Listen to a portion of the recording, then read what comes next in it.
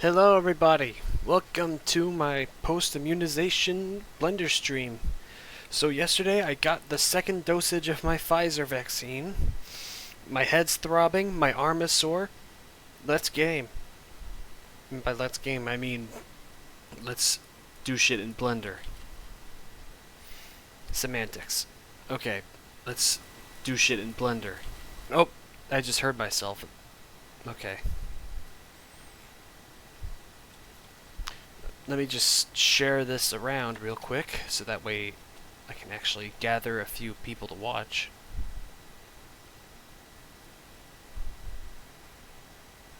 So, okay, here we go.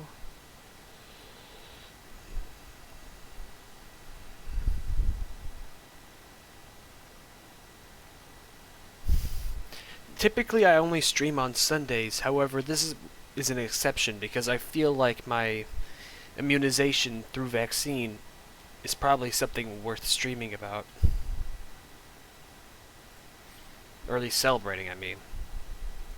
Because that's not what we're streaming, because I already had my immunization. I'm actually going to be just streaming in Blender as per usual. Let me share this around, pass it around.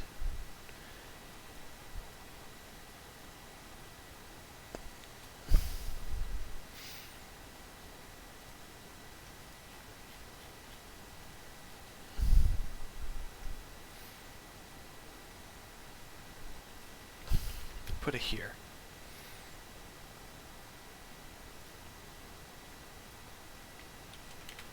Alright, put it here. No, put it.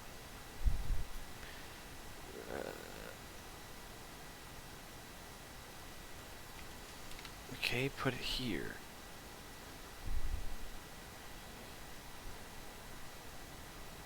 Alright, we can start now.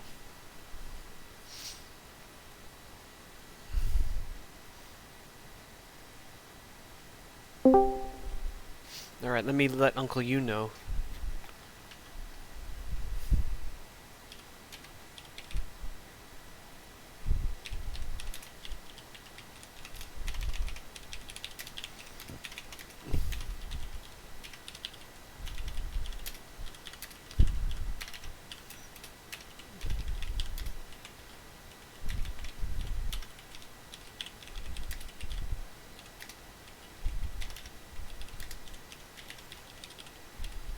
Okay.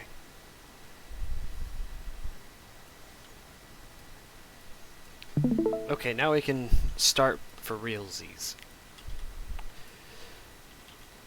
So, you didn't get to see it last week because I didn't stream last week, but I actually baked his Astro's textures, at least for his main body. I'll be like baking the textures on like his clothes soon as well.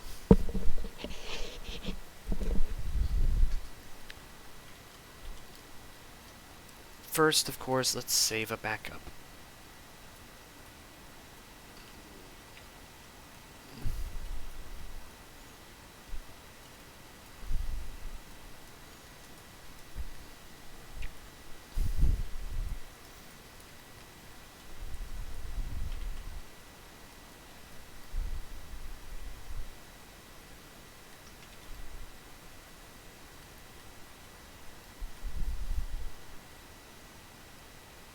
Alright.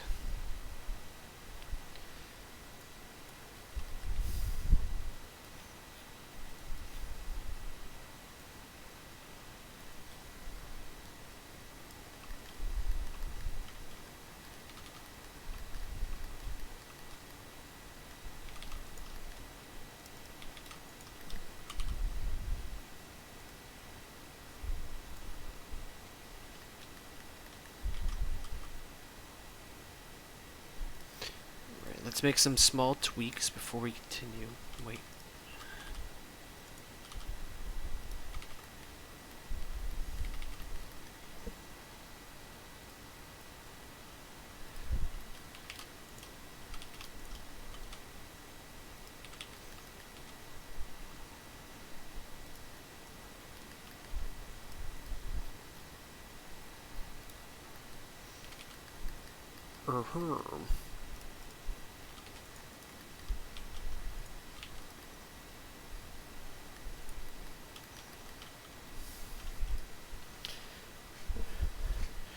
Alright, let's copy this over to the paint layer.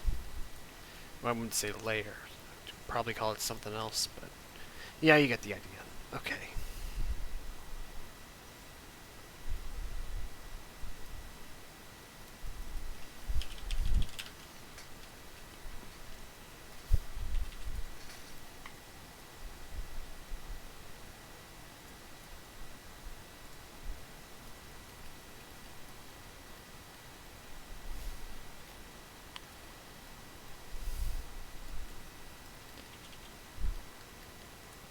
Okay, now we shall begin. First things first, let's set up the texture maps. That's always the most important part, after all. UV map.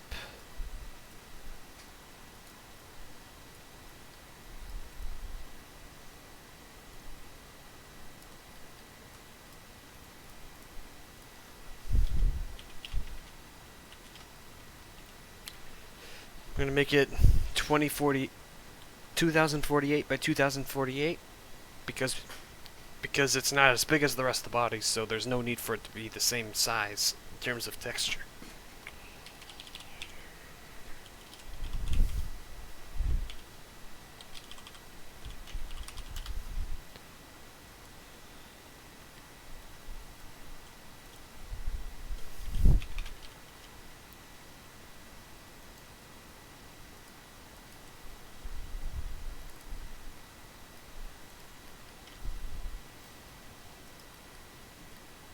Okay, real quick. Mix.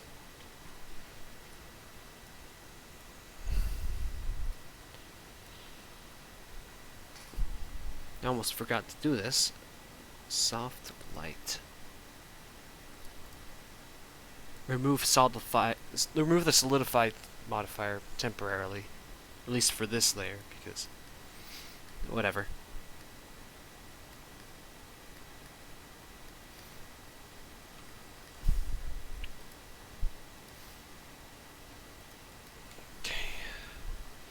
Geometry. This is a trick I learned from a few tutorials. Let me show you. So basically, we have the geometry node. Not those kinds of geometry, but this kind of geometry node have pointiness. Add a ramp, a color ramp. Set the black to 0.4 and the white to 0.6.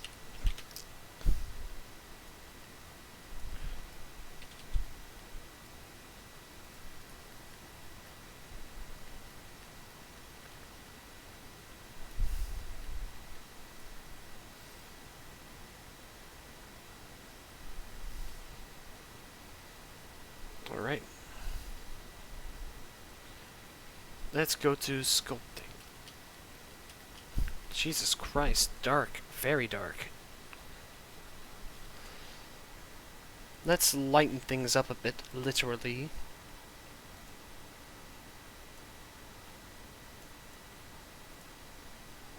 There we go.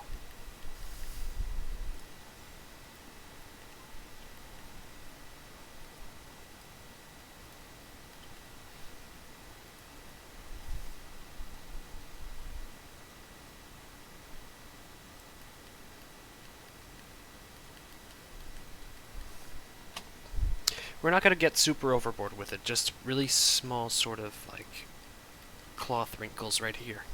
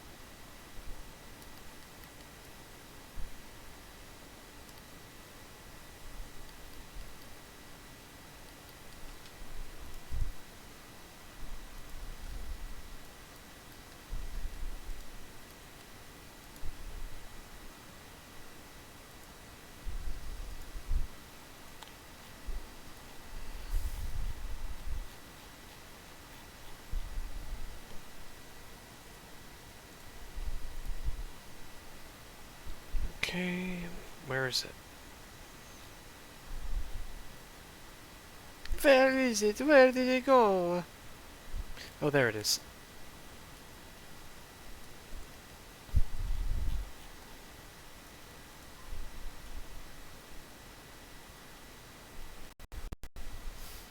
Let's bake real quick.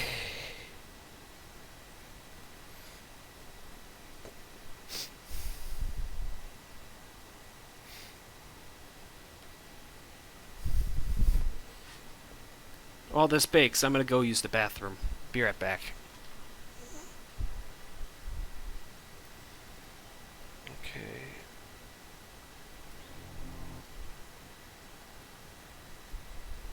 Okay, yeah, here's the wait screen. Be right back, I gotta go potty.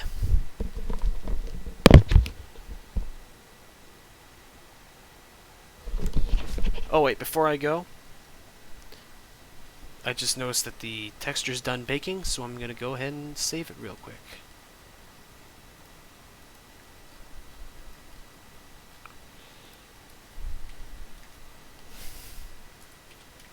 Wait, Pack Islands.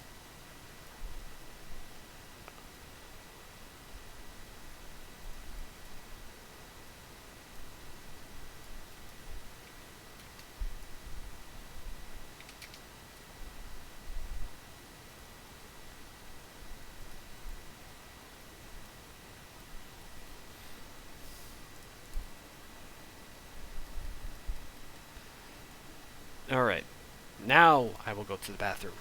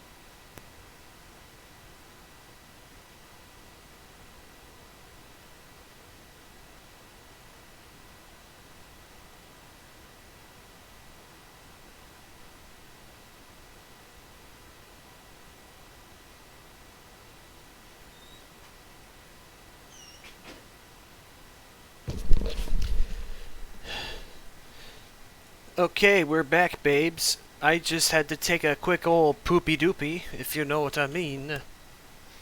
Alright, let's save this.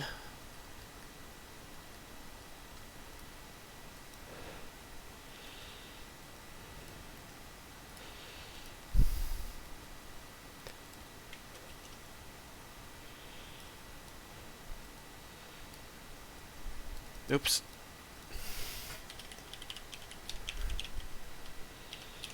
Now for the normal map.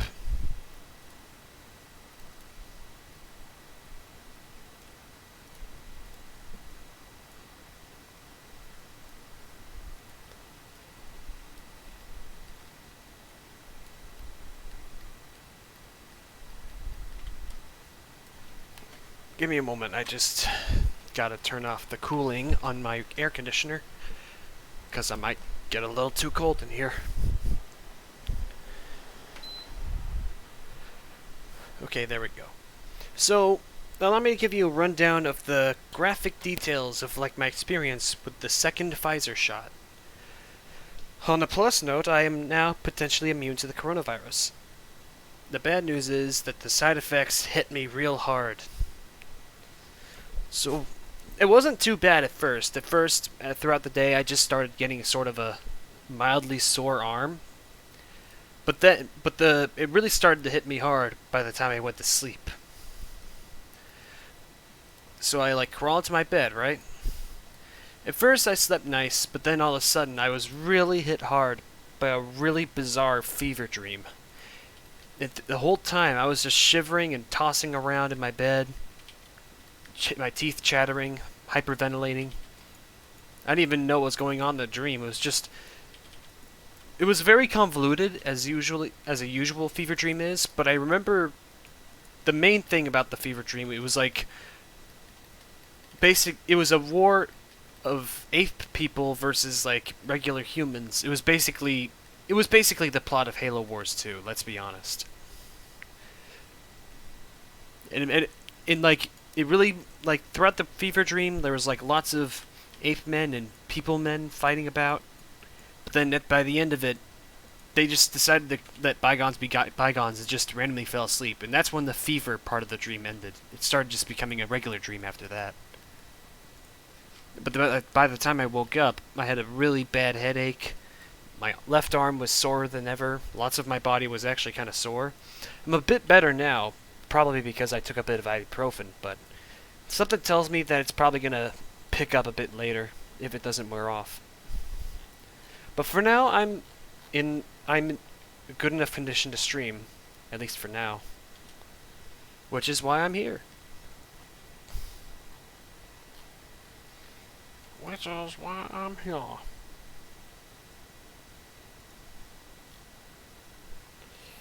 Okay.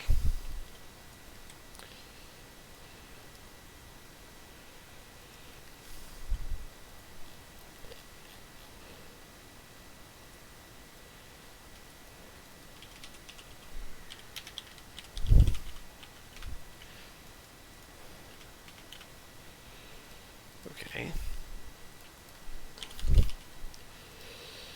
Okay.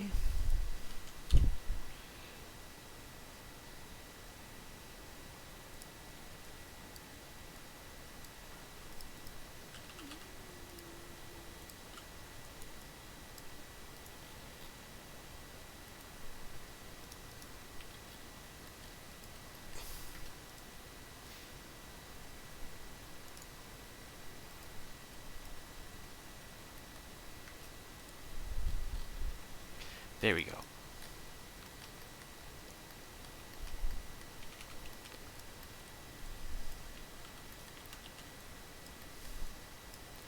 And now for the normal map.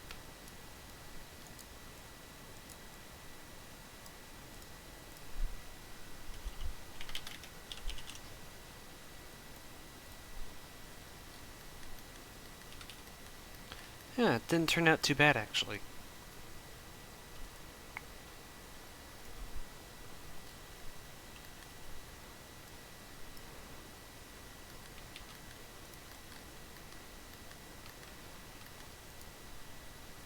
Though perhaps I should do something about the... Alright, just temporarily, let's set it back to linear. Just temporarily, though.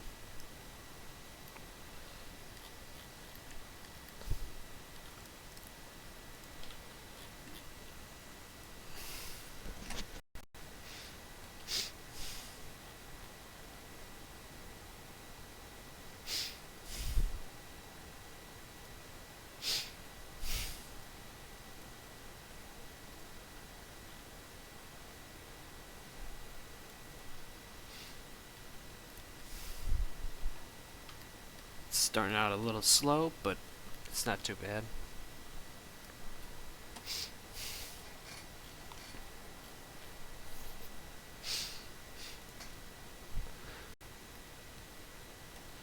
But yeah, if my headache starts affecting my performance again, I might just hop off for a bit, you know?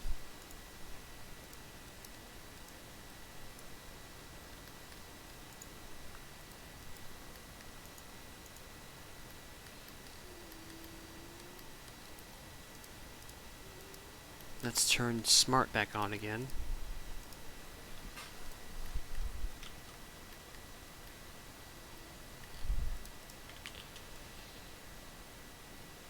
Okay.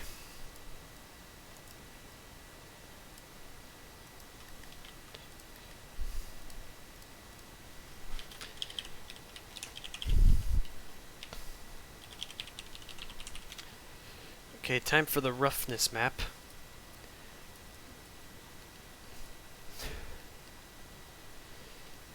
I'm not sure if I'm the only... I'm apparently... It's not very often that people use both a specular map and a roughness map. Because usually they use one or the other, but... because, like... I don't know, it's hard to explain.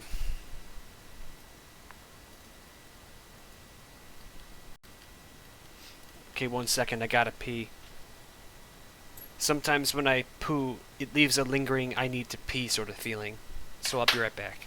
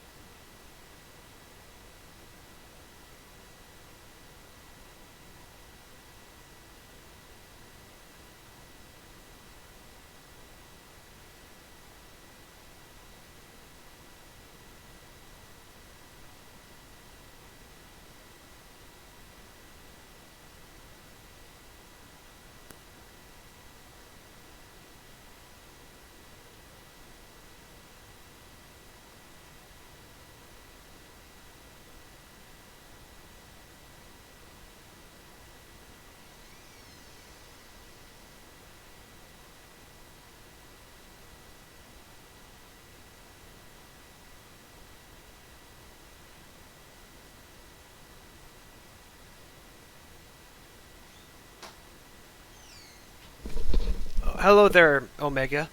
I think I have to go a little bit longer. I won't be too long, but I think the dog needs to go outside to go pee as well. So I'll be right back.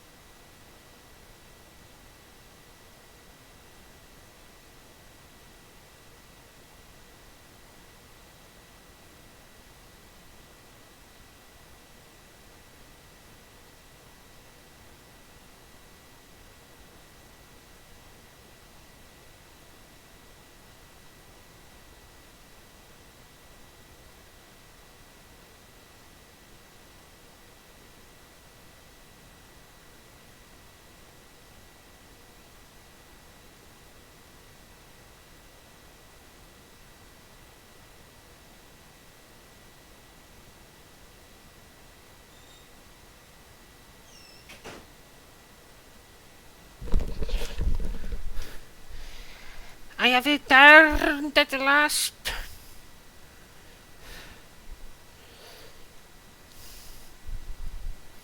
Alright, now let's add the roughness thingy.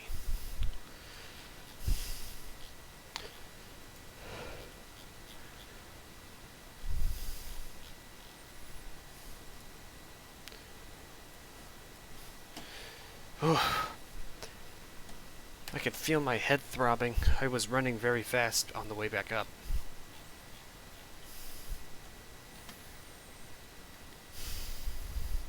Do you ever have that feeling when you have a headache and... Okay.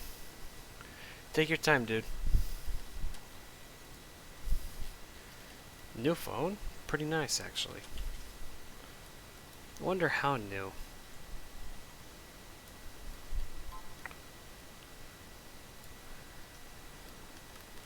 Hmm?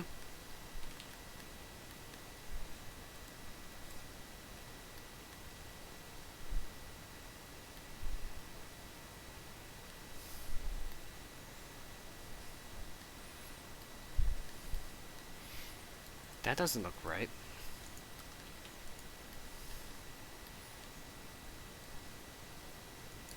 Oh, I see. Because the specular and... Because there's also the specular and the sheen. I almost forgot.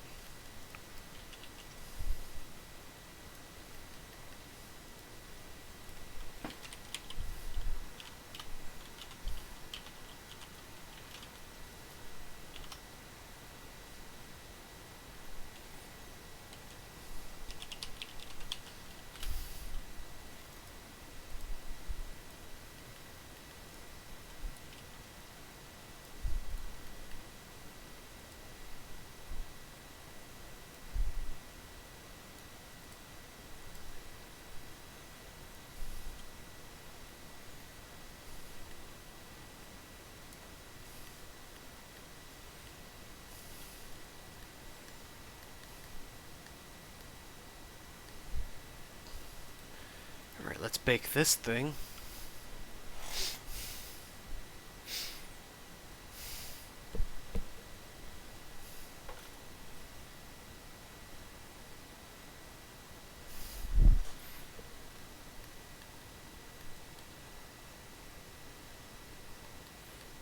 This one's taking a little longer, isn't it?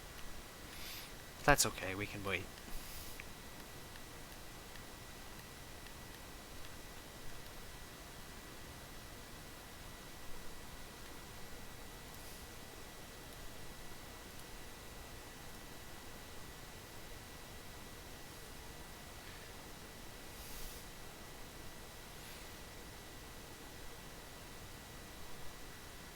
Okay, there we go.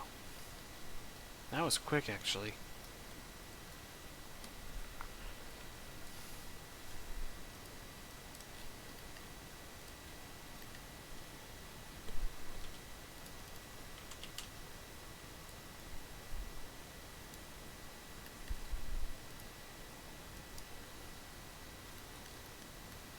It's not quite there yet, but we're getting close, I guess.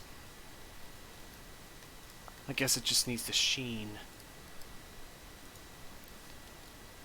I honestly don't know what's going on. It feels like something is missing.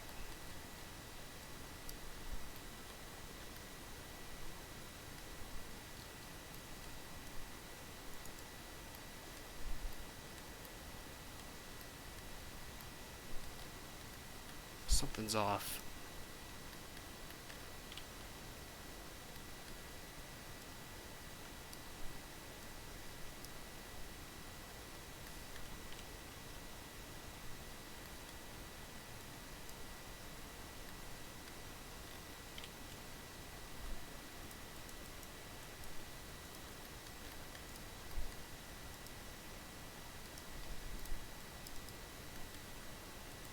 Well, let's try baking the roughness again.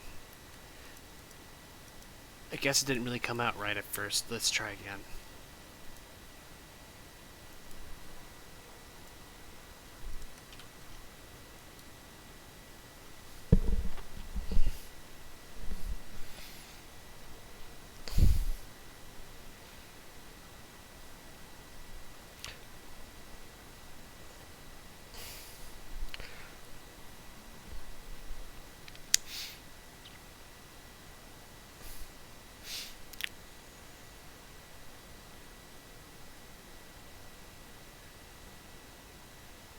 Come on now.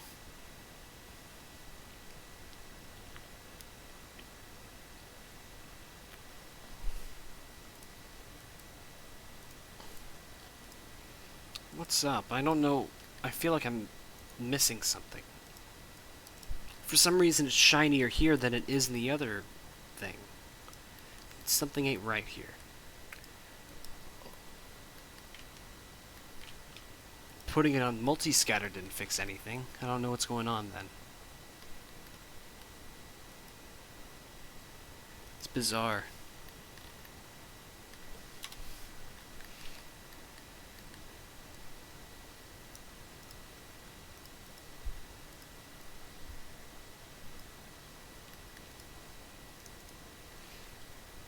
What am I missing?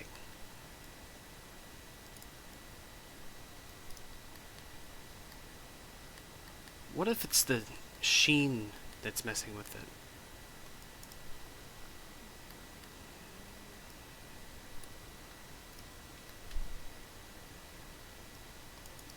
Let's turn off sheen for now, and then let's see if that fixes anything.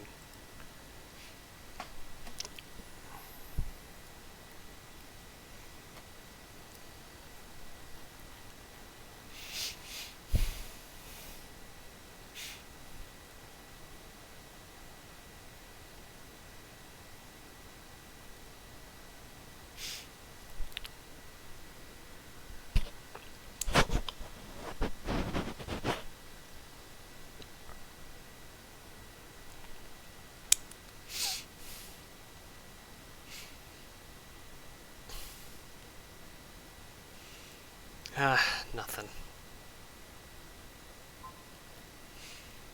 I don't really know what's going on then. It's weird. Very weird. Shouldn't be doing that.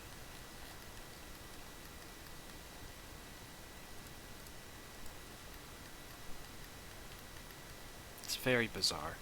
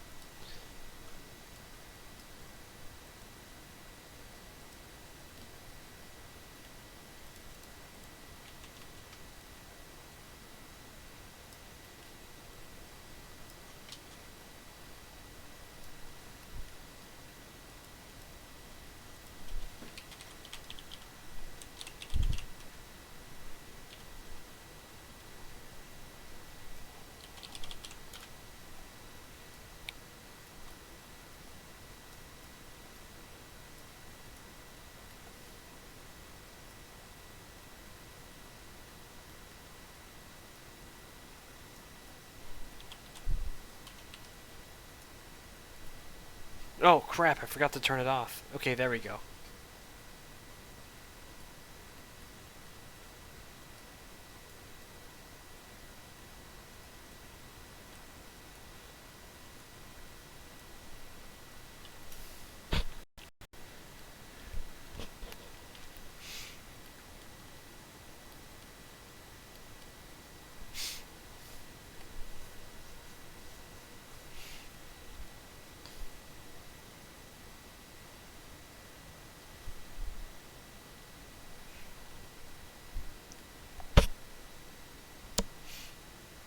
Come on, emission.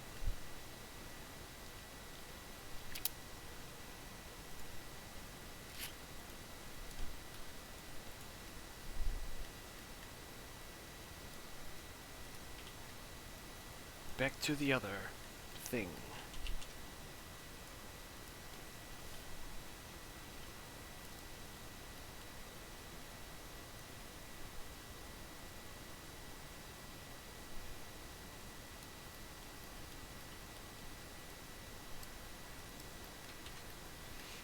What am I missing?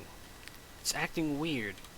It's shinier than it should be, and I don't understand why. It's very concerning.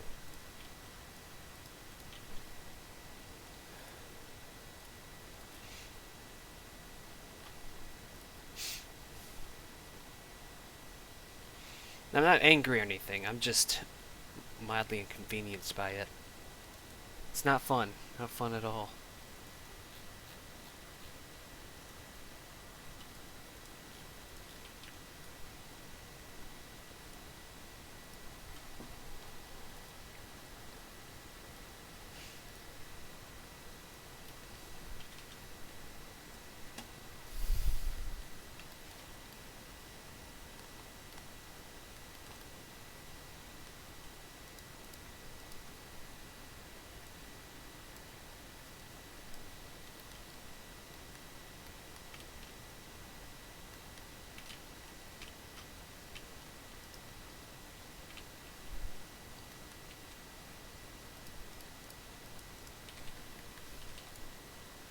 Wait.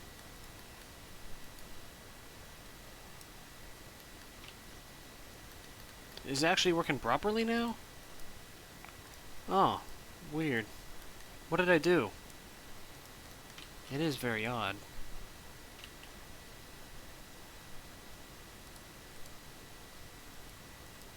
Huh.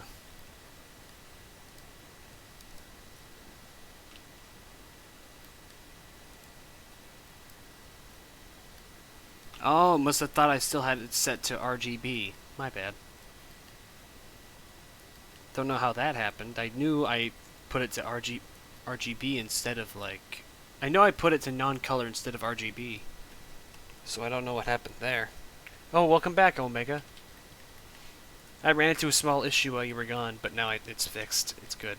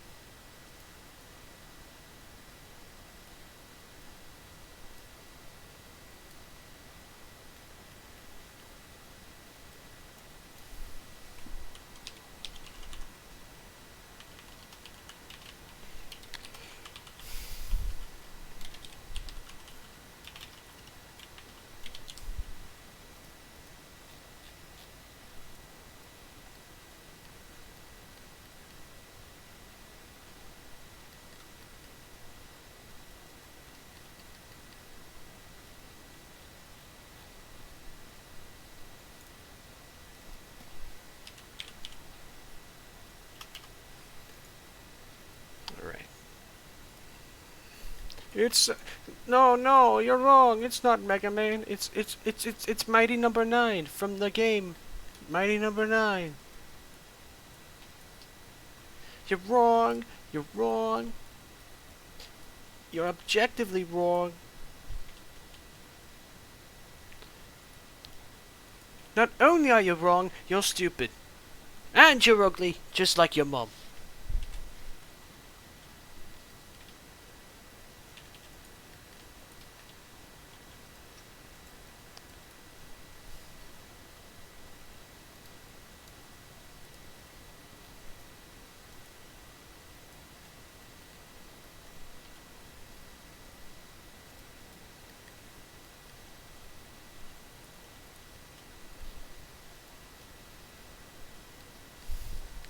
Let's bake his hair too.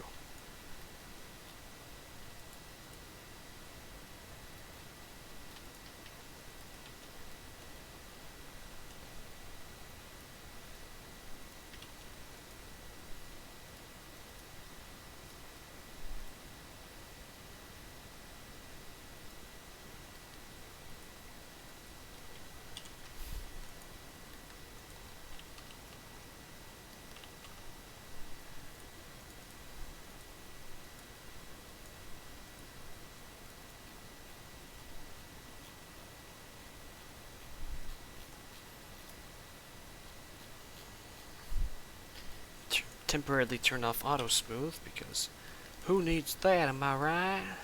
Am I right?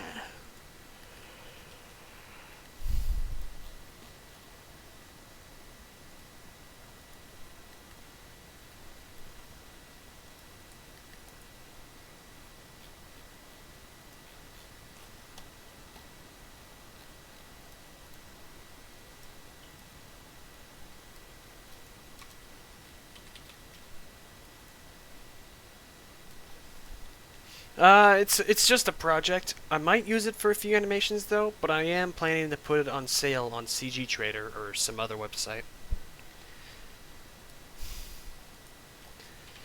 This is a pretty big project, so I want to be able to have some sort of gain from it, you know?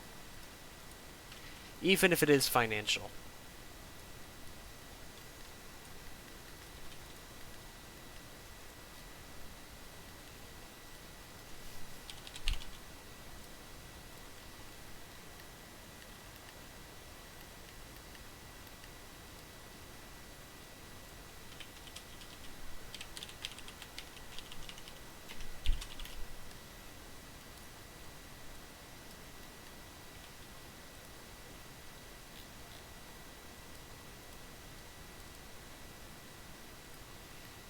Alright.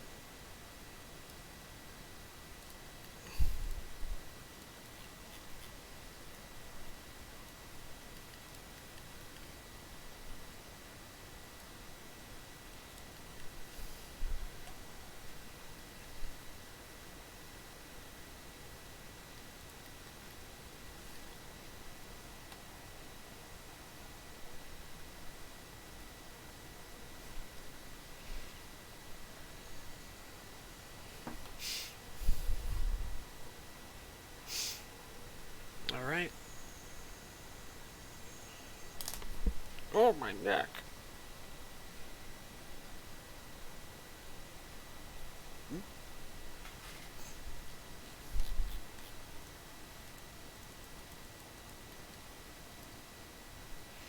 No, that was quick.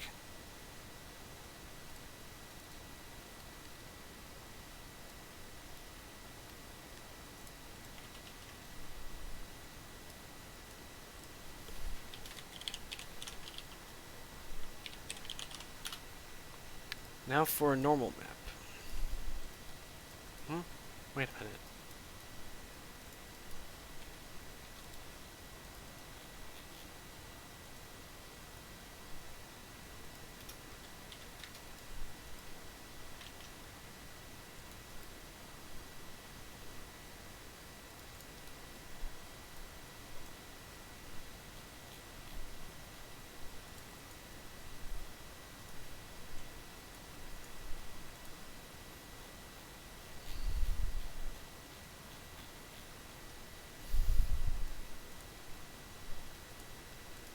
Make sure they're both on the same page.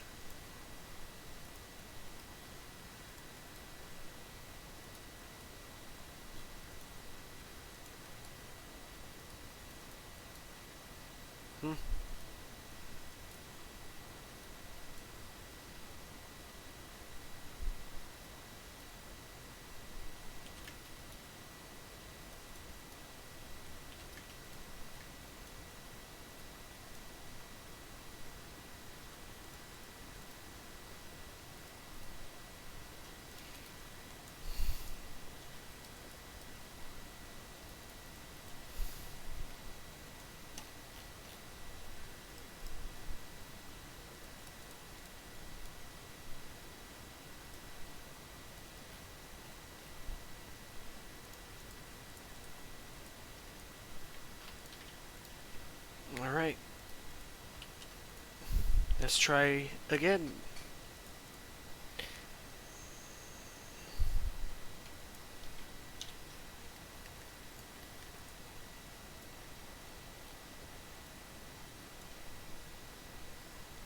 And real quickly, let's delete the unused data blocks, because those can get cluttered real quickly if you don't be careful.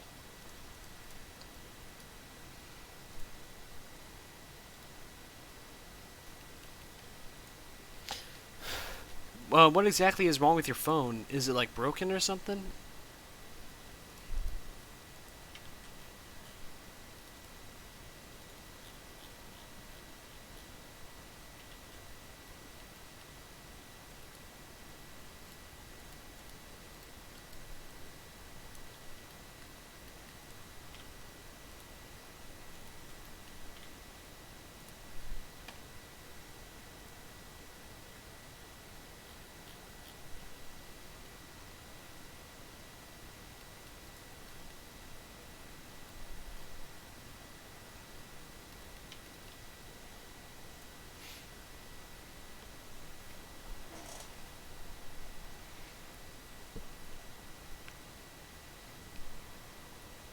I remember the first time I got a phone, it was kind of a hassle trying to set things up. Like, lots of, like, autocorrect shit you have to fix. Lots of stuff like that, you know? It can be really tedious. Especially the autocorrect. I mean, Jesus.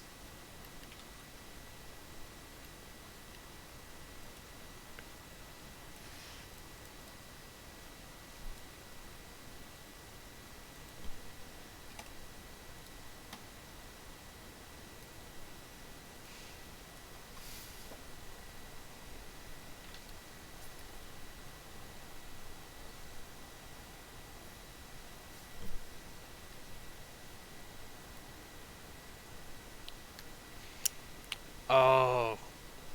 Is there like stuff building up in the charger, or is just the battery broken? Oh. That's definitely annoying. Just setting new stuff up. Making sure that you log into your Samsung account, stuff like that, etc., etc. Can be pretty annoying, yeah.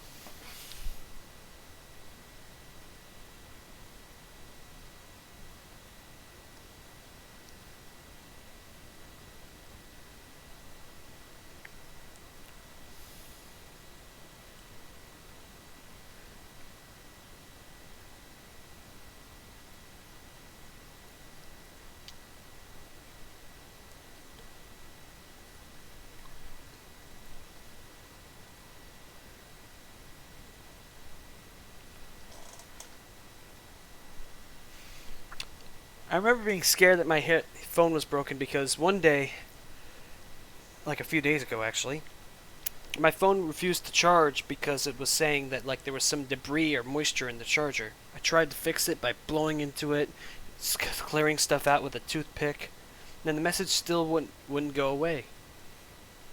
And I was very close to like ordering a can of compressed air from like Amazon, but then finally it started charging again. Thank God.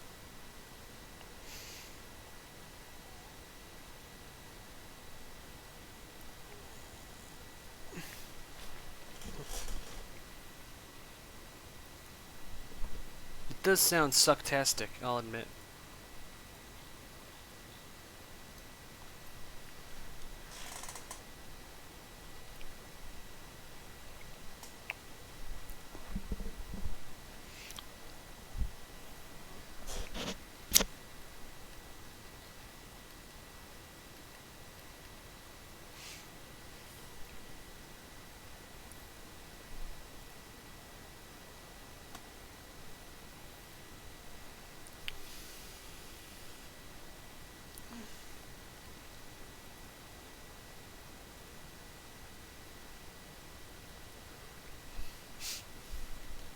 Aha, baking.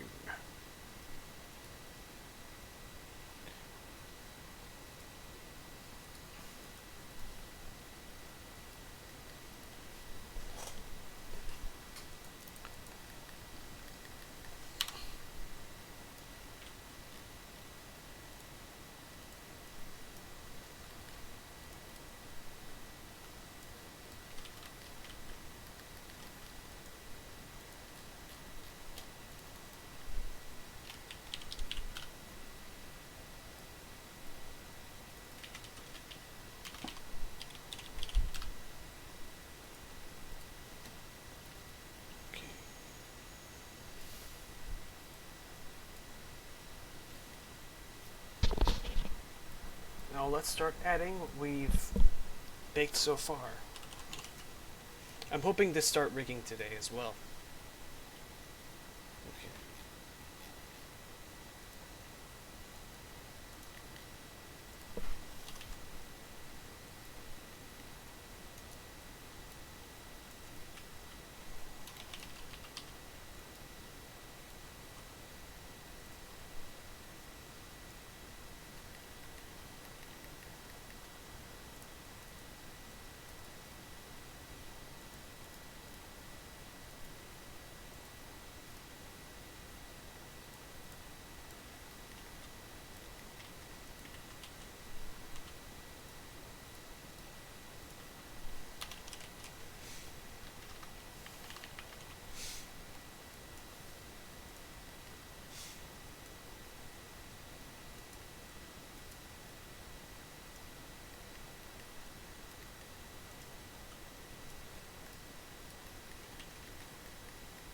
Huh.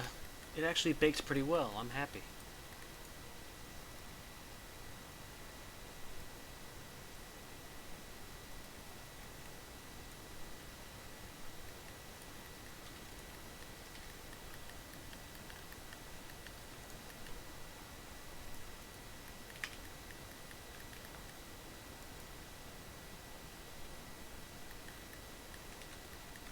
So far, so good. So far, so good.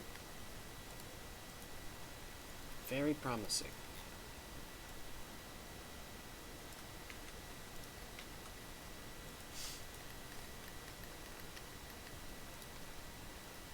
Alright, time for the roughness map.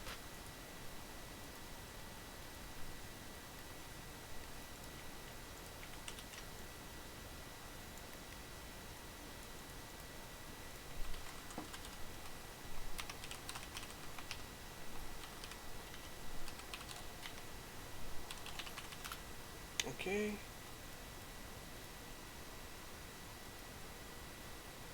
Roughness.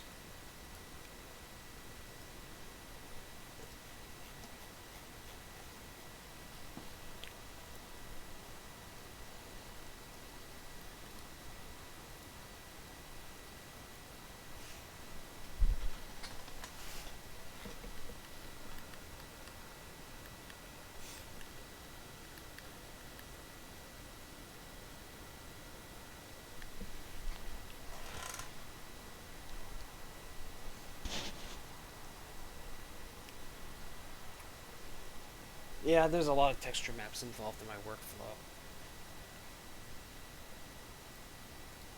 Who else is in the chat right now, by the way?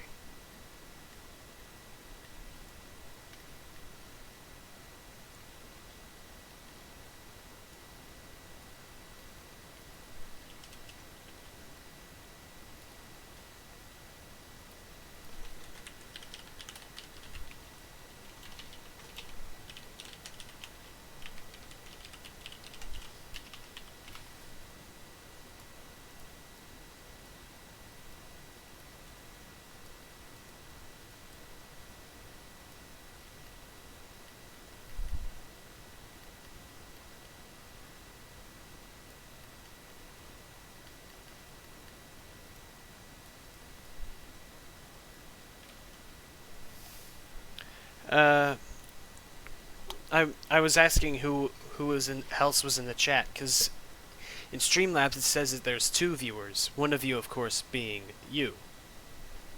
I mean Omega Jaeger you, not Uncle Yuu you. Because Uncle Yuu is not here right now. He said he'll join a bit later, but don't know when that will be. Guess we'll see. There we go.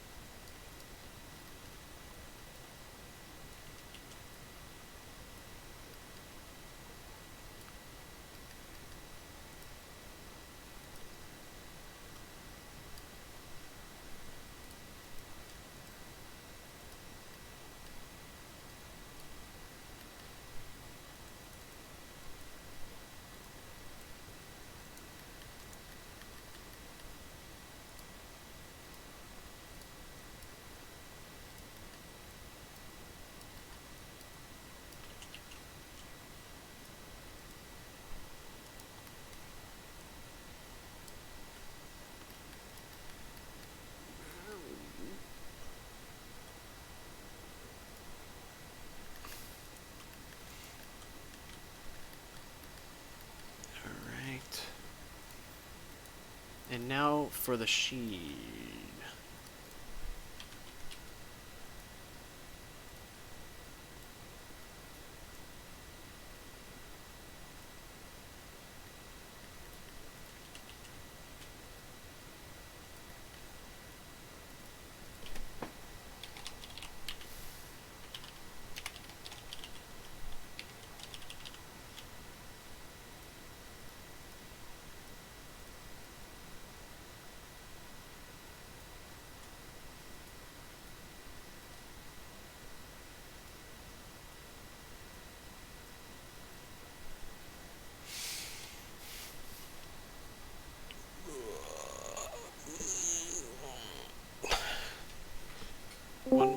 Oh, is that you, Uncle Yuu? Yeah. Welcome to the stream. How Oh, you doing? I'm doing good. So, I'm what? I'm I'm just waiting for some packages too. Ah, I'm From celebrating my vaccination with a bit of a Blender stream. nice. Let me get to your stream so I can be your chat reader. Thank you. Okay. Okay.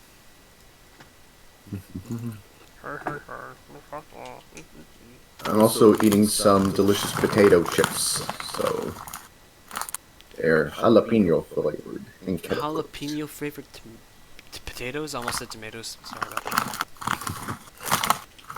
Yeah, That sounds like really. a sin.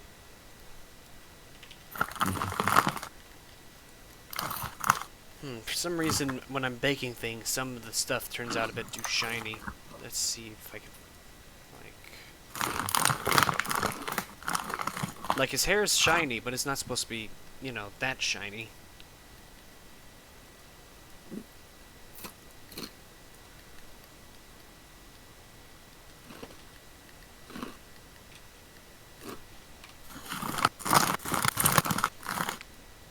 Let me reload Blender real quick and see if that fixes anything.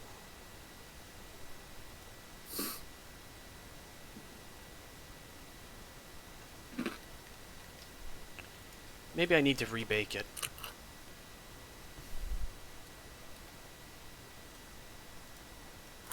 It's what you take to bake a pretty cake. Bake a pretty cake.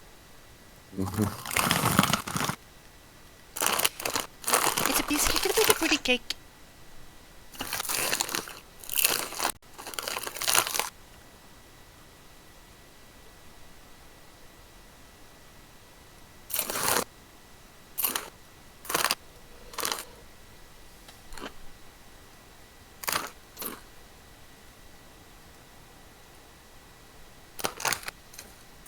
We're almost done with these chips, and then I'm going to work on editing.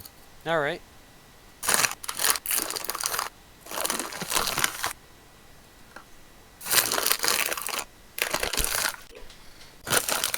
Blah blah blah blah blah. Oh, hey, Omega. Hello. I'm just testing out the audio port on this one, on this new phone that I got. Can y'all hear me well? Yep, Mm-hmm. very well. Loud and clear, actually. Mm-hmm. Alright, well, alright, that's about it, actually. I was just coming by and check. Alright. 5 check. Yes, check. Yeah. You sound pretty good, my dude. Thank no, you, thank you. Thank you. no complaints. I'm in the process of transferring all my songs into my new phone, but I have a feeling that it won't do that because, like, I don't see a thing where it says play music on your phone. You only play music on the YouTube app. There's a way. You might have to install like the Samsung Music app directly onto your phone. Like some. Too. But I think there should be a way. Life finds a way, you know? Life, Yeah. finds a way. Alright, battery. That does remind me. Hey, speaking of dinosaur movies, what do you think of the movie Carnosaur?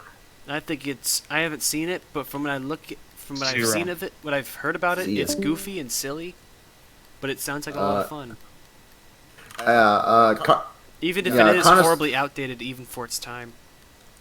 the thing is with Carnosaur, or like it seems like a good B movie fun time, and I think that's why it got like a bunch of sequels.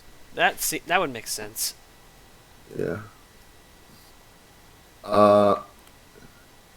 Yeah. So, I mostly know about Carnosaur because it's a movie that Gene Siskel very much defended back in the day, and Roger Ebert always made fun of him for it. Sounds like a I, silly little. Sounds like a silly little thing. Kind of like how Ding Dong and Julian make fun of Chris for liking the Nostalgia Critic. You mean? yeah, I always like when that. Those are some of the best parts of Siskel and Ebert when the two have Have a conflicting when the- viewpoint. yeah. For example, Roger Ebert was the one critic who gave Cop and a Half a good review, and Cop and a half. it's a movie about this kid who wants to be a police officer, and because he witnesses a crime, he'll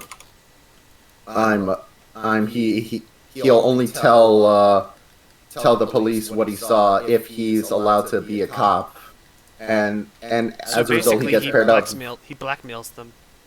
Yeah, and he gets teamed up with the grouchy cop played by Burt Reynolds. Burt Reynolds.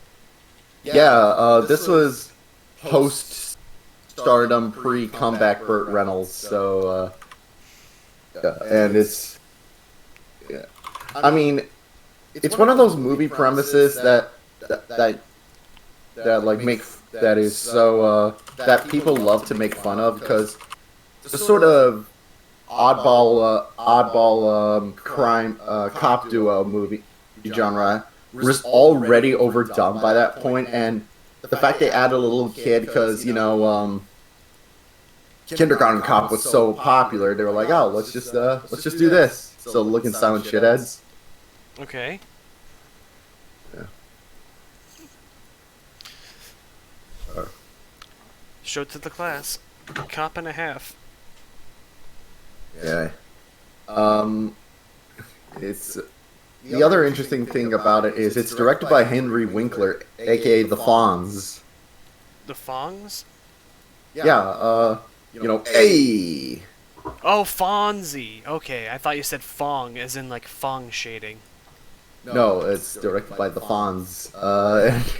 It's very, very, it's not a good movie, but it is kind of one of those movies that is kind of so bad it's good, especially just because Burt Reynolds, who at that time was in such a bad state with what movies he could be in, and he's very much would rather be anywhere else. So he got Nick Caged, basically?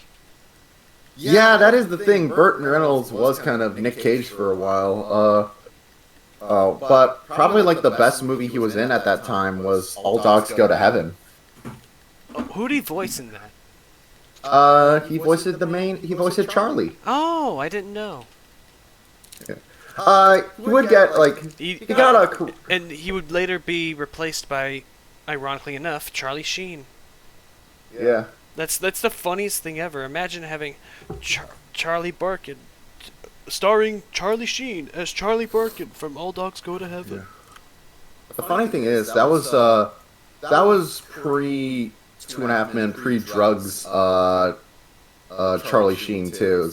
Back when he was actually a pretty respectable actor. Yeah, before he started snorting the magic dust, if you know what I mean. It's a shame too, because I actually do. If you go back and watch Charlie Sheen, he actually was a pretty solid actor. And just And that wouldn't be the last time he voices a cartoon dog. I'm pretty sure you know what I'm talking about. If I had a raisin for every time I heard that one. Yeah, that one. Yeah, just food fight. What a fucking. What a doo-doo dumpo. Who else is one of the? There are every so often actors I think are really good, but they're popular to put into shitty cheesy movies. I think Adam Sandler fits well into that as well. The thing is, Adam produces a lot of those movies. I'm thinking more it's because he produces them that they're so bad. Another one good example is Ben Kingsley. Great talented actor, but for some reason And if you look at his filmography, he will on occasion be in a good movie and then just star in a ton of garbage too. That's kind of silly. Like he'll let's look through here. Like he'll be in Schindler's List, Bugsy, Schindler's List.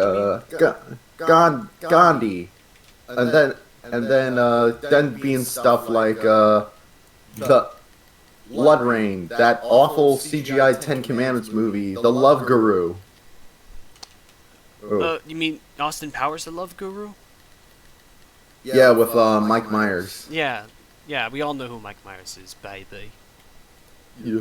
The funny thing is with I remember when The Love Guru got so much hype back in the day. It was supposed to be like Mike Myers' big next character, and it ended up working, of course, because like that's one of Mike Myers' most popular characters aside from Shrek and that infamous Cat in the Hat. No, the Love Guru bombed. Weird. But Like, even then, though, the Austin Powers character is like a cultural icon now, despite that. Yeah, no, like people love Austin Powers, and those movies are still good fun, but the Love Guru bombed horribly. I guess it didn't really start getting successful around like The Spy Who Shagged Me or like Goldmember, I'm guessing, right? Because that's where it really started to shine, right? Well, what happened with how Mike Myers' career went is he was already kind of a rising star throughout a lot of the 90s. Then the first Austin Powers movie, International Man of Mystery, it did well. It did well enough in theaters. It was a big hit, but it did way better on DVD. Like, it already started off well, but the DVD and VHS were so popular that they greenlit a sequel, Spy Who Shagged Me, which was a monster hit. Spy Who Shagged Me grossed $300 million. And for good reason. It's genuinely fucking funny. Yeah, and for a lot of people, it's their favorite of the Austin Powers movies. Mine will always. I love that one, but my favorite will always be Goldmember. Yeah, and Goldmember 2 was like a big hit, even if by that time there were people who were kind of getting sick of people constantly quoting, the catchphrases, because back then people thought, oh, in order to be funny, all I gotta do is just say, "Oh, behave, baby." Oh, behave. I do that way too often in Halo MCC matchmaking. Yeah. Yeah, so there was like this, you did get like You this, want to lick my cum sock, baby? yeah, but he was still successful, but then came The Cat in the Hat, which was a huge bomb and put a dent in, and had people wondering whether or not he could, what could be, this big, comedy superstar. I still find lots of people who say that The Cat in the Hat was funny for the wrong reasons, though. Oh, it is hilarious for the wrong reasons. There's a deleted scene where, Thing 1 pisses and takes a piss, and it causes a tsunami. The thing is with the Cat in the Hat movie, it is baffling how it got made. Just the fact that they took something as timeless as Dr. I think they were trying to cash in on the success of the Grinch movie. Yeah, but whereas the Grinch movie still resembled what it was supposed to be, and it was actually a lot funnier. Yeah, the Cat in the Hat is just holy shit, and also the Grinch at least had really good makeup on the character. He didn't look terrifying like Mike Myers' cat. Yeah, because he was actually able to he was actually still capable of doing his crazy, goofy, cartoonish facial expressions even with the makeup. That's why it looked so much better. Yeah, and just all the weird, like out of date, like weird dirty jokes, and also Oh yeah, like the part where he gets a hat boner. yeah, it's like that's our mom cat. Awkward. Awkward. Oh, awkward. Probably like I think the scene that like if anyone if it, whenever someone asks me like what's the worst moment in the Cat in the Hat movie, I always point to one scene where they go to a rave and Paris Hilton is there. Oh, There- I completely forgot about that, and I don't even know who Paris Hilton is. So. Paris. Wait, you don't know who Paris Hilton is? I mean, I know who she is, but I don't know what she looks like, and I didn't catch on to her being in that scene. Yeah. Well, that's the thing. It's supposed to be like a joke for like the older crowd, being like, "Hey, look, it's Paris Hilton." Yeah, she's a porn star. Yeah, they see her dressed up like the naughty like outfit, and it's just like, holy shit. And Are there even things like that where you like go inside the telephone thing and like there's a rave underground? Is that even a thing that happens at all? in the movie, No, like in real life. I don't know. It's Just have like a telephone booth, and whoops, there's a secret rave underground. yeah. Like I think that's yeah. It's just what a mess of a movie. Oh, and there was also the scene where he's carrying a hoe, and he's like, "Dirty hoe," and he drops it. That's one of the most forced jokes ever in a movie, but like it's so forced that you can't help but laugh. Yeah, it's fucking funny that because of that. He's like, "I'm sorry, baby, I love you." He starts trying to tongue it. Yeah. Just, And let's not forget the shit. or the Oh! Yes. To the slow! Ay.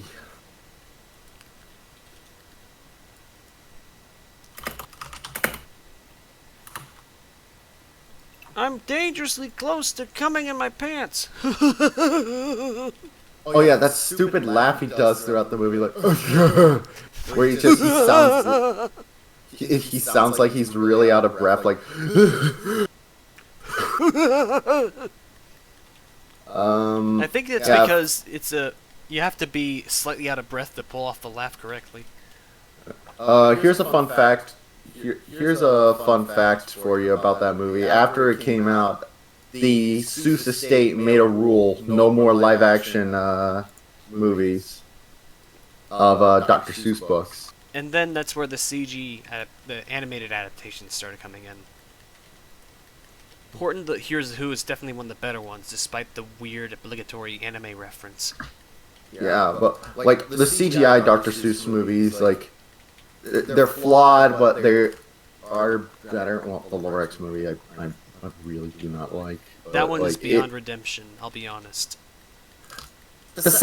Okay, here's the thing with what's their face, Illumination. I think they are very talented animators, and I think they are capable of doing great things. They just need better writers, I think. Cause, That is a good way to put it, yeah. I I mean, actually they had a really good start with, like, Despicable Me. That's for sure. That was a really good, like, movie to start with, for sure. But then it sort of started going a little bit downhill. The second Despicable Me was fine, actually. Yeah. I think they're capable of doing like big things. I just wish they would like push themselves. Like they don't have to make like super dark drama or whatever. I just think they need to do something like that has a bit more heart. More heart or more like sort of something a little more interesting. Like because all of their movies are. There's nothing wrong with the fact that all their movies are comedies essentially, but they're all very safe. Like play it like. Or Like they kind of feel like poo poo pee pee fart, kind of or safe. or like the kind of like, and they don't like really do anything big. Like like DreamWorks and Pixar have both done movies where they're just like more comedy oriented, but there's a lot more energy, more interesting things happening. Yeah. In those movies. Yeah. I do know that like I do find it funny though that that Illumination did once have like a planned movie where they were gonna make an adaptation of God, what's Pluto? You know, the manga. Oh, is that really a thing? I thought that was like a joke. No, they apparently were developing it at one point. I wonder how that would have ended up looking. I do wonder that myself, just because I don't think it ever got to the point where I I don't know if there's actually going to be an anime adaptation of it instead. Yeah, which fair enough. I do wonder what at least the models would look like. They probably have the weird Illumination style. Yeah. Actually, if you go through like all of Universal's film adaptation animated films in like the late 2000s, early 2010s, there's a lot of movies that just kind of got shuffled around and put elsewhere. Like there was a Where's Waldo movie that ended up getting turned into a TV show instead. There was what does that show look like actually? It looks fine. It's like it's not like gonna blow your mind with how stunning the animation is. It looks fine.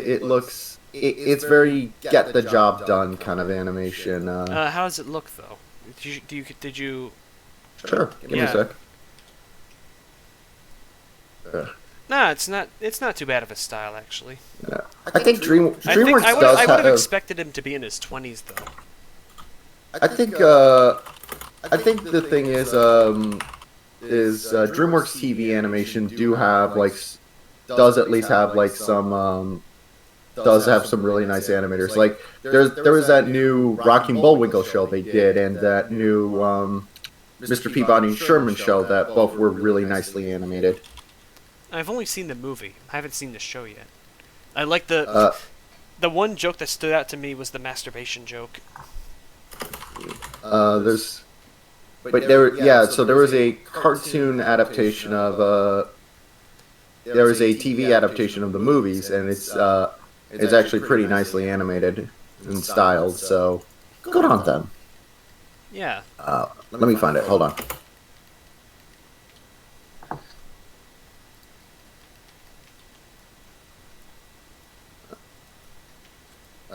There we are.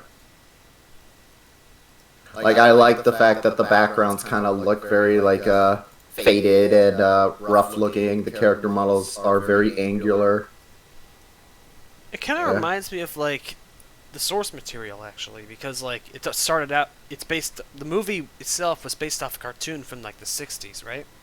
One of, Jay Ward cartoon, because, like... Yeah, he also made Rocky and Bullwinkle. And George of the Jungle, and... That part I didn't know. Yeah, no, Jay Ward was a very important producer in, like, the early days of television animation. In fact, he produced the first ever cartoon made specifically for television, Crusader Rabbit. Oh yeah, Crusader Rabbit. Yeah, I've heard about. I actually saw that one on a list of syndicated cartoons on Wikipedia. Yeah. And Crusader Rabbit came out in 1950, and it was like, and it is funny looking at it and just seeing how like stiff it was, but it's where you have to start. Yeah, it's a start for sure. Yeah. And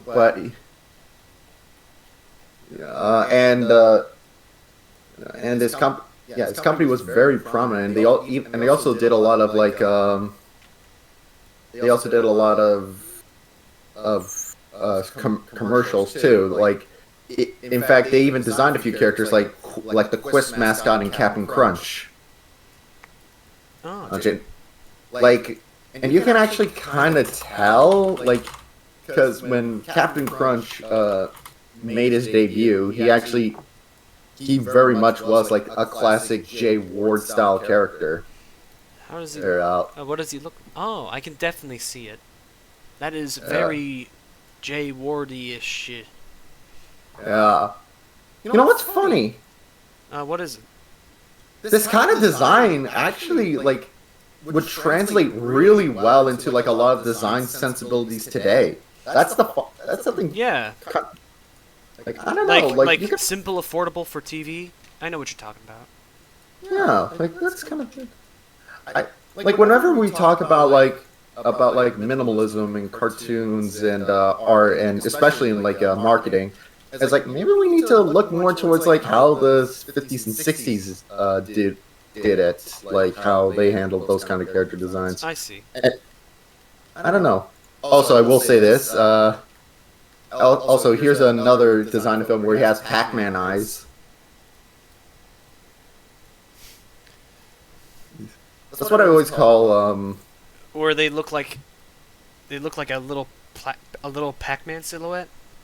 Yeah, I always call those kind of eyes Pac-Man eyes. I call them old cartoon eyes. Yeah. Because that's what they basically are. I mean, yeah, you're right.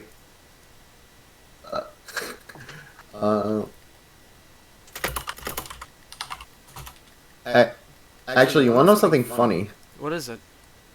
Have you ever played the game Pac-Land or heard of it? I've heard about it, but I never played it. I haven't played a single Pac-Man in my life.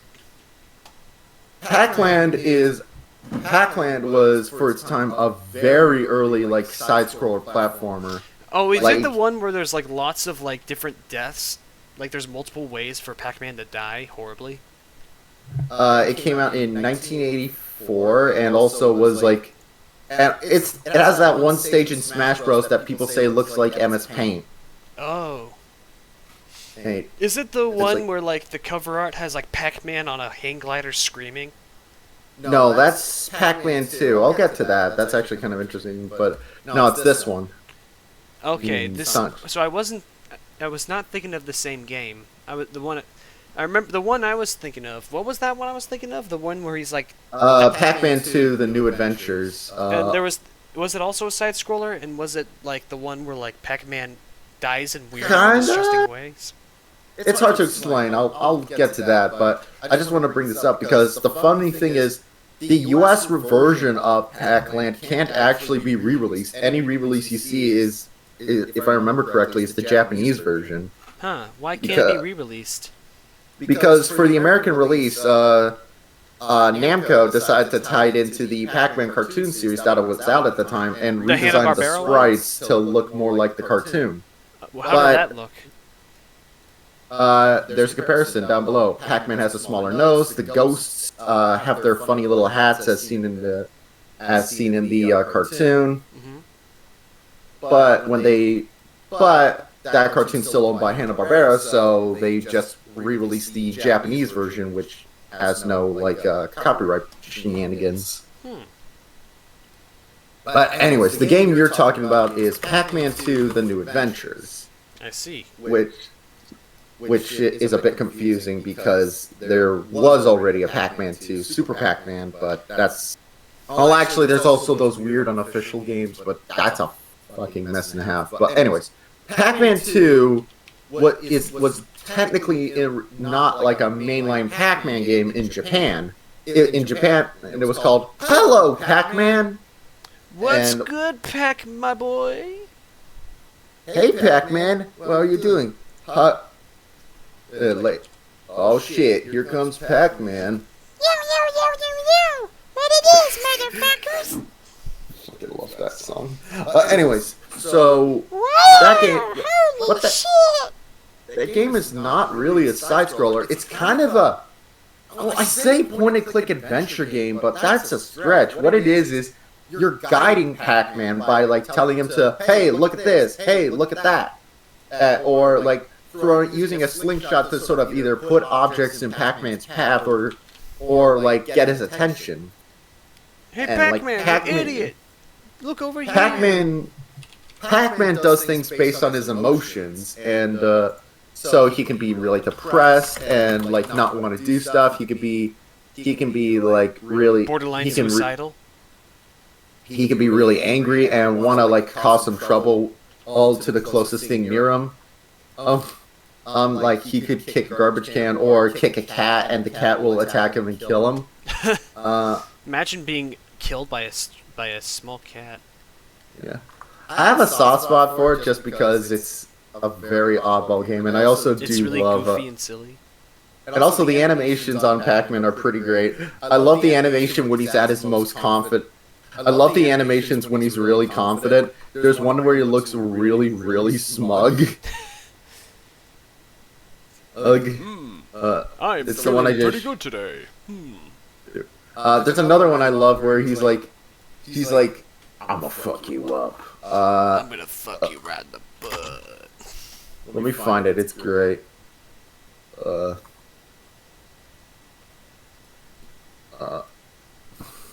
That is definitely a very anime off-model sort of thing right there. Yeah, it is very. Well, I mean, Pac-Man is Japanese. Yeah, that is true. He is Japanese. I love. It's an interesting game. It's not the only like game like it though, where there was like a where it's like a point and click, but it's more akin to you guiding the character. Because there's also a Mario game in Japan based on it called similar idea called Mario and Wario. Oh. Where essentially Mario has a bucket on his head, and using the Super Nintendo mouse, you have to guide Mario through the levels. But you don't get to see his iconic face. It cannot be Mario. Yeah, they've referenced the game plenty of times, but for whatever reason, it never got released in America. Even though the game's in English. That's weird. Very weird. So it's an English translated Japan exclusive? I don't get why it wasn't released in America, because like you said, they made an American English translation for it.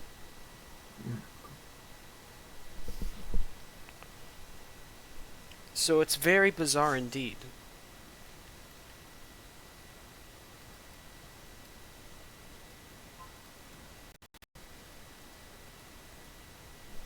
Are you still there? Yeah, I am. I'm just Okay. just trying to find a reason why it never got released. The best guess is because it used the Super Nintendo mouse. And it even came with it. It wasn't like financially viable to release it, but I don't know. You probably could like just revamp this, either have it still or revamp the controls so that like the D-pad's a little bit more responsive. Perhaps. But who knows? The other interesting thing about the game though is it was developed by a then fairly fresh-faced studio named Game Freak. Oh, the Pokemon people, right? Yeah, in 1993. That's before very interesting. Before they made Pokemon Red and Blue, before they made... Hell, it's before they even made Pulseman. Pulseman? What's that? Pulseman is a game they developed for Sega, interestingly enough. And it's a game where you play as like this little anime superhero guy who has electric powers. It's very nicely animated and pretty fun actually. But it never got a stateside release. Not surprising. Although it came out on the Wii Virtual Console a couple years later. Huh. I do recommend giving it a shot. But it is interesting to see sort of the early days of Game Freak, because of course this was right before they did Pokemon, which. And nowadays, Pokemon's the only thing they do. As far as I know, at least. Do they do other things besides Pokemon? I'm not sure. Let's find out. Yeah, let's find out. Oh no. There are other things. Like what? Okay, I gotta tell you what that one is. Okay, what is it? I'll get to it, but first, there's Little Town Hero, which that one was actually self-published. Interestingly enough, They don't usually it's- self-publish. Nowadays, they do it under Nintendo's name. there's also Giga Wrecker, which is a puzzle platform game. Mm-hmm. There's Harmonite, which is a rhythm platformer. And although that one was published by Nintendo, seems to be pretty good. Something called Pocket Card Jockey, which seems like a mouthful to say, yeah. There's Drill Dozer, which was a game on which I hear is a really fun Game Boy Advance game, and it's also the origin of that one girl, assist trophy girl who has the drill. Interestingly, it came with a Rumble Pack built in, and so that's a good bit of fun for the Game Boy Advance. And finally, and this is the game that I was chuckling at the name at, they did a game called Hembo the Badass Elephant. Oh my god. Was that released in the States? Yes. Oh, awesome. You get to have a swear on your game. You know, finding games that have like swears in them is still pretty uncommon. Just the fact Especially that during the time. No, this is 2015, and I will say it does look really nice. It's the characters look like things out of Chowder, and I like that. I like how the elephant's trunk looks like one of those, like... You know, what was those... Were there those shotguns that have a big old, like, weirdly shaped barrel? I don't know. I'm not a gun expert. Kaiser could probably tell you that. He's Mr. He knows his guns.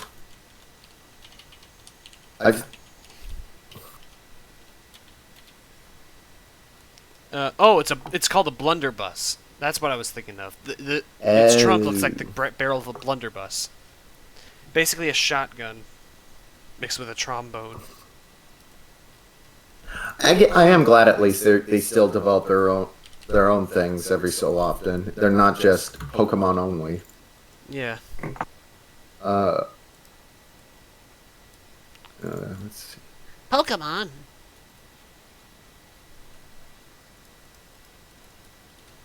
Squibbert, this guy had a Pokemon in my cereal. That's not a Pokemon. That's a gay Luigi.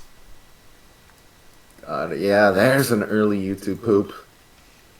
It It is funny. A certified hood classic, even. It is fun to sometimes look back on the early YouTube poops because there are plenty of ones that are still pretty funny, than other ones that rely so much on like those same couple of memes. Like Marble Luigi. Yeah. I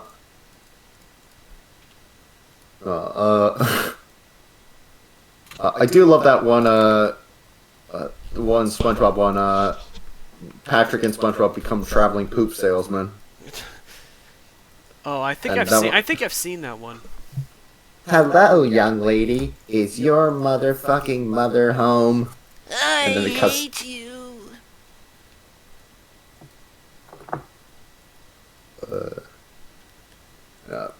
Nowadays, I think like my favorite YouTube poop going are the ones made by Jollerbo. I love her poops. They're great. I love her poops. Yeah, you heard That me. sounds so fucking gross out of context. Yeah, but it's true. She's the one who did those Spinge Binge ones. That are, Spinge Bill. You mean Spinge Bill? yeah, it's like, oh, look, Mr. Krabs, I'm doing it. I'm doing it. I'm coming, my pants. What's another? What's another story? I also found another good one called like Squidward's Art Ass. Which some people might have found because people were taking one clip of it and posting it as a response to when like James Charles's ass pic got leaked. It was like it was a clip where he went where Squidward goes, "Welcome to my ass." Welcome to my ass. Hold on, let me find it. Let me find.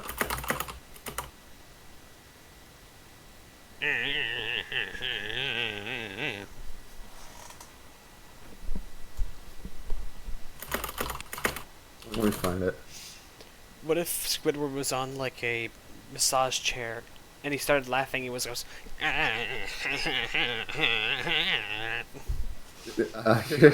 Here's the okay. clip. Show it to the class. I posted it. To my ass. Sorry. SpongeBob's face at the end. If you look through, if you watch the whole video, there's some really well done edits actually.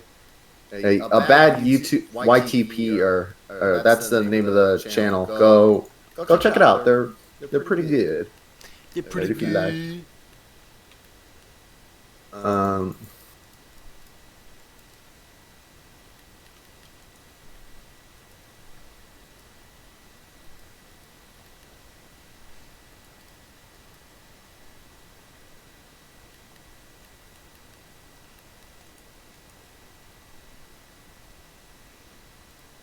And thus silence has permeated the house.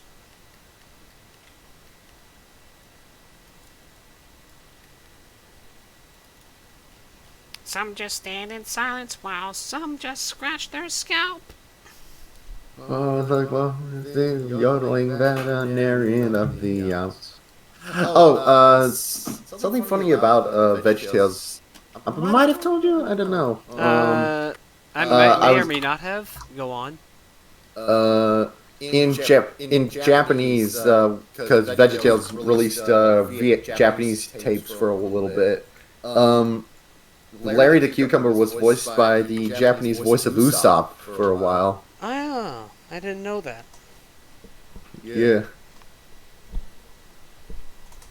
What if there was like another? What if there was like another version where they replaced words like Jesus and God with Shoko Asahara? Funny.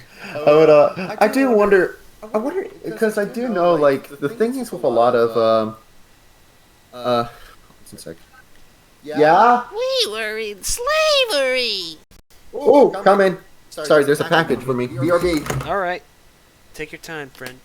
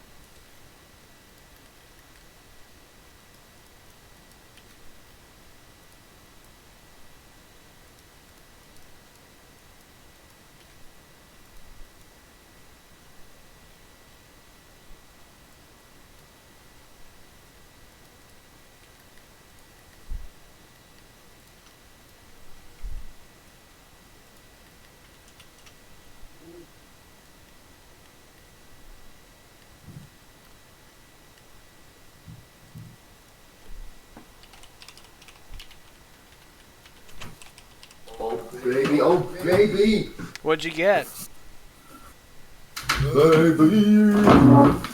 Okay. You got something special? Okay. Alright, battery. Yeah. A box full of PC parts arrived for a build I'm doing for someone soon. I see. Yes. Yeah. Wait, Yeah. Tell you what I'll do. Why don't I show you my screen so what I can show you. Hold on, let me just cover up the address here so I can show you the big box. In here is nothing but PC parts. Okay, let me pop it out real quick, show it to the class. Here we go. Raise it back up again. PC parts. All right, let's it's like an unboxing, but for other boxes. So, small thing first. Here's the SSD I'm going to be using. It's a silicon power one. Should do the job nicely and provide faster boosts. Here is the RAM. Some G-Skill Trident Z stuff, which I've heard great things about. Also, you gotta call him Tridizzy, because that's funny. Okay, chat. Start doing the Phaelus theme song in chat, because that's what Uncle Yuu looks like. Phaelus, oh Phaelus, I don't like this movie. Power supply. Wow. It's a 650 watt one. One from EVGA. I'll power it nicely, and it's gold standard. This part's boring. It's a Wi-Fi card, but it's still important nonetheless. Yeah. Lots of these pillows. Initially, I didn't even have a Wi-Fi card. I just used little card. I just put in a little USB card that provides internet until my brother got me an actual Wi-Fi card. What's in this one? Because that's most of the parts. So what's in here? There. Unless there's something I'm forgetting. Tape. There's probably like scorpions or anthrax. Oh, that makes sense. Oh, yep. What is that? Yep. It's a 2 terabyte hard drive. Oh. Yeah, that is actually quite important, actually. So, Why couldn't you use an SSD? Because it's more economic to use. It's cheaper to use a motherboard with an SSD, SSD with a hard drive too. More storage, and it's a little bit cheaper. And also, here's the motherboard. Wow. And you're gonna be building this from scratch? Yeah, I'm still waiting on the case though. God, it would have been nice if it all came on one day. But nah, this is still nice. Yeah. It's one from Asus, and I'll admit I spent a little bit more on this just because all the motherboards I've used so far all the motherboards I've used so far for like building a new computer all came from MSI. So it's nice to sort of try something a bit different. Yeah. Plus I've heard good things. Anyways, BRB, I'm gonna put these aside. All right.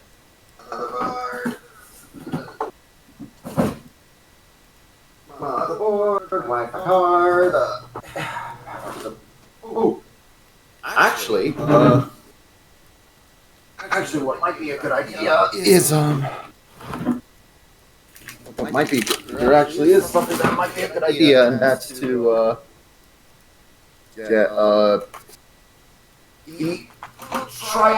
is to test the power supply. Because luckily a lot of these power supplies give you a little tester to make sure it didn't get bungled up in shipping. That's good. So, plus I want to get the plastic wrap off anyways for the video. So that it's easy for me to get it. It's easier for me to sort of get it open. Yeah. I'm also going to be EVGA Supernova 650 watts. Wow. And there's more sticky tape.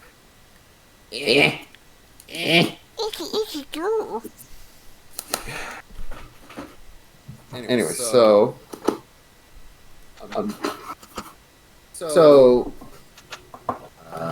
here, let me turn my camera down so I can show you what you get inside. You get Wait, let me a manual. Let me put it back on the screen. Because I'm... Okay. A manual! You get the manual. You get... Oh, what's this? It's a wallet. bag. It's a giant wallet. This is actually a bag for all the cables and the like, so that'll be good. you get That makes sense. Velcro ties to tie everything up so that it's a lot nicer and cably managed. You get screws. You get cables galore. Here we go. This is what I was looking for. The tester. This will test to make sure. This is so we can make sure it didn't get bungled up in shipping. And here we go.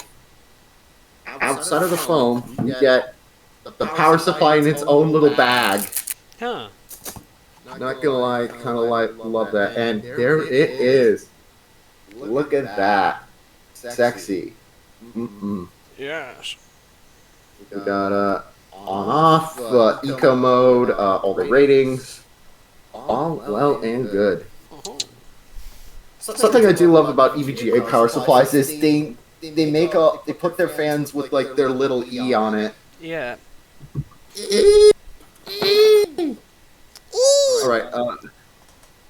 Alright, I'm gonna go test this real quick. Alright. Your B. Okay, I'm gonna go ahead and go back to the actual modeling aspect of the stream. Where is the motherboard cable? There you are. There you are. Bastard. Little bastard. There you are. And power cable, and where's that? There you are. Me. Alright. I'll be right back as well. I need to make myself some food. Actually, I'll wait till you get back.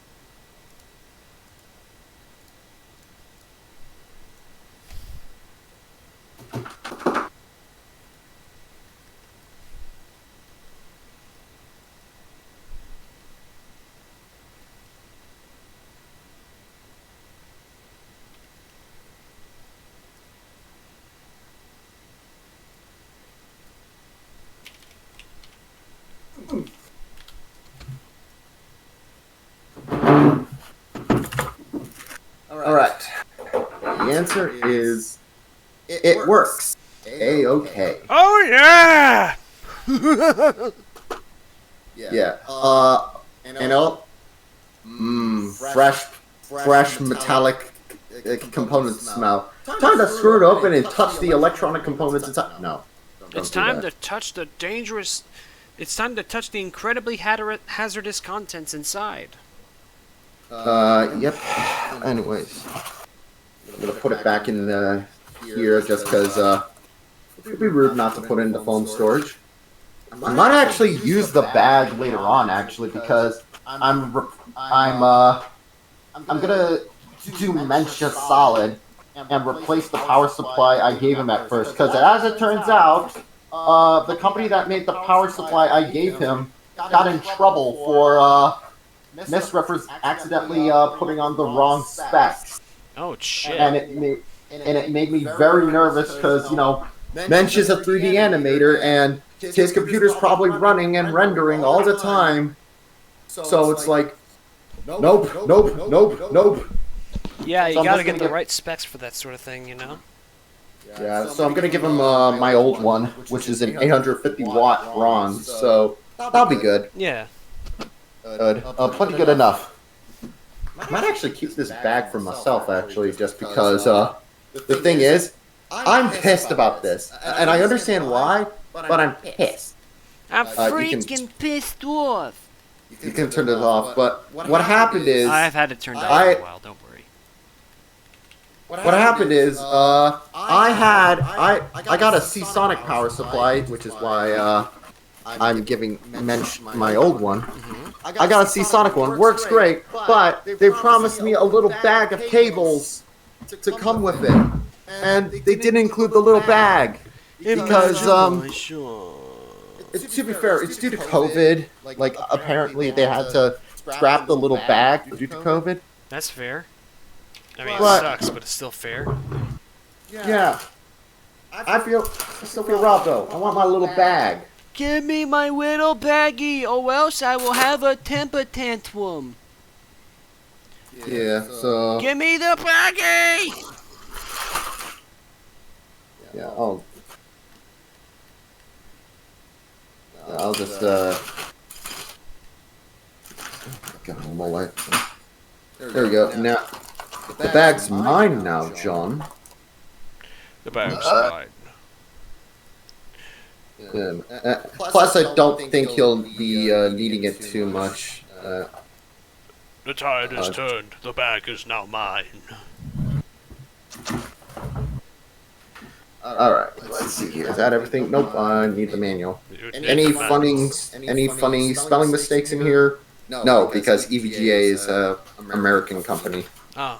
I'll be right back. I need to make myself some food. Alright, then I'll tell you something interesting when you get back.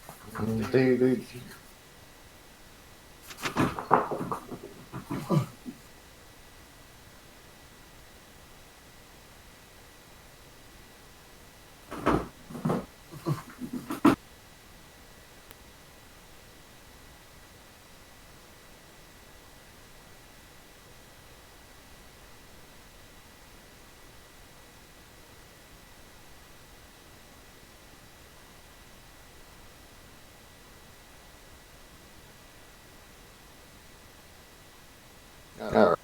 Opening up all the junk. Batteries.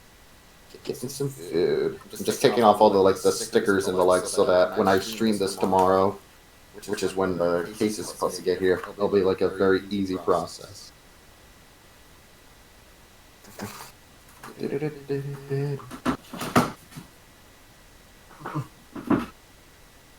Oh, good. The wireless adapter doesn't have it either.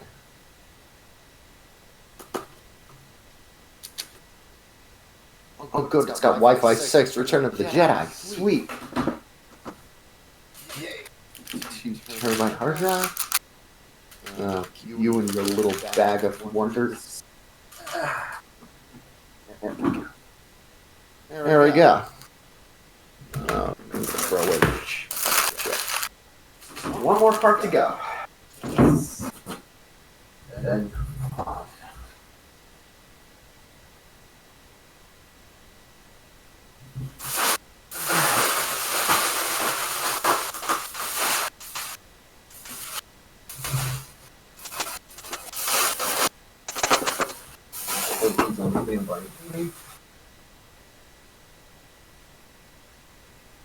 Oh, wait.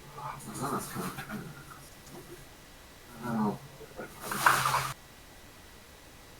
Wow, I have a lot of these.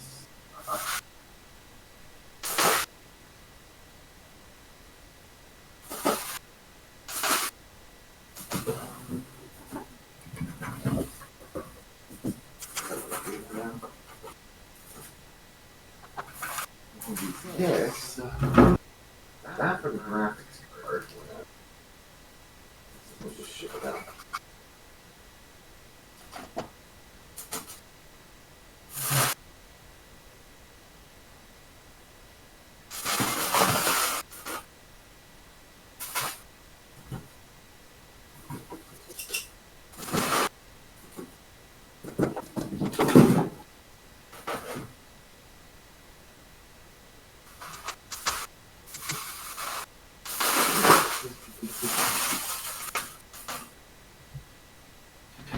Okay, there we go. Go. All cleaned up and ready to go for tomorrow. Does this come with any?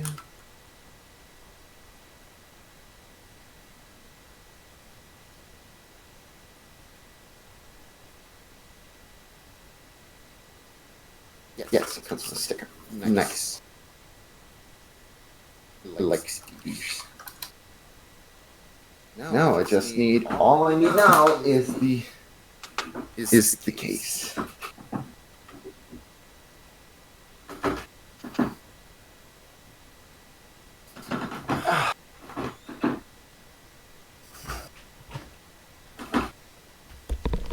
Okay, I'm back.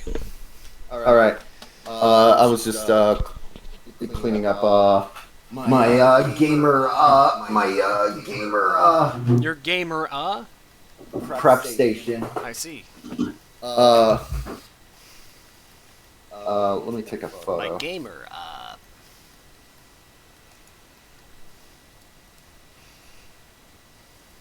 Oh.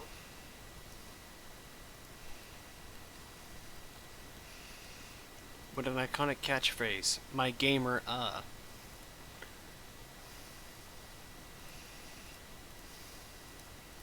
Big acorn level fla.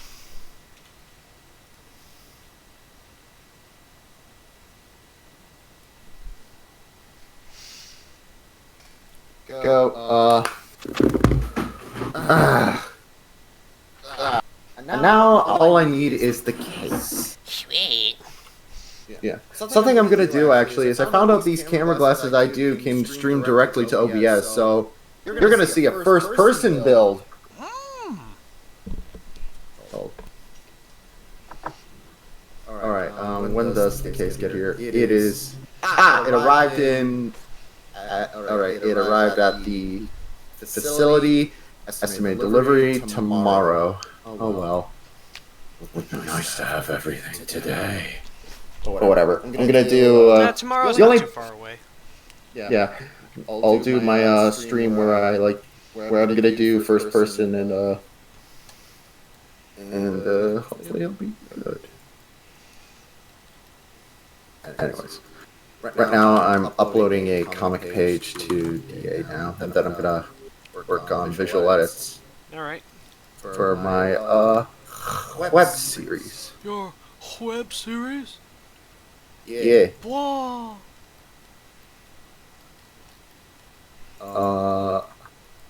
Something I noticed actually. I noticed that was kind of interesting about the power supplies. On the back, it was bragging about 100% Japanese capacitors. If it's Which, Japanese, you know it's gonna be high tech. I promise. Well, there is actually a reason why they advertise that. It's actually kind of funny. Mm-hmm. So back in the late '90s and early 2000s, there was a problem where a lot of capacitors, which is like for those who don't know like tech stuff, basically it's a little thing that stores power on like on a motherboard and the like. I mean, I knew that. Uh, You would have to be a dumb idiot to not know that. That's why it's called capacitor, you dum-dums. yeah, and as a but the thing is, a lot of the ones made in Taiwan and China, for whatever, were blowing up due to bad raw materials being used. But it didn't. Wait, But the define bad raw materials. capacitors need like certain kind of materials to be made with them so that they could properly work. Oh. And for whatever reason, a lot of factories in China and Taiwan were cheaping out and using ones that weren't so good. But the Japanese ones weren't. So people are like, oh, Japanese capacitors are the good ones then. They did fix it later on, but it is kind of interesting that like it's still being advertised It's like still that. a selling point, probably because some of their stuff is probably better no matter what anyway. So that's probably what's going on. Yeah, there's a lot of tech stuff where like that's still, that despite technically being outdated, still on there. For example, one that people pointed out is on Windows 11, which isn't even out yet. They still have Windows Dialer on there. Hmm. Do you know what Dialer was? This is like a phone thing? Yes, it's a thing that lets you call people directly from using your phone's modem, using your computer's modem. Hmm. As in like your dial-up modem. That's funny. I don't. Yeah. That's goofy, kinda. And it's still being existed. They haven't updated it since I want to say 1996 or 7, because it still like has like a very like mid 90s art on the icon.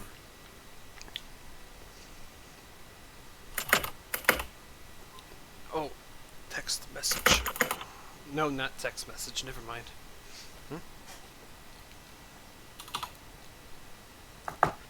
Yeah. So, and there are a couple other things too, like on a lot of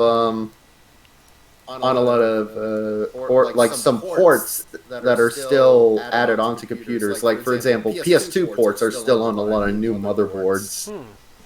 Just because you don't need a special controller to get them working on it, and also all like some it's also good for like certain BIOSes. So that's the use for it. The other or another one is on Mensch's motherboard, which is the MSI Bazooka Max Wi-Fi board, which is like cool, gamer, edgy. It has a parallel port jack on it, as in like a head for it. That's silly. So you could be gaming on, you could be playing a good old game of Space Hawk Death Hulk or whatever it's called, while also using your 1987 printer. In fact, just because I thought it would be funny, I actually did think about adding like a parallel port card onto Mensch's computer. I actually did think about adding one, but it would have. Yeah, it would have looked kind of ugly though, and so I didn't. Yeah, probably. Because a lot of parallel port cards use those bulky ass ribbon cables that thankfully have died off. That's so fucking ago. They're ugly. They're a pain to manage. They're a pain in the anus.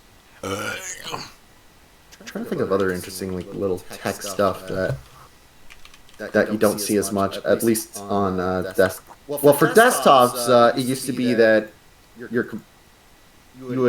a lot of computers came with like a key on it, like you'd use the key to sort of unlock your computer essentially. A key, like a car key. Like a proper, like a proper key. Like a car key. It goes. Yeah, essentially. In fact, something funny is my favorite are the ones for like Silicon Graphics computers. There's the ones they use to render out Jurassic Park. You want to know what the key was to get in? What?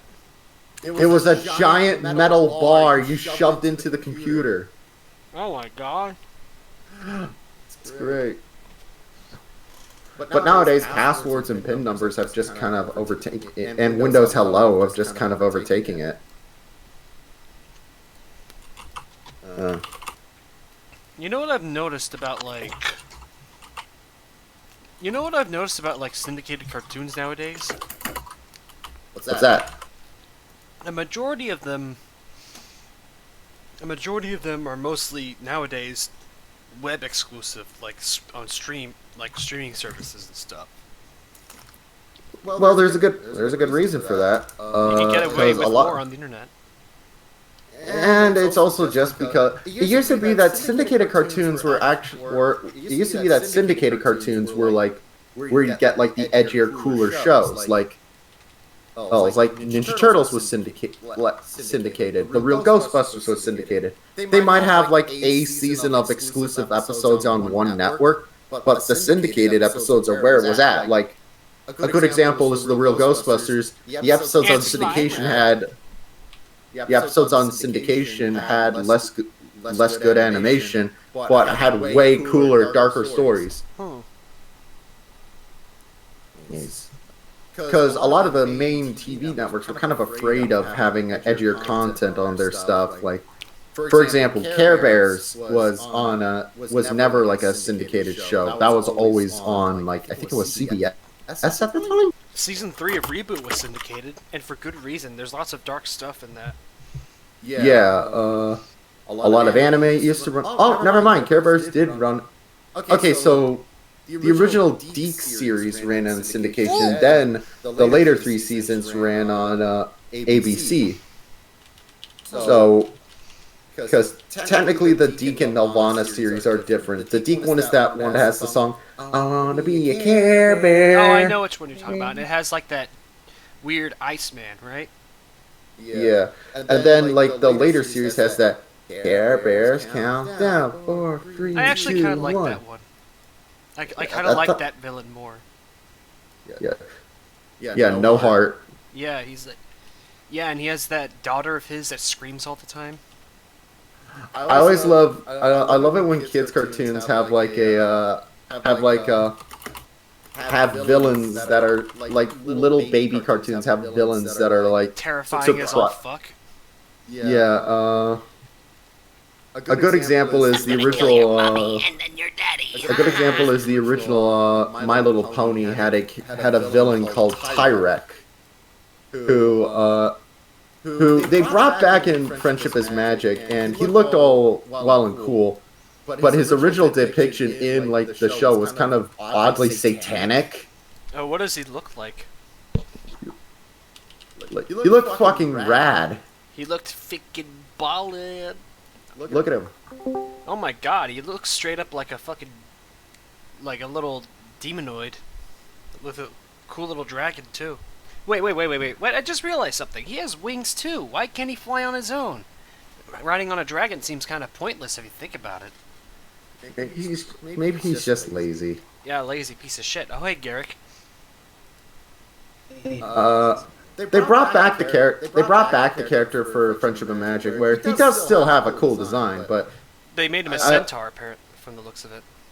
Yeah, but just due to like the fact that like in the '80s series he has that Toei style detailing that made him look a lot cooler than he probably actually was. Like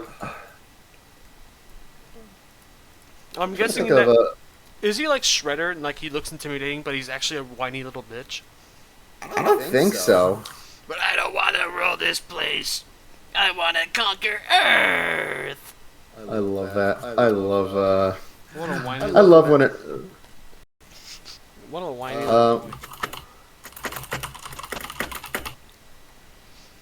What's? I always love when like I always love when like a redesign of like cartoon character can turn out well. Like my favorite has to be the Rat King, because each depiction of him turns him from a joke character he was in the '80s series to something cooler and edgier. Here he is in the '80s show. He looks goofy. I have two rats. That is not kind of funny. He looks goofy. I can't breathe. There's a little ribbon on my nose. He looks goofy and honestly kind of lame. And he has the power to control rats, so he can mind control Shredder for a bit. But it's kind of disappointing. Then in the 2003 series, he gets a really cool, like semi-mummified look. Isn't there like scenes where you see him rotting away alive, or is that some other character? That is Baxter Stockman. The 2003 Ninja Turtle series is surprisingly dark. Yeah, you saw a man melt alive and rot. He looks like a crocodile user. Produced by 4Kids, nonetheless. Yeah. But the coolest depiction of the character of Rat King has to be from the 2012 series, where they decide to just go straight up Grim Reaper and make him look proper horrifying. He looks like a little phantom. Like, that's such a great design. It really is. He looks freaking baller. Yeah. He looks corpsey. Did he ever show up in Rise of? I don't know. I don't think so. I don't know. Probably not. No, it doesn't seem like it. Actually, another good like case of like where they gave him like a surprisingly edgy look. Is Scarecrow for the Batman animated series. Well, how does he look? How does that fella look? He's had a couple designs. I know how he looks generally. Like he's a Scarecrow type of dude. Like you have. Which one is this? This is his first appearance. Then he got redesigned to get something a little more interesting, and that's all well and good. But the third redesign from the New Adventures of season. Holy shit! Oh, that's nothing. You should see the way he looks in Arkham Knight. Well, Arkham Knight is like that's a game with like a PG-13. I know. That's a game like made for older teens and adults. So you kind of expect probably a darker just look. more just straight up adults because it's rated M. Oh yeah, it is. But I think this one wins just because A, it's for kids, and B, he's got a noose around his neck. Yeah, that's you can't get away with that nowadays. I mean, maybe you can, but I don't know. You have to be incredibly subtle about it. Like I know. I mean, with new... Ren and Stimpy could just casually show nooses without like repercussions. As a matter of fact, they straight up have a song about hanging. Oh, the Lord loved to hang you. That's why he gave us necks. And Wednesday Addams in the in like in that new Addams Family CGI movie, they made her pigtails nooses, which is a great touch. Oh yeah, I keep on forgetting that detail unless it's pointed out. Now I see it. It's a great subtle little detail. I like how her head looks like a balloon.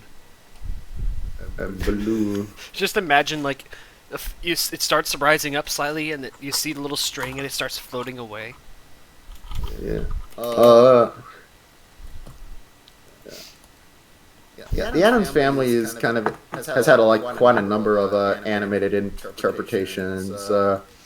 There's the Hanna-Barbera one from the '60s, which is probably best known for having the Addams Family mobile. The Addams Mobile.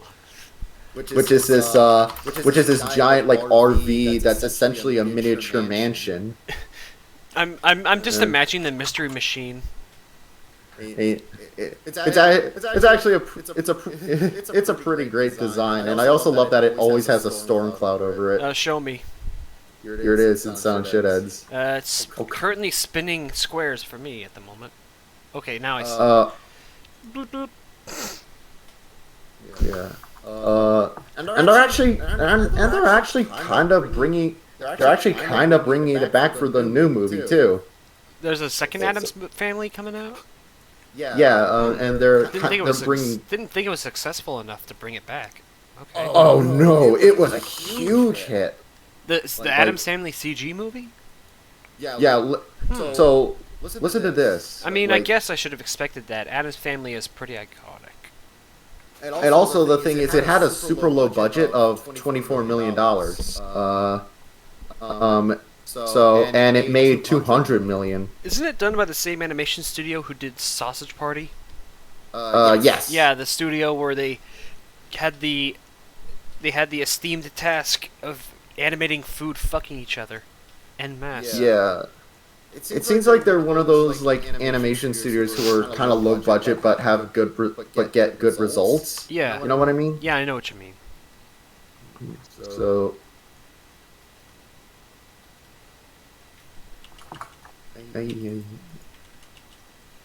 what's the? There's also another Addams Family adaptation again from Hanna-Barbera from the 90s. He's from 92. Oh, as far as like Addams Family animated adaptation, that one seems to get like the most love. I really like the art style. Wednesday's head is really tiny here. Yeah. I think that's just like I think they just like didn't scale the models properly because there are various shots and there are some where like Wednesday's a little more sized up in comparison to like the rest of the crew. I really like. I think I like Pugsley's design the most. He looks like he's ready to fuck shit up. Oh yeah, right. You mean the pale dude right there? Pugsley's the young boy. Oh, and, Pugsley's the boy. Okay. Uncle Fester's the pale dude with the yellow eyes. Yeah, he had big old pizza nips in the CG movie. Yeah. That's the one thing I noticed. The one thing that stood out to me the most about the trailer, that the fact that he has big old pizza pepperoni nipples.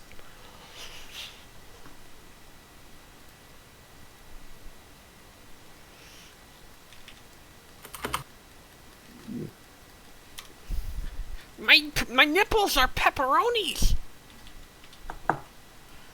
Look how big they are. You can practically eat off them.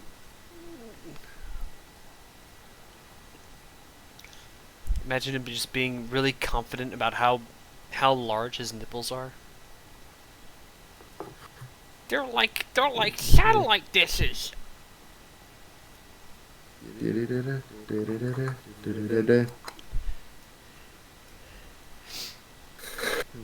See. Okay, Wednesday definitely seems a bit more properly proportioned here. Yeah. The best songs that say it is always interesting when you get like sort of I do love whenever animations have like characters have like are suddenly just ridiculously big in a shot for some reason or ridiculously small. Yeah, this reminds me of that famous animation like goof in like Transformers where you got a Decepticon riding inside another Decepticon even though it should be physically impossible. Oh, Transformers is so guilty of it. It's not even funny. There's this one fun fact. The first episode I ever watched from Transformers is the infamous Carnage in C minor episode, which for those who don't know is the worst animated episode of Transformers. And it's is that the one where they go to another dimension and like there's lots of animation cells missing for some reason?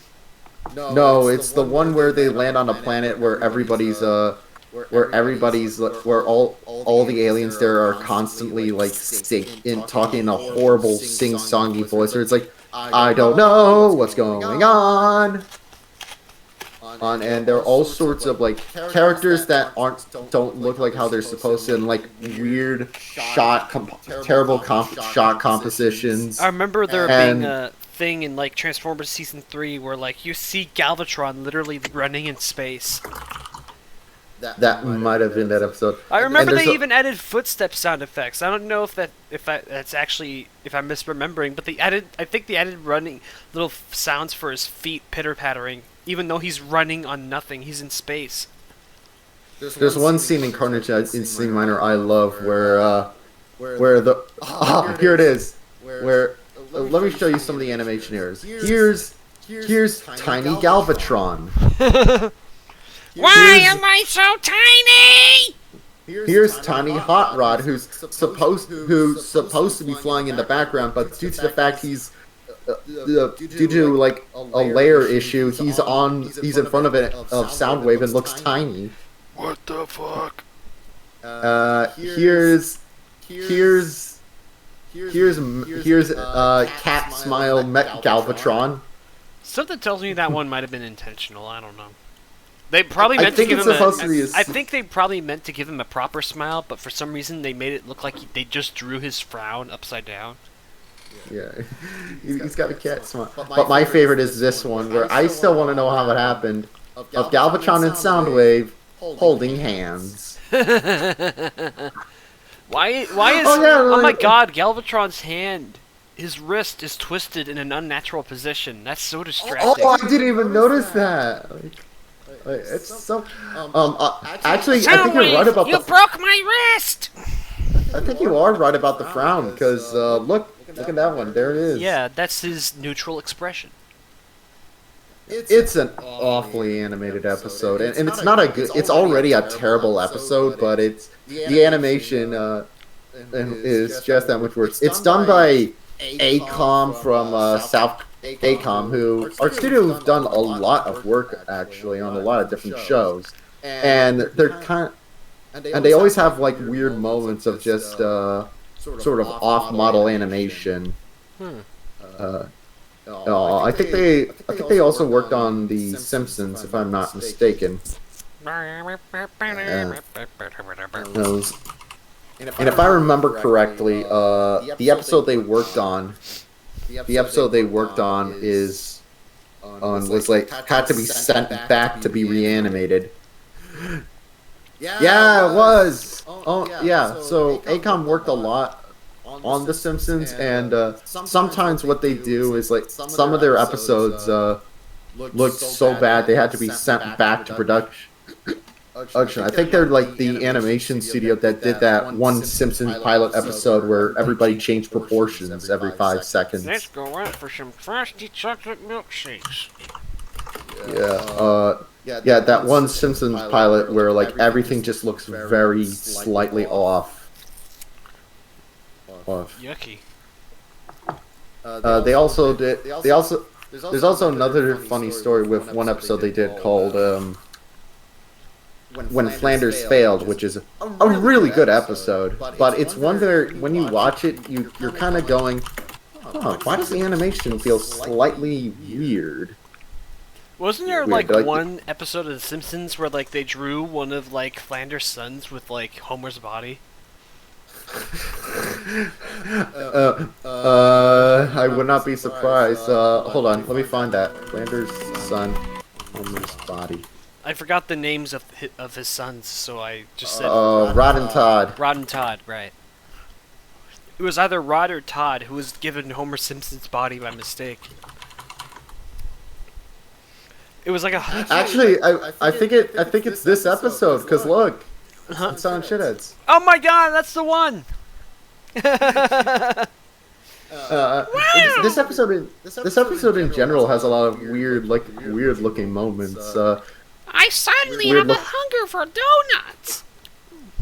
Yeah, it in general has some weird looking shots. Because apparently, what happened with this episode is that it was is that like ACOM used it for like new animators as a testing ground for new animators, and unfortunately they did a not very good job. So even though it was scheduled for season 2, they actually had to send it back to get reanimated. Did they ever fix Todd's body? Nope. I'm glad they didn't. It's pretty funny. It's a funny visual. Here's a great shot of Lisa. I love this one. All right. Where she has a really flat face. Mom! Mother! I want to say though, I am glad that like the animation team pulled through for like the dramatic scene, and you even get some like different color lighting that you don't get from The Simpsons every so often. And looking some shitheads. Dramatic lighting. So I'm sad, yeah. Flanders. You can definitely tell it's one of those episodes where like they're moving away from like the more rubbery stuff of like the early seasons to like what the show's more famous style. Like Yeah, like they keep on redrawing their heads with every lip flap. yeah, and you can definitely tell some like weird looking shots every now and again. And here's another good one where this guy and his wife are like almost as tall as the room. Honey, I'm starting to think we're too big for this house. Oh, honey, it's fine. Also, I like the fact that the pillow is on the top layer on top of the VCR. Oh my god, I didn't notice that until now. It's just barely intersecting. Yeah, I mean, there are plenty of times in animation where you just gotta go, screw it, let it go through. Let it go. There's one funny. Well, having watched One Piece, it is funny when you sometimes get like odd little animation errors every now and again.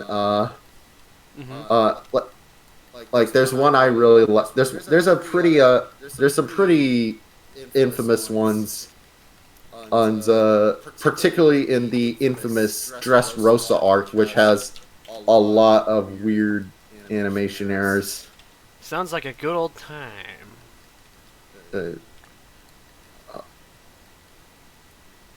And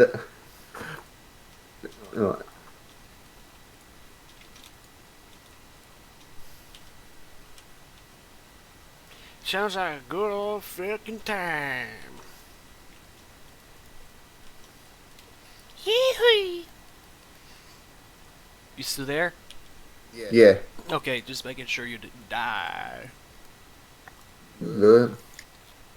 Just thinking about like just uploaded a comic page and now I'm thinking about what to do now. Okay.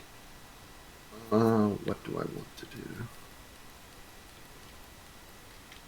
I think I'll do some video editing. I think I'll make some chocolate. I think I'll make some chocolate frosty milkshakes. Oh. Marge. Marge, let's go out for some chocolate Sorry, I remember like the time. I keep on remembering the time where like Chris does the impression of that line, but he screws it up and says chocolate foxy milkshakes. Yeah. And I'm almost saying that when I'm trying to say frosty chocolate milkshakes.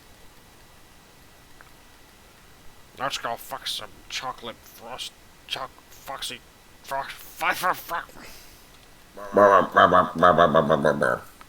Let's go fuck ourselves with some frosty chocolate milkshakes.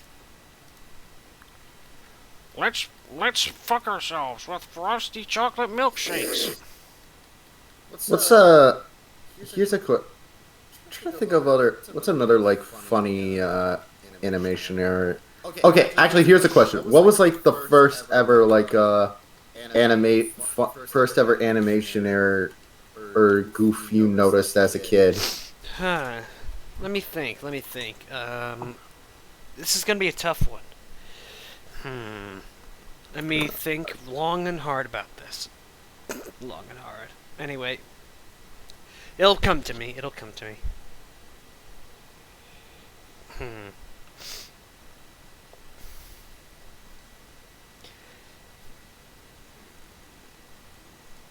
I guess I think the first time would be with Scooby-Doo, where like sometimes they would have like the animation cells for the mouths be extremely noticeably separate from the animation cell for the body.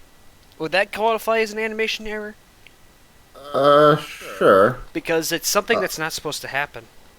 And it looks like their mouth is almost about to float off their body. Yeah. You know what I'm talking about, right? Yeah. I had those. I'm sure there was. I think there was one in SpongeBob that I seem to remember, but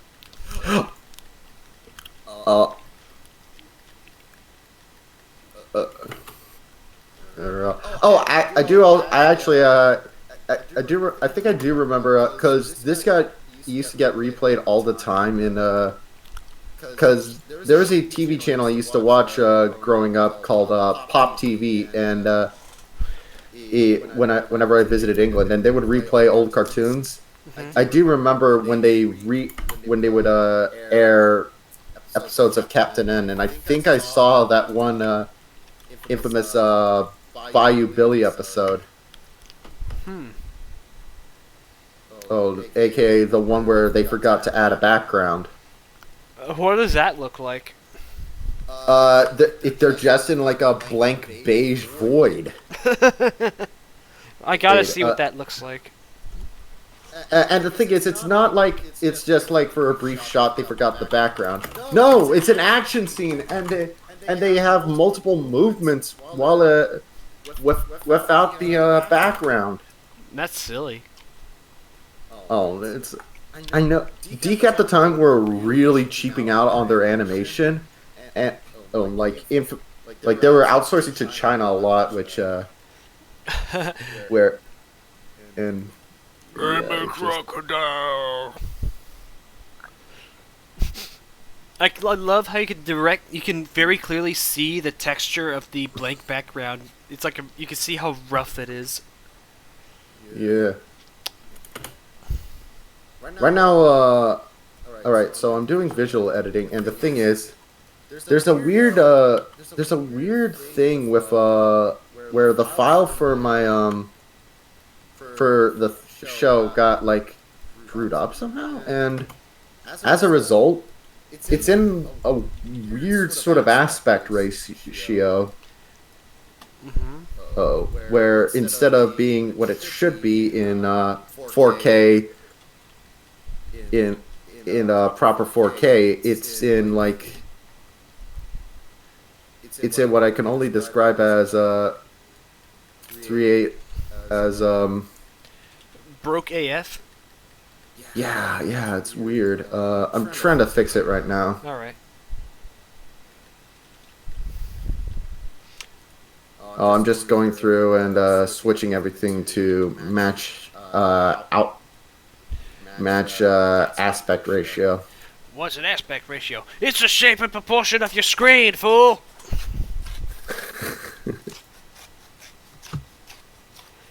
That was like a cut scene for like Halo 3 where like you had Sergeant Johnson guiding you through how to like sort of like guiding you through the options and settings of the graphics for the game or something.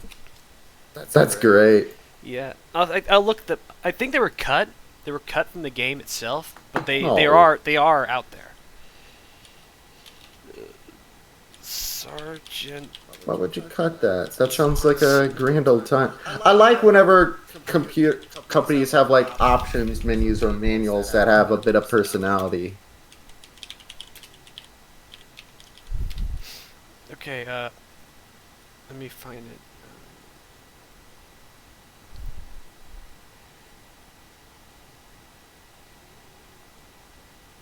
Save because editing softwares are ass sometimes.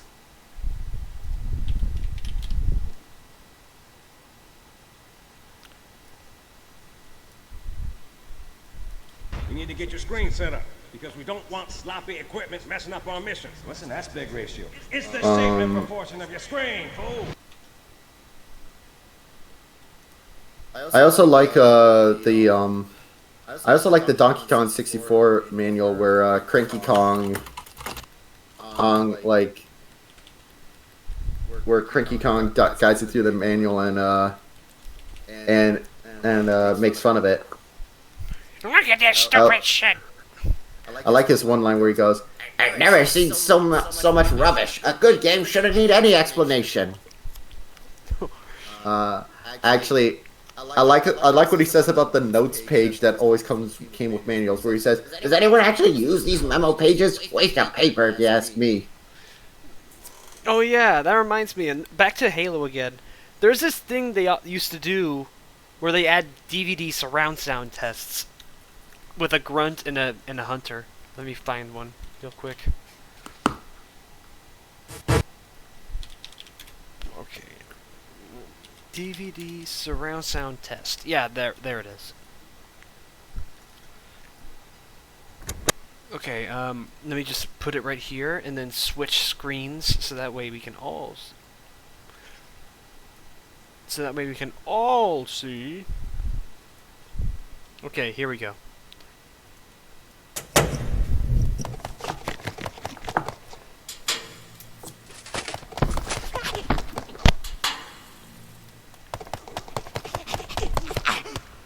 Welcome to the DVD surround sound test. Speaker on that side. Speaker on that side. Speaker behind you over there. Speaker behind you over there. Center speaker.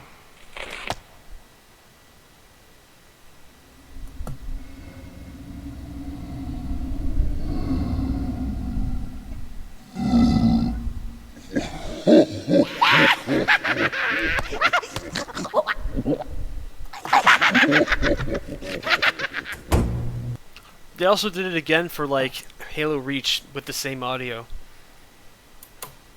Good. Alright, let's switch back to the other screen. Here we go.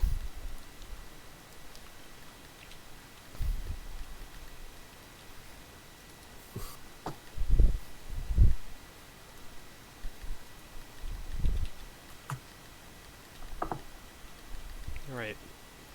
I feel like I need to do something with the boots before I complete them and actually run them through like the materials stuff. Fair enough.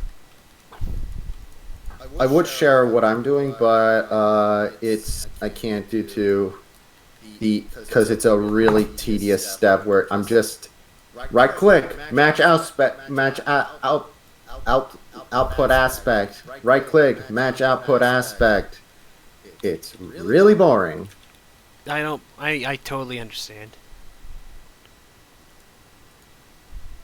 Whoops, went a little too fast.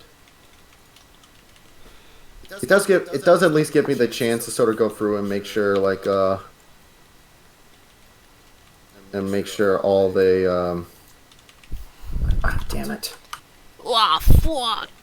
I fucking messed up. No, it's fine, just Fucking oops.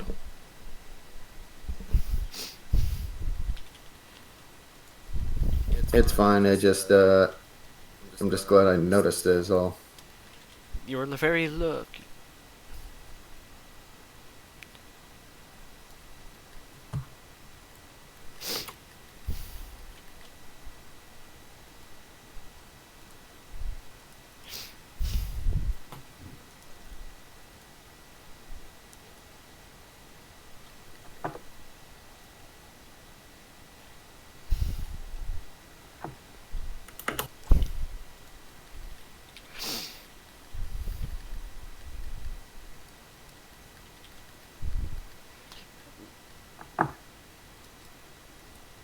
Maybe I can do something that would allow him to actually bend his knee further without having it clip into the lip of the boot.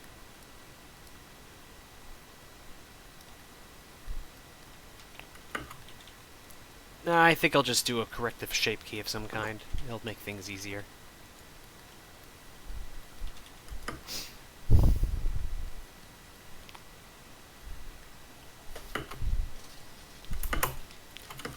Huh?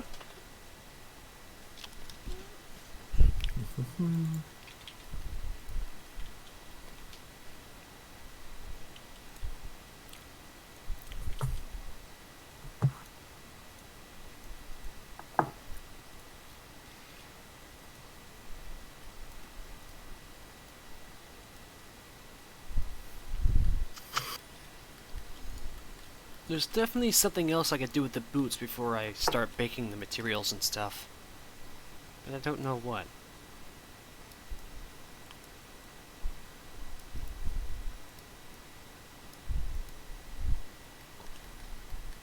Wish I could tell you.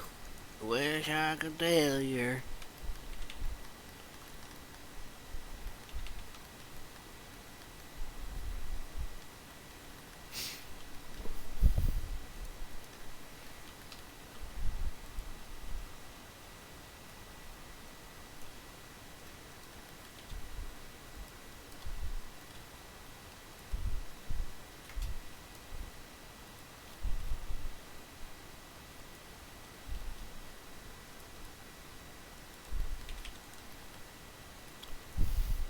You ever watched the Land of the Lost movie? With Will Ferrell? No, what about it? I know it's... What was I gonna say about it? Oh yeah. I know that it's not, like, a very faithful depiction of, like, the thing it's based on, but I do think it's a really funny movie in its own right. Yeah. I remember seeing trailers for it and it looked pretty fun. It is fun.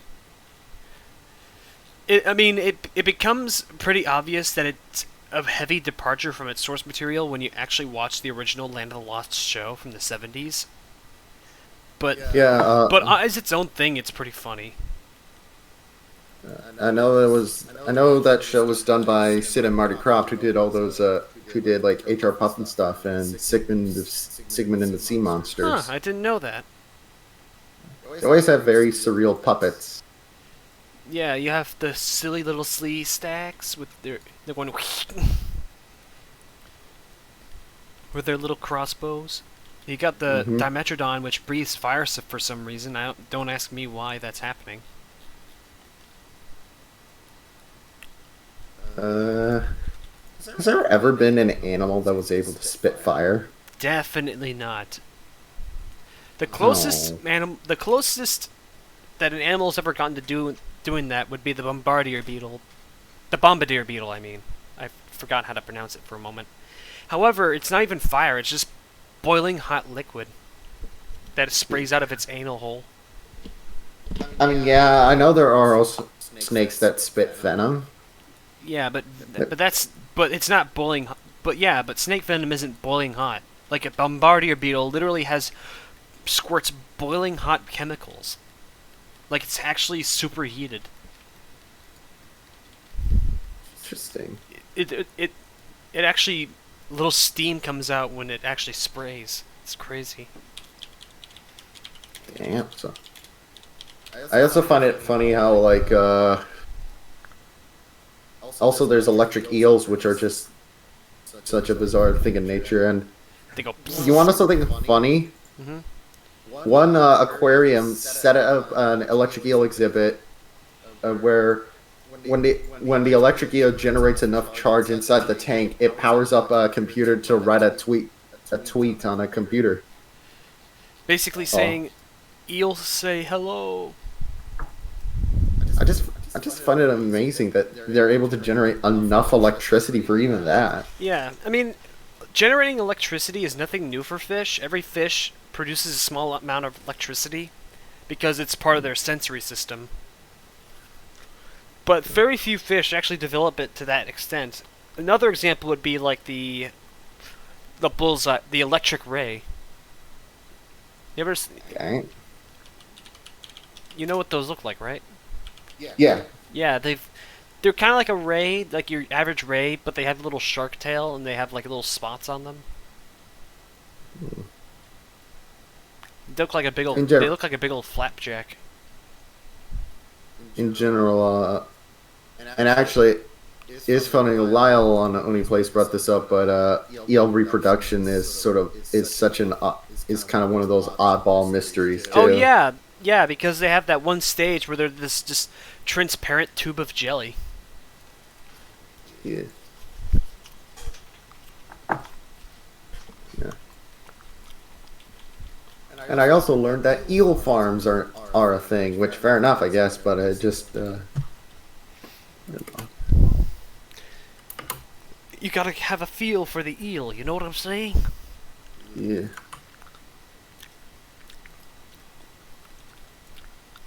Don't let the eel cop a feel.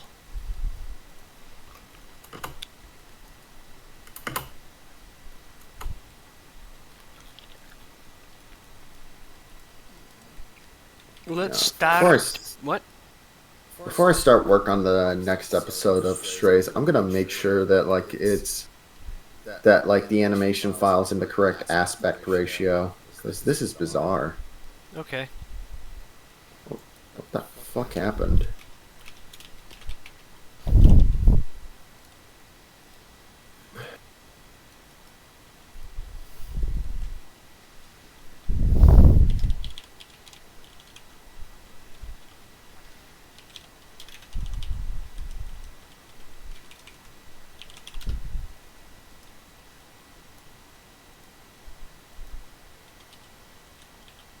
It's so monstrously tedious, and unfortunately, I can't just copy and paste the thing, because due to the way video stretching into works, if I do that, it might mess with the timing.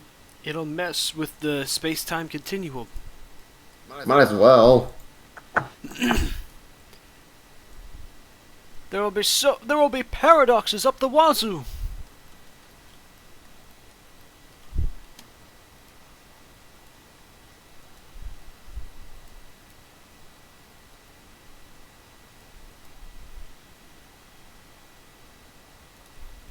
Okay, let's start baking this shit. Alright, here we go.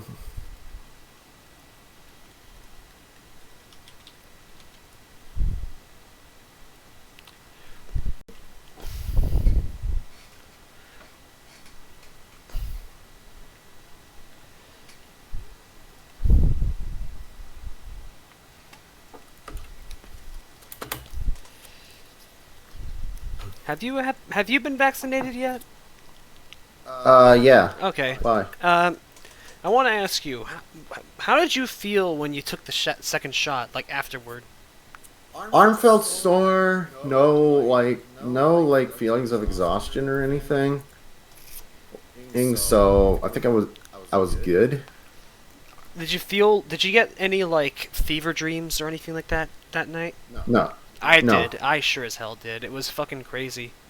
I had this weird fever dream that's it was basically the plot of Halo Wars 2, except it didn't make any sense whatsoever. There was so much shit going on that I couldn't. And then it just ends with everyone just letting bygones be bygones, and then just randomly falling asleep on the ground. Write it down in which one was it? Write it down in the Dream Diary channel. Maybe later. Not now, but later.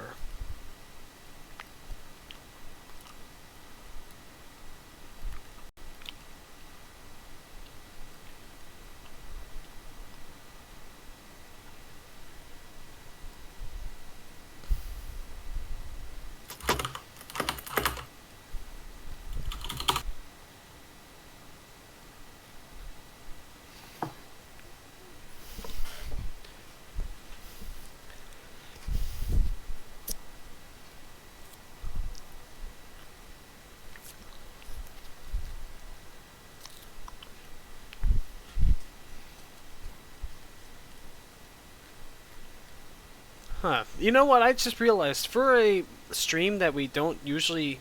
For a stream that's mostly me making a 3D model of Astro Boy. We haven't really been talking about Astro Boy that much.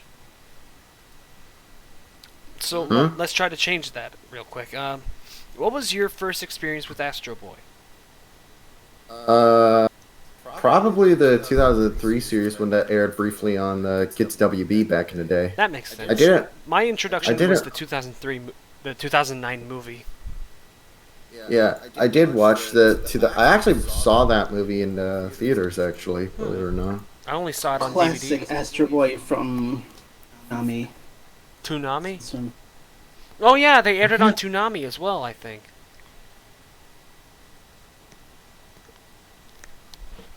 Thank you for reminding me of that.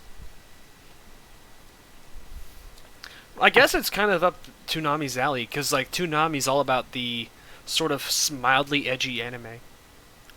Because for some reason the US release of like Astro Boy 2003 had like overly edgy techno music.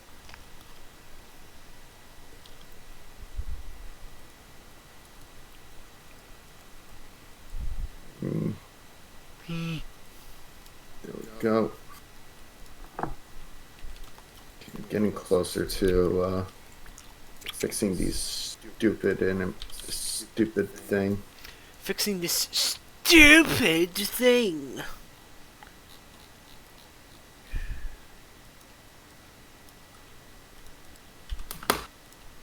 This stupid thing.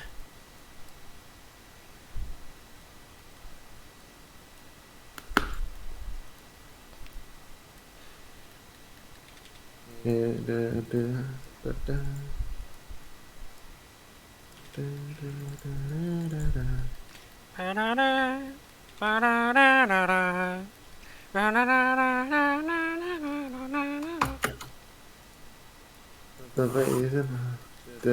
Percepticons. The funniest thing about the season 3 intro is that the vocals in the background sound like a gay man having their ass slapped. Oh yes, I remember watching the Astro Boy movie. It was okay. It was mediocre, but it still holds a place in my heart because it's the first. Me. It was my first introduction of the character. I could definitely see why people were disappointed with it, though. Most definitely. Yes, there was a comic of the movie as well. Yeah, that's true. It ran for a few issues. Yeah, there are always those oddball comic book adaptations of. They still make them, don't they? For movies? Yeah, comic book adaptation of the movies, because back in the 80s, that was kind of... Yeah, like the comic book adaptation of like the Astro Boy movie was nearly like the same as the movie word by word, almost, except they included some deleted scenes. Yeah, that's the thing back in the... Yeah, because that's the thing, back in the 70s, 80s, and even well into the 90s, sort of comic book adaptation of movies were like a really big business, but they kind of became like a somewhat dated concept come the 2000s. Yeah. Mostly did.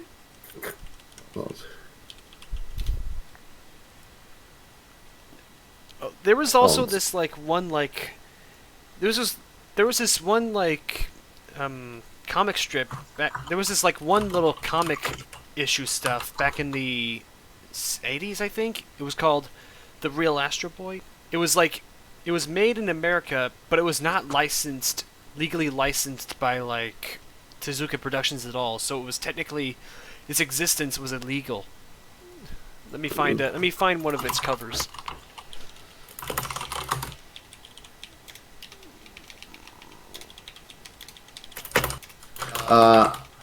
Mandela, I guess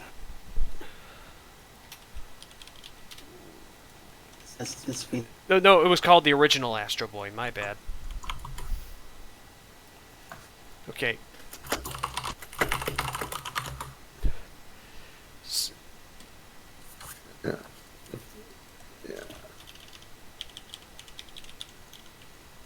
Okay, so far this is looking good. Yeah, like this thing technically shouldn't even exist, but it does.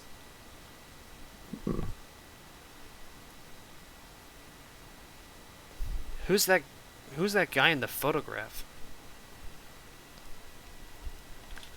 I don't know what to make of this one because I can't even tell what's in the photograph. Oh, no. I can, if I turn my You gotta- head, I can kind of tell that it's probably a robotic woman with tits. Maybe it's the robot woman from Metropolis, I think. I don't know. It looks like an actual photograph to me, like a robot costume of some kind. Are you talking about the Tezuka Metropolis or like a different Metropolis? Because I know they both have the live action movie Metropolis, the silent film. Oh, because they both have Wait. robotic women. Yeah, because there's this silent film from the 1920s called Metropolis, and it's one of the most influential science fiction movies ever. Then how come I've never heard about it? Because you need to get your ass to watching silent films. The only Metropolis I knew until now was the Tezuka one. I still need to watch the movie though. The anime movie. I've heard that from one's like great. 2002. I've heard that one's great. Something funny about that movie. I have the DVD of it, and the funny thing is, the bonus features come on a mini disc, which is about the exact size of a GameCube disc. So I got curious and put it in a GameCube to see if it would run it. And it did? No, Oh. because GameCube discs are a proprietary format, and The Nintendo shit cube! Because it's a fucking piece of shit! It cannot play the funny DVDs! there is a GameCube model That supports DVDs? yeah, there is. Yeah, it's called like the Panasonic IQ, I think it is. The original Panasonic IQ is like the Nintendo shit cube, but its discs are bigger than cookies. Yeah, so the Panasonic IQ was sort of So I'm guessing it was sort of modified so that way it can fit like regular sized DVDs as well as the usual GameCube DVDs. yeah, exactly. It's an interesting little device.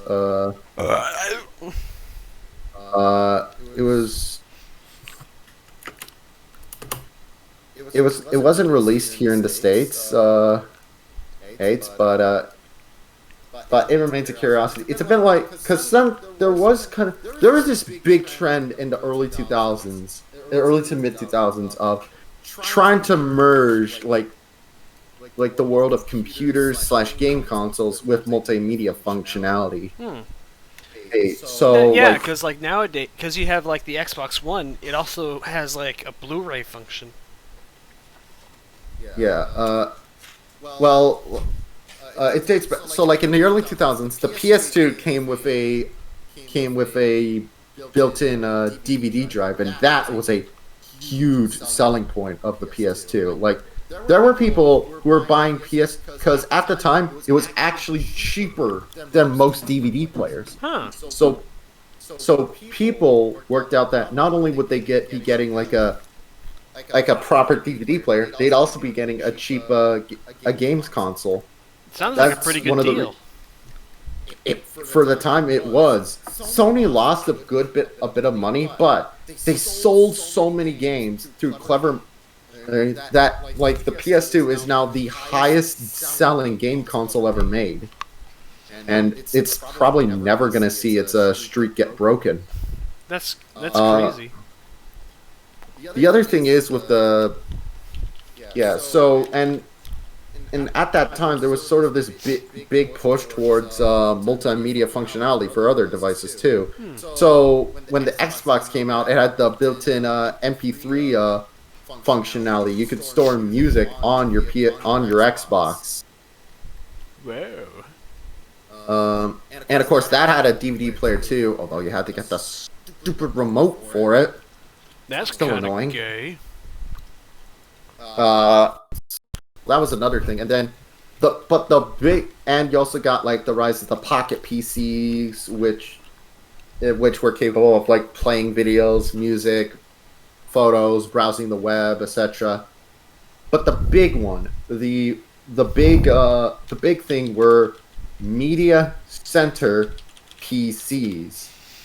And fuck those things. Fuck media center PCs. How poopy doopy were they on a scale of 1 to 10? Amazing. I'll save my rant because real quick. Like amazingly bad? I'll get into them. But as far as other tech things, like a good example of another like weird tech hybrid that came out at the time was the PlayStation X, which was Japan only. It was a PlayStation with a built-in DVR. And it came in a sexy white case with a white controller. Look, in selling shitheads. Sold like shit apparently, but still, it's a collector's item. I can see that. But anyways, media center PCs were, well, as the name implies, computers made with the idea of being multimedia and playing all sorts of videos. Those and they would come with like built-in like slots for all sorts of different storage at the time, like SD cards, memory sticks, smart media cards, compact flash, etc. etc. And the thing is with them, however, they were good at playing videos and then nothing else. They were awful machines. Ass. Yeah. The only good thing about a lot of them was some of them came with built-in like inputs for like video cable. For like video cables, so I can see that being a plus. Yeah, so those were kind of like the early days of like capture devices. The thing is, I particularly have a bone to pick with media center PCs because my parents got one and they hated it so much that they gave it to me. And I looked back on the price; it was not a cheap thing. So. Oh, it was a waste of money, I'm guessing? It was a good chunk of cash for the time, and they just gave it to me. And yeah, so let me pull up a picture of this thing.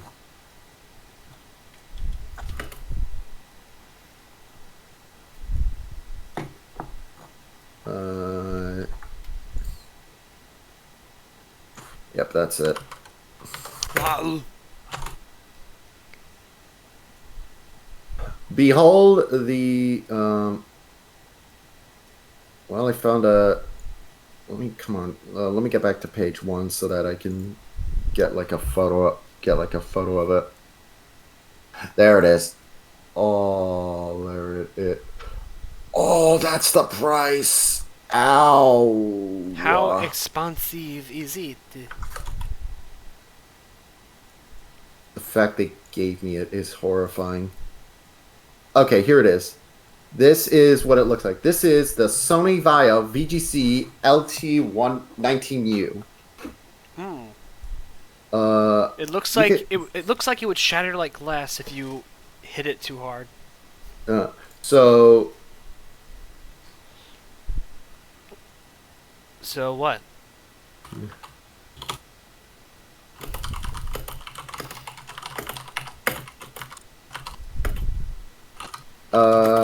So for the time, it has some kind of cool things. It has. Let's see. Here are the specs. It has a. It had 2 gigabytes of DDR2 RAM. It had a built-in Blu-ray burner, gigabit Ethernet, Windows Vista Ultimate, all that, and a built-in TV tuner. But then some other things. It had a really shitty 200 NVIDIA GeForce 8400M graphics card. Which is as very, very basic. So, no, you could kind of run it if you ran things at the lowest possible settings. That's weird because like Nvidia shit usually is pretty good. No, this was an entry-level card that was made mostly for laptops. That makes sense. Yeah, so do you want to know how bad it was? How bad? How bad exactly? They recommend you get an iMac instead, because an iMac was actually cheaper at the time. Because this thing was almost, get this, $1 million. $3,000. For the time, that could get you like a top of the line gaming system. That's whoa. Just with dude. With money to spare. That's redonkulous. Yeah. Yeah. So, fuck that. Fuck that noise. Yeah. Exactly.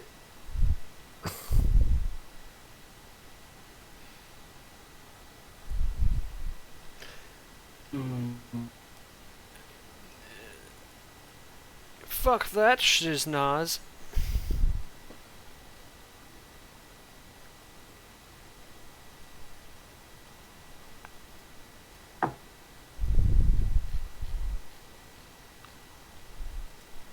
Fuck that shit splatters.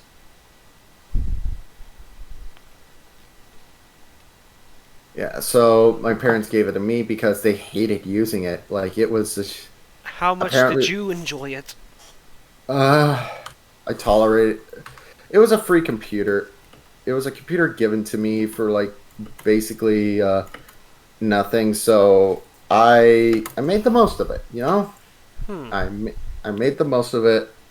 I played games on it. I played all my games on the lowest possible settings. It's kind of like me when I had to deal with using Ubuntu. Yeah. Ubuntu fucking sucks, by the way. You can barely do anything with it. Yeah, welcome. Don't tell the Linux users. They'll go after you. But no, it legit. Ubuntu is gay. Ubuntu is gay. If you use Ubuntu, you're gay too. I think the whole multimedia PC trend died when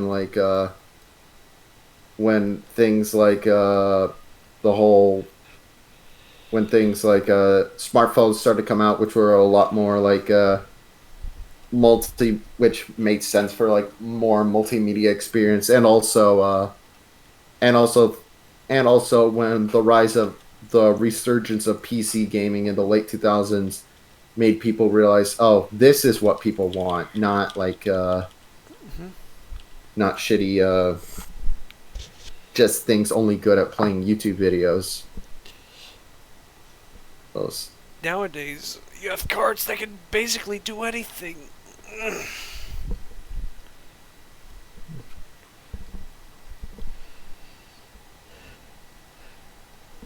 Okay, so... Okay, I'm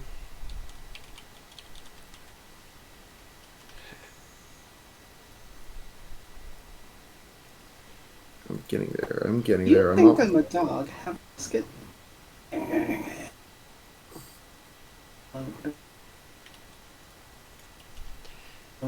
I'll be right back. I need to use the bathroom real quick. It's all good.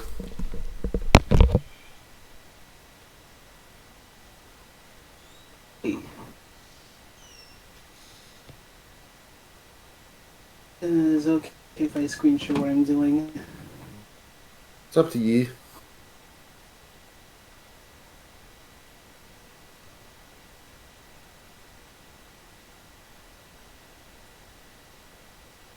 Yeah.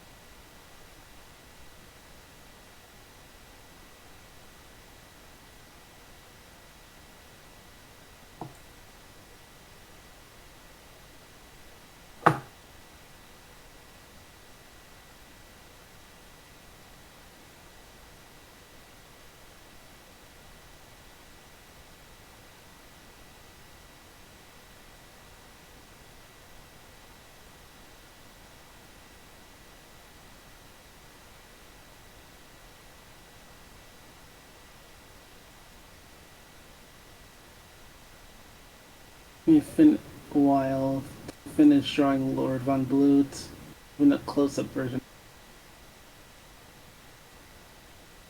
Yep. It's looking good so far. Oh, no. Maybe I should.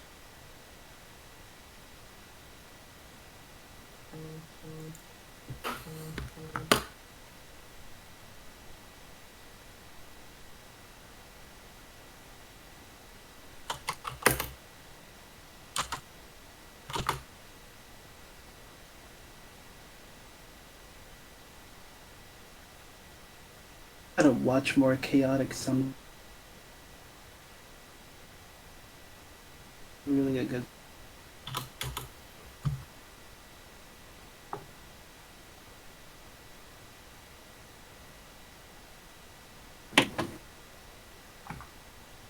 I was really surprised when they changed the animation style from season 1 to season 2. Season 1 used to be Flash, but then seasons 2 and 3 hand drawn. Hmm. Interesting.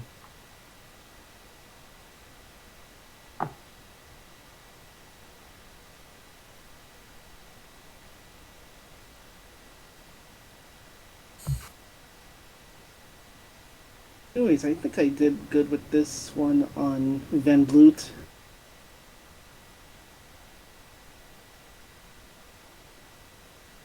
Biscuit boy, you want a biscuit?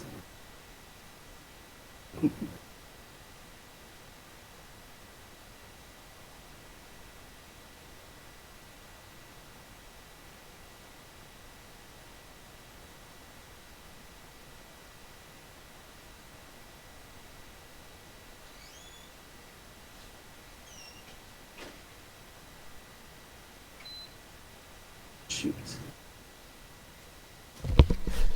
I have returned, dickholes! Hey. Hi!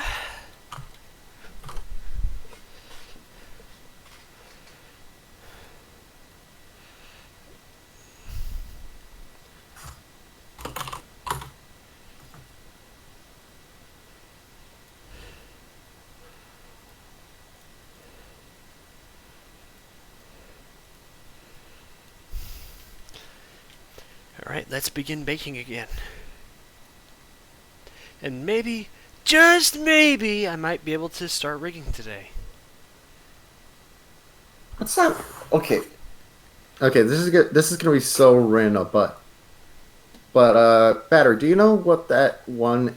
There's this like NES game that has a theme song that's like ba ba ba da ba ba da ba da ba da ba ba da ba da da ba ba ba da ba ba da ba da da da ba da da ba da ba.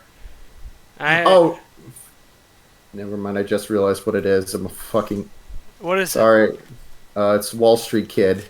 Oh, I didn't recognize it. It's literally just as I asked you, I remember what it was. I fucking hate when that happens. I mean, I love it, but I also kind of hate it just because it makes you come off like an asshole. Did that woman just barf on Peter Parker?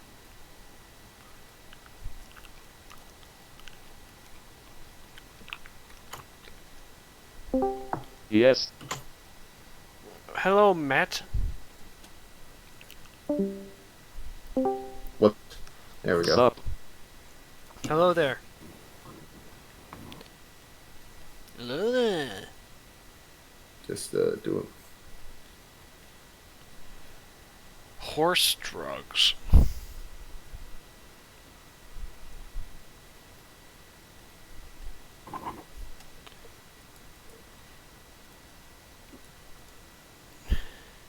Riding that train, high on cocaine.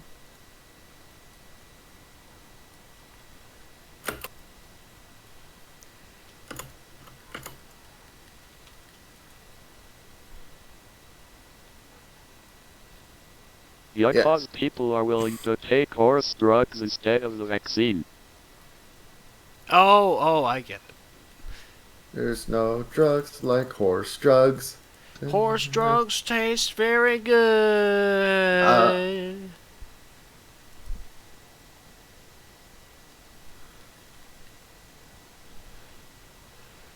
Yeah,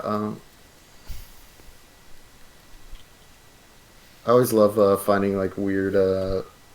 Yeah, so I was just, I brought up that music because I was just humming it earlier, like da da da da da da da da da da da. Loin. It's like the most obnoxiously catchy NES song ever. Because the thing is, it plays throughout the menus of the game. Jeez.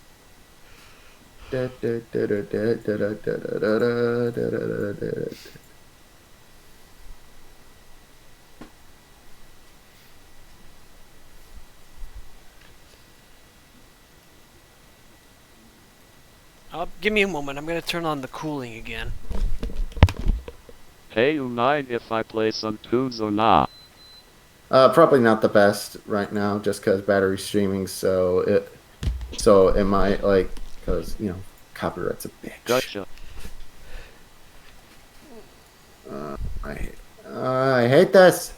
I hate it! I hate this. I have to, but I'm almost done. I'm almost done with the stupid aspect ratio fix.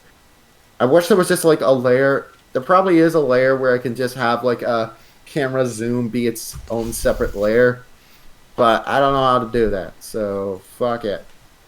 The anti-homeless gay rock? Okay, I just need to show this meme real quick. The anti-homeless gay rock.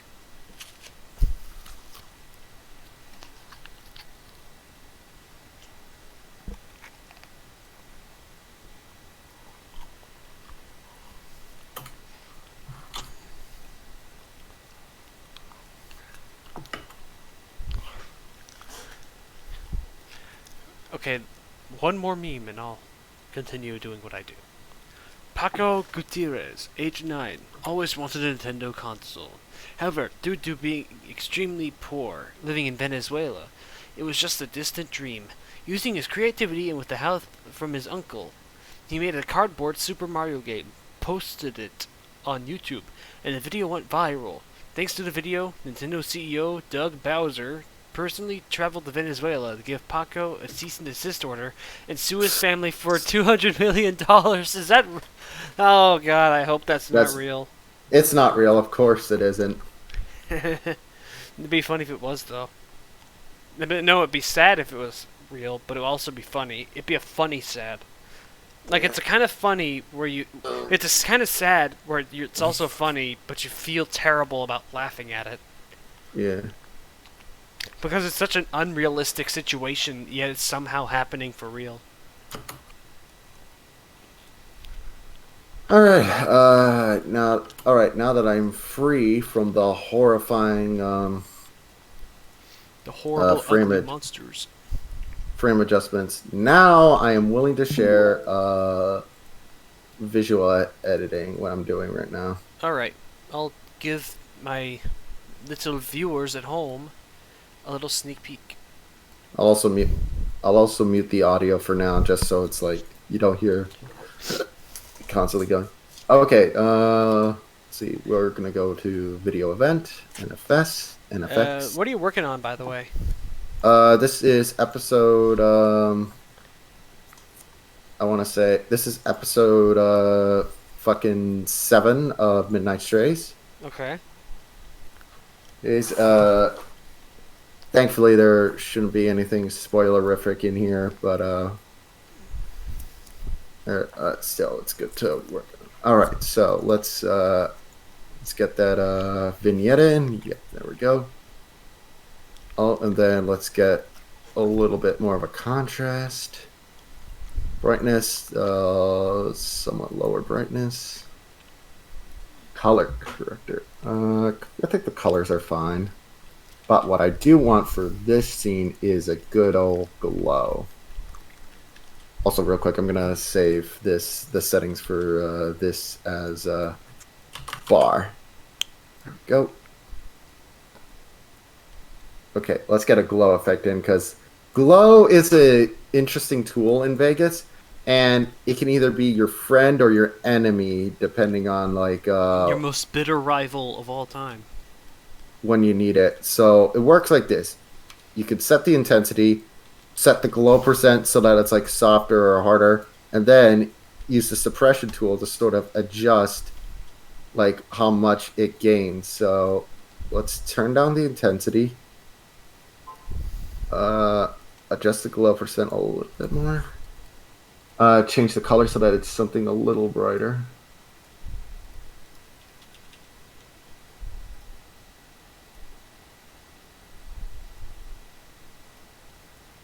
Alright, let's see the difference. There we go, that's it. Good. That's good.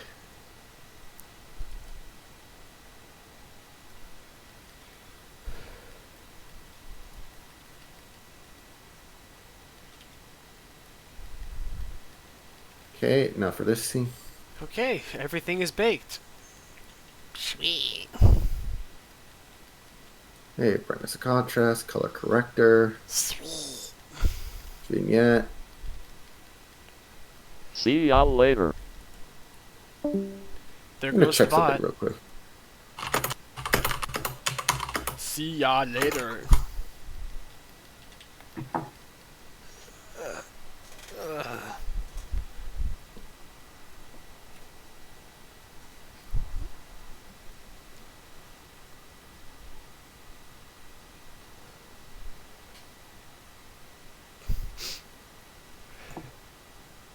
Wait, is Let's that see. thing with Mozart even real?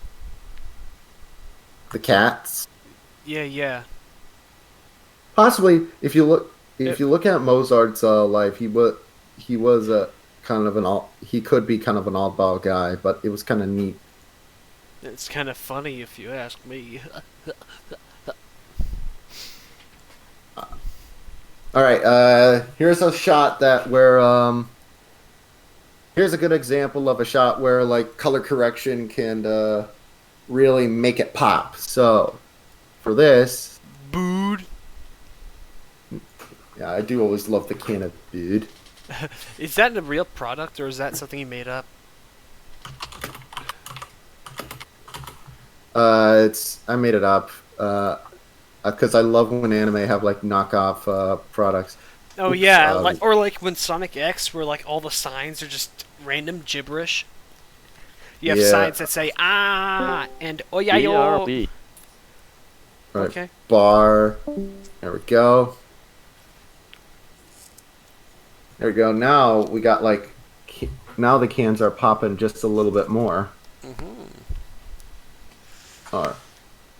And if we wanted to, actually, let's see if the whole glow effect can work here. Because, for example, that can of dude. He almost said butt. Alright. Intensity, suppression. Hey, there we go. Check that out. Now Shiny. we adjust the glow percent. That's very, very shiny. There we go.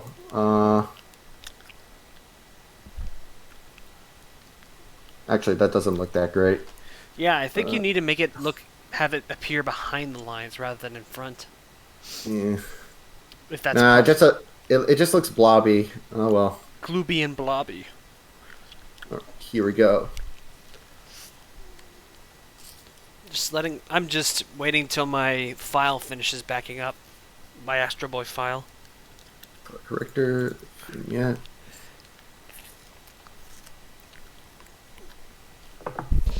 Like the glow tool, when it can be used right, it can be a great effect, but it has to be done just right, unfortunately.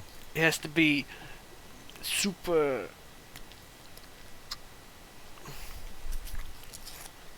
Ugh, I'll be right back. I'm gonna take another dose of ibuprofen. I think my headache's It's all starting good. to catch up to me again. It's all good.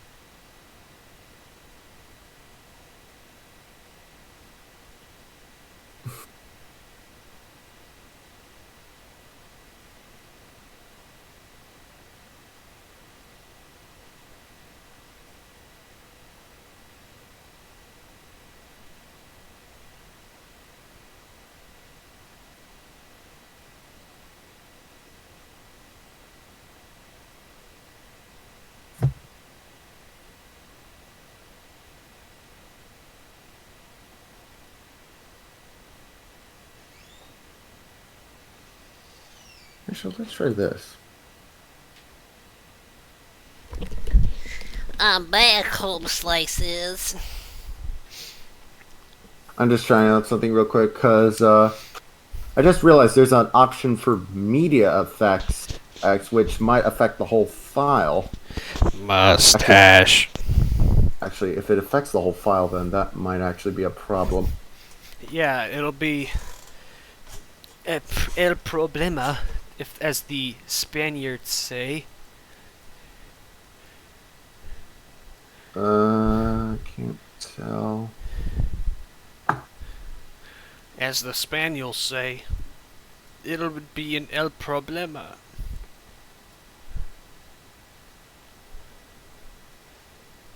Actually, maybe I can just copy and paste like multiple adjustments over the entire file. That actually might work. We'll see.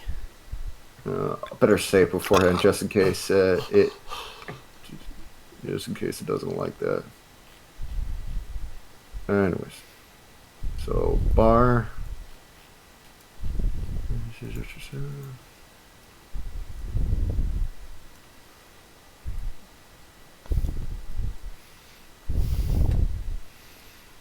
Oh crap, didn't mean to open Netflix. For some reason, the desktop version of Netflix causes my computer to basically freeze if it's open for too long. Weird. Yeah, I don't know what's up with it. Well, I'm done here.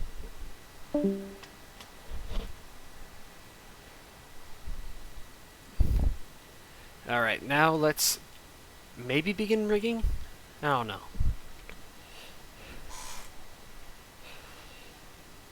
Shoot.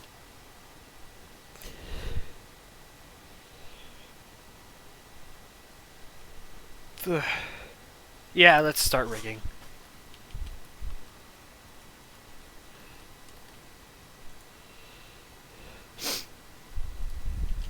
Hopefully, I should have this whole stinking thing done by tomorrow, so that's good. You better hope the grand Wizard Jesus that you do.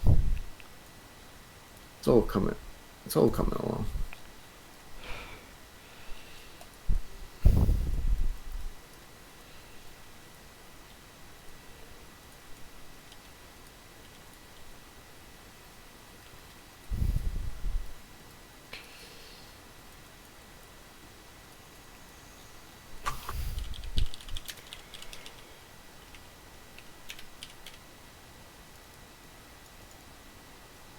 Short begins. Okay.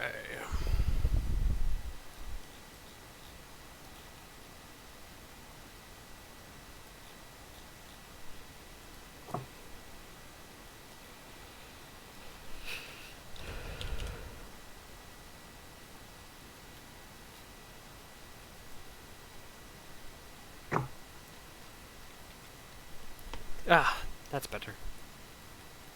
I had to crack my neck real quick. 'Cause if I don't, I die.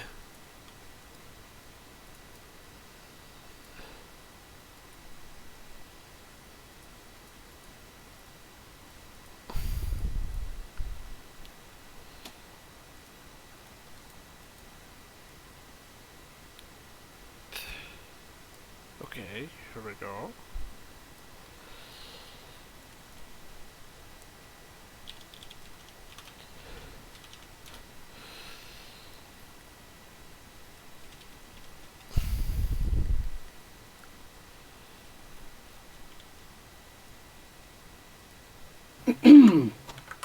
Where the fuck is Conan?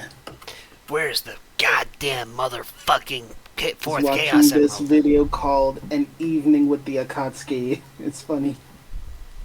Where's the fucking fourth Chaos Emerald? Nope, I did not want video paint and crop. Alright, I'm gonna save and do this work. I'm gonna save and then delete everything on purpose, but say it's an accident.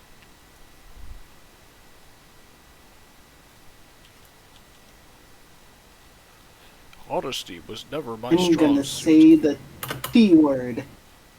Dingus. 2. Nope, I can't do it to multiple files. Cool. Oh well. That sucks.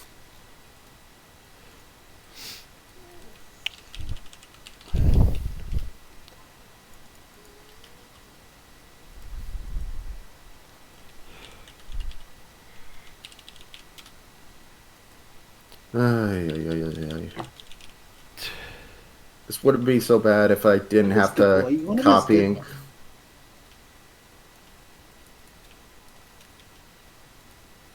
This wouldn't be so bad if I didn't have to copy and paste all the, if it didn't copy and pasted the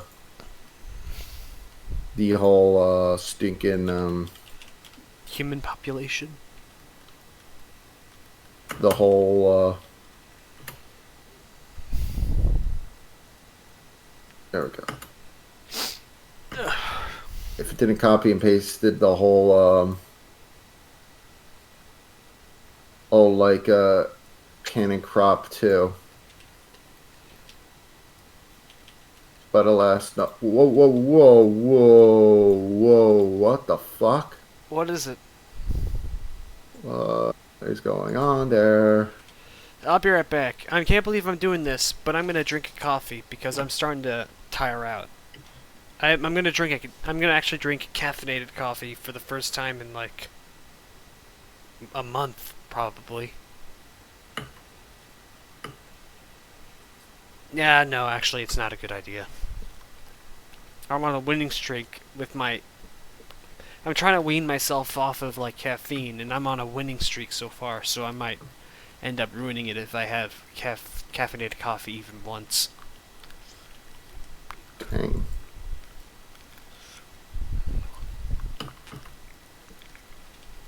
I need to wean.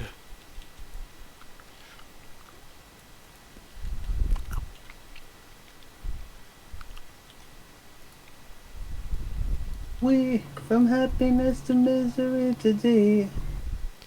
I'm on my way. I need to pee. Yeah, them apple bottom jeans, boots and jeans. Oh, Claire was looking at jeans.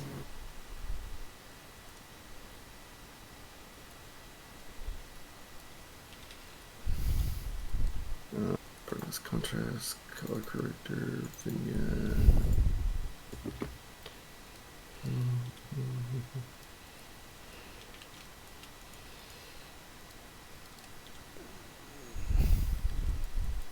Drawing hearing is fun.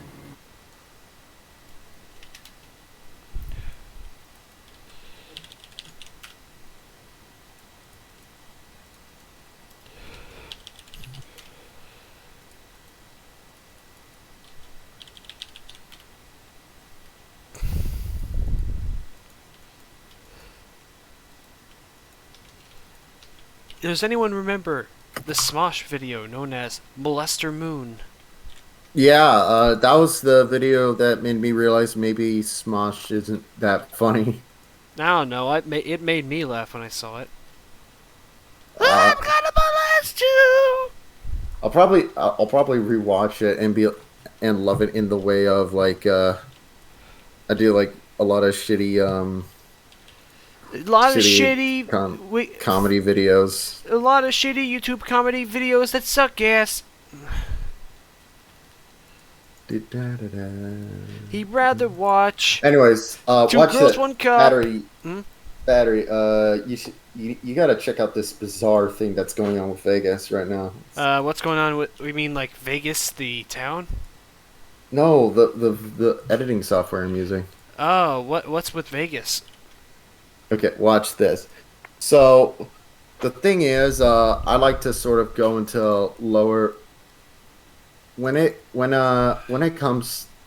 time to sort of get to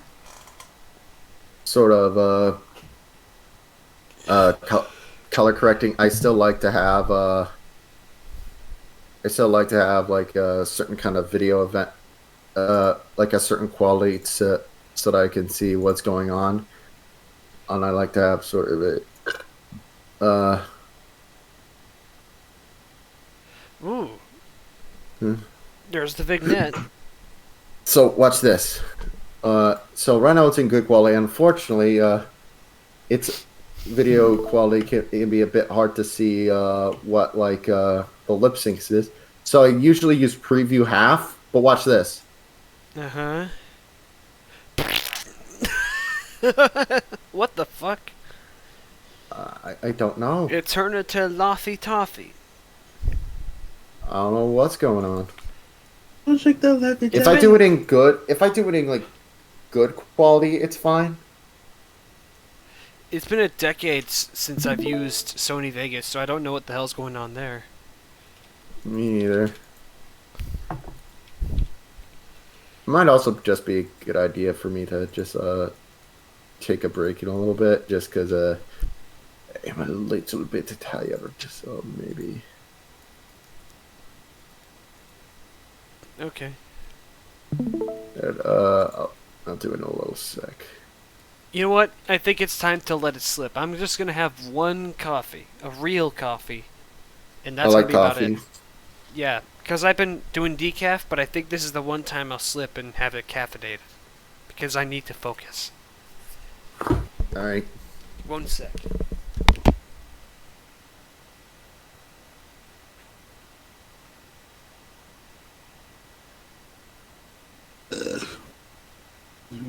You.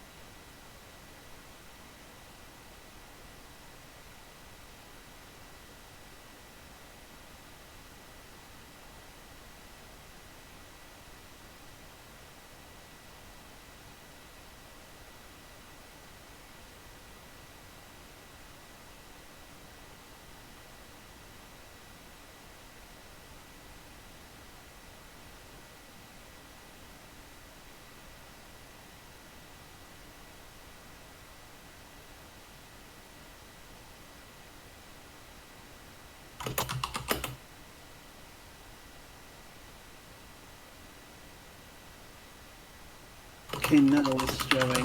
Good.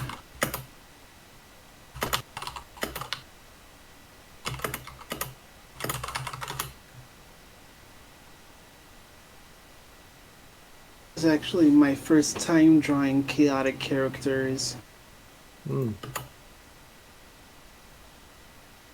Did a good job with hearing and Van Bloot.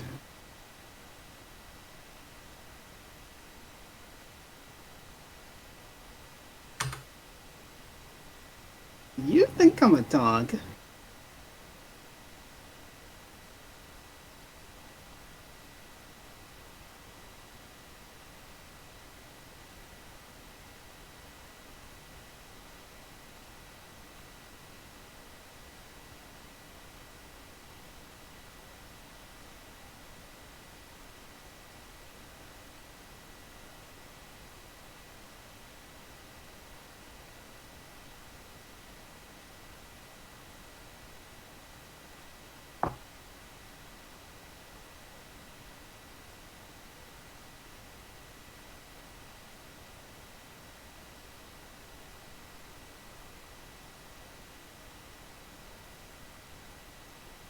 I'll add this frame here.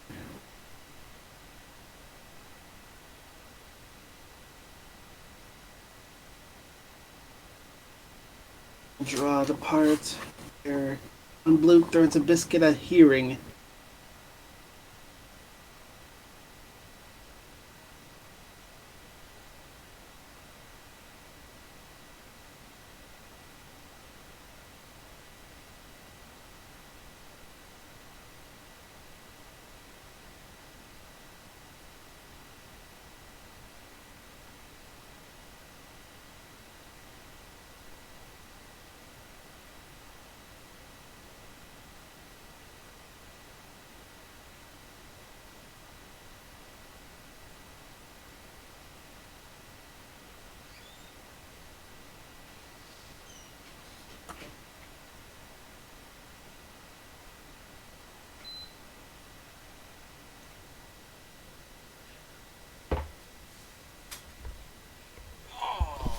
I'm back.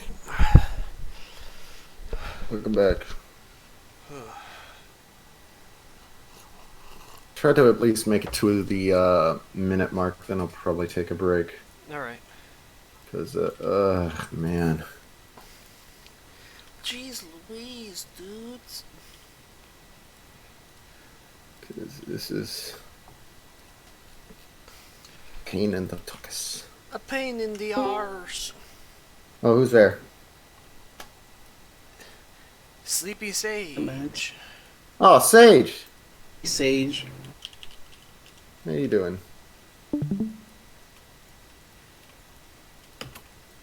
Oh my god, Sage is super based. He's a cool dude. Based and Sage build.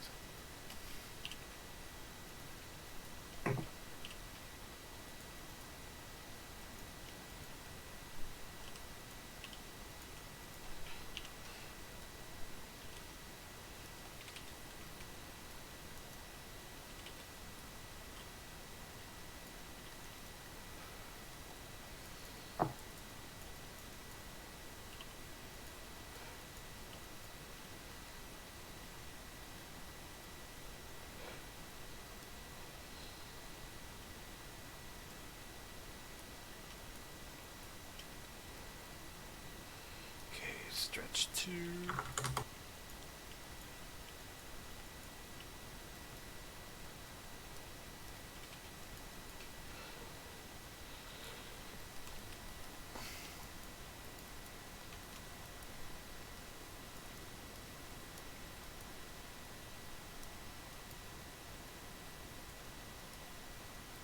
What if, like, you were, like... What if you were waking up in the morning?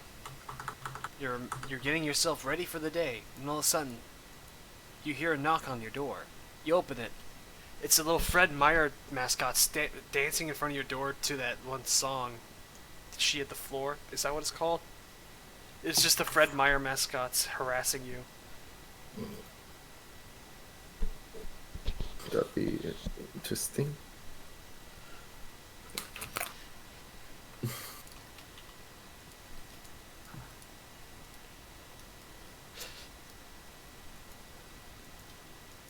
Apple bottom jeans, the boots with the jeans.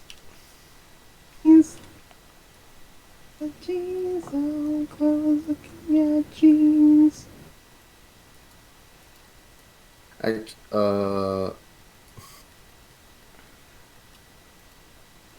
Sound like you lost your train of thought there. Nah, just trying to get this, get as much of this done as possible Okay. before I pass the fuck out. Before I pierce the fuck out.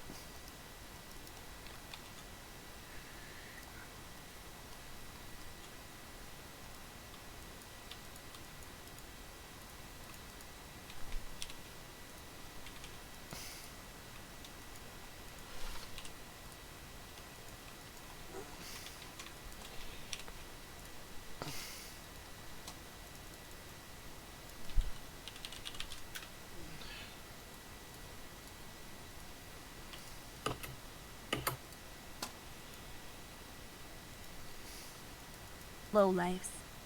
Low lives. What the? Sorry, that's me. I'm just, I was just making sure, like, it's all, I thought someone was hopping into the call and calling us mean things. no, that's Low just lives, me. low lives.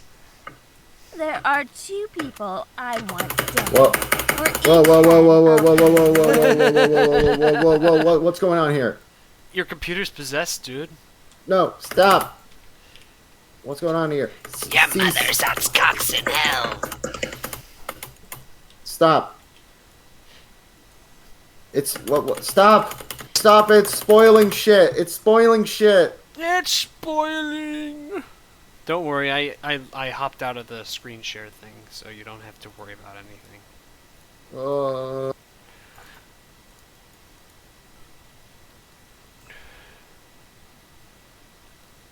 Vegas, stop! Stop, Vegas! Cease, desist. Said Walt Disney.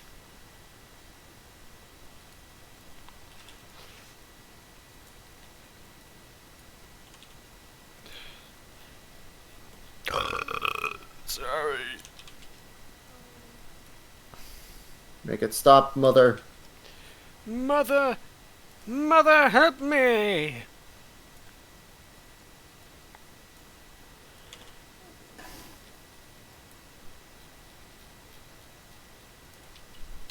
Oh my god, this is actually starting. Great, Uka, Uka. It wasn't me. It was the Inferno. Bandicoot. There we go. Love that part. Oh my god, that was pain. What was happening? I don't fucking know. It just went crazy. It went Well, how cuckoo much- banana crazy. How much did I lose?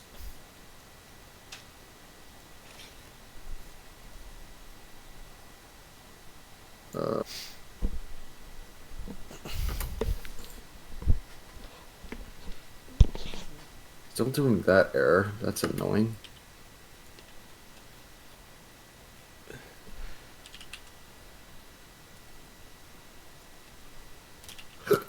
Alright, time to get the fucking temporary files folder. Hate having to get this. Let's see, where is autosave, autosave, autosave. Here we are.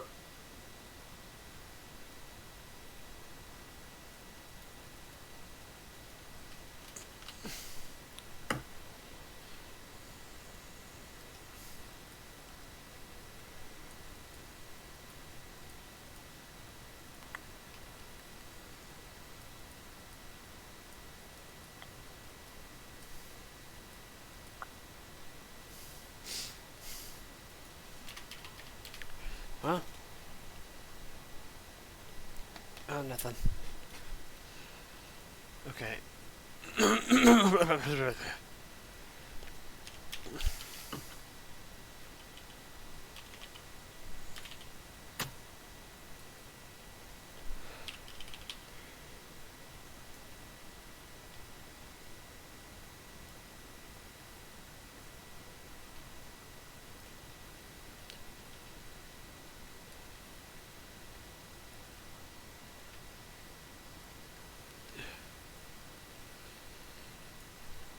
Is everyone still here? There's an Yeah. eerie silence. I'm just drawing. Okay. Yeah, I'm just yeah, it's still doing that, so that's annoying.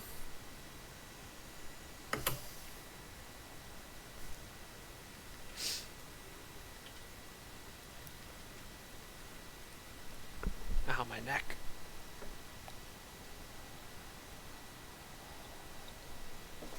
I think I need to turn off my UV lamp. It's causing my eyes to hurt.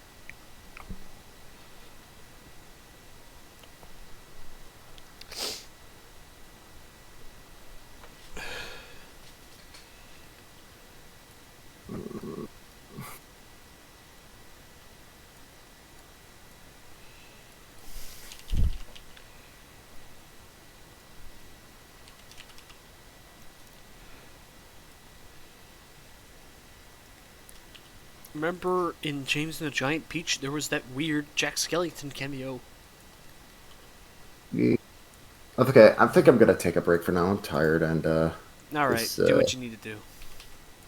yeah, and maybe if I restart, I'm also gonna shut down and start my computer fresh, and maybe that'll help with that weird bug. Yeah, that'll probably help. All right, see you in a bit, guys. See you later, guys. Bye.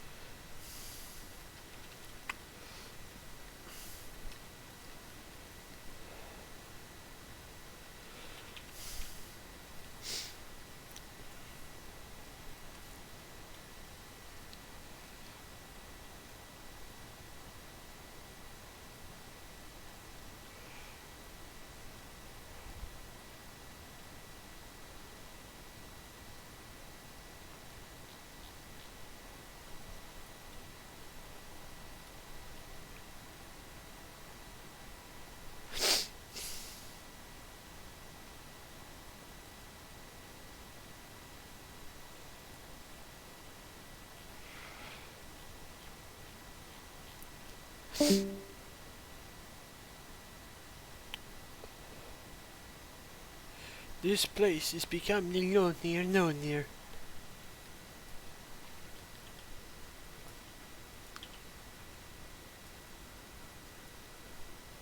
Shy.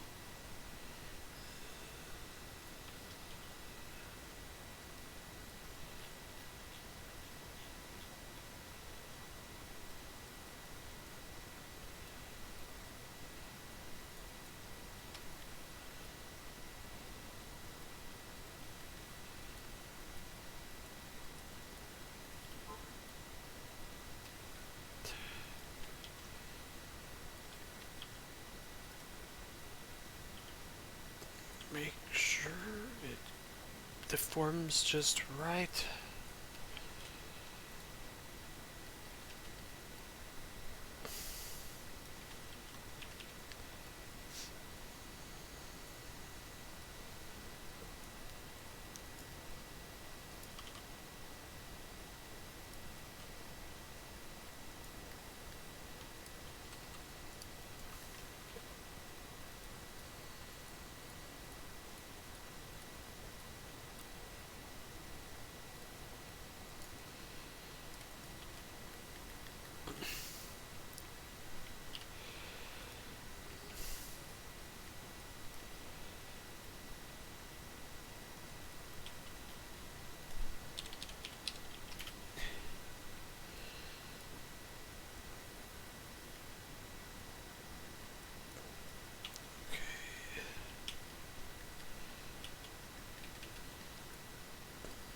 the hip is a bit too high. Maybe that will be a good position right there.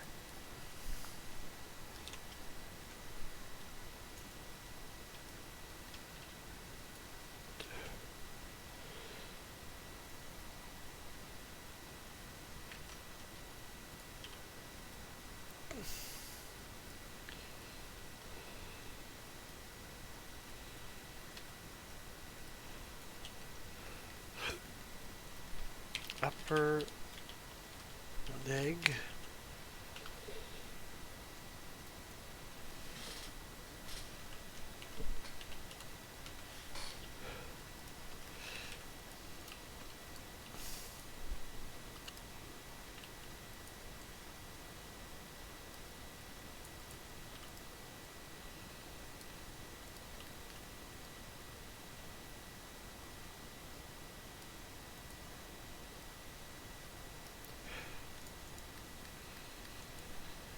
And then lower leg R.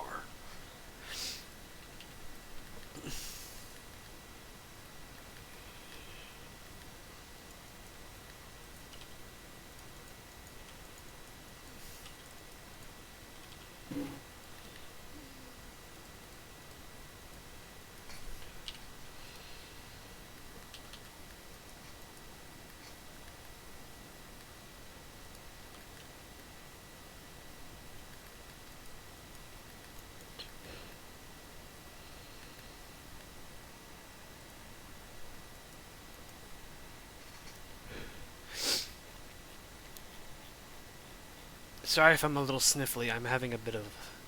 My nose is a little runny right now. It's alright.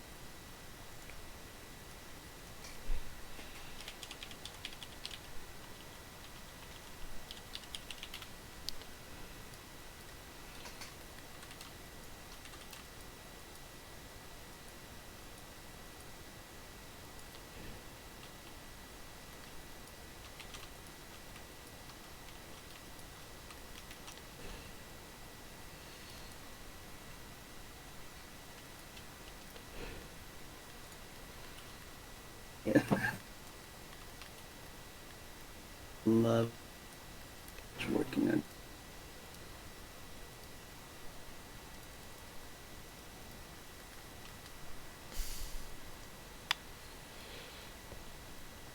Duplicate.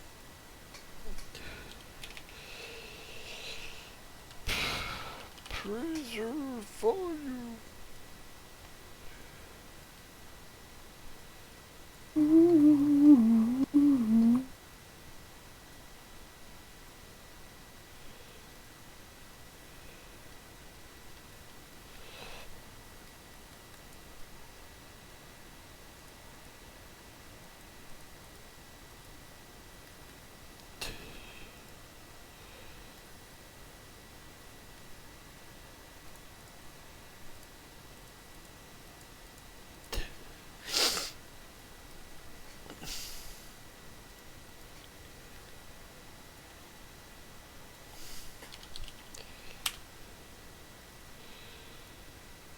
China's so mad.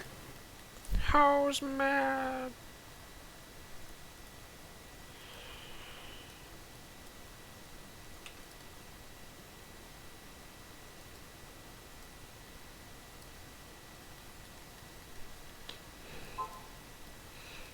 How's mad?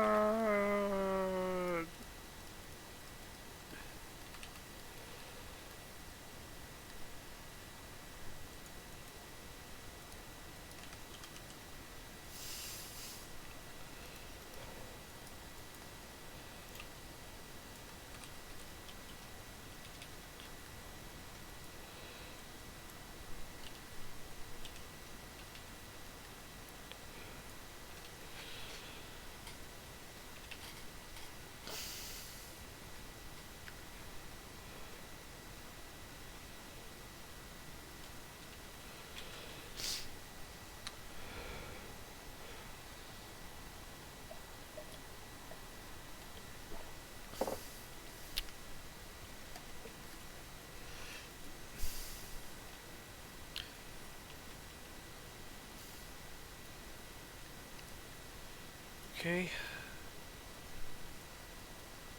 Foot R.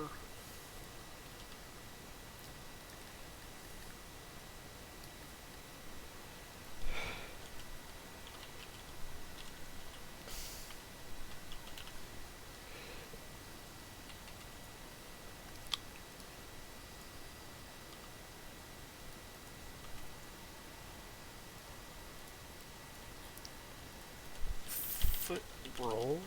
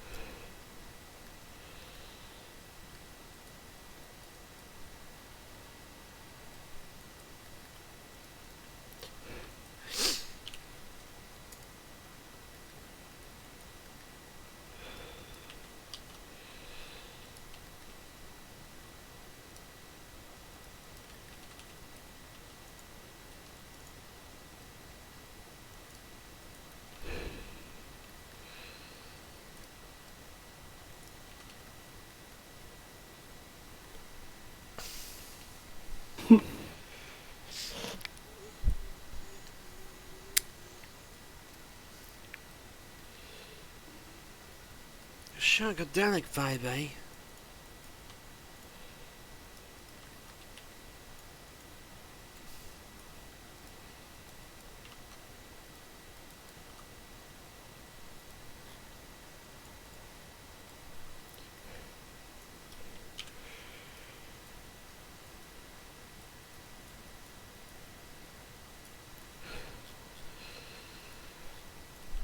Foot IK.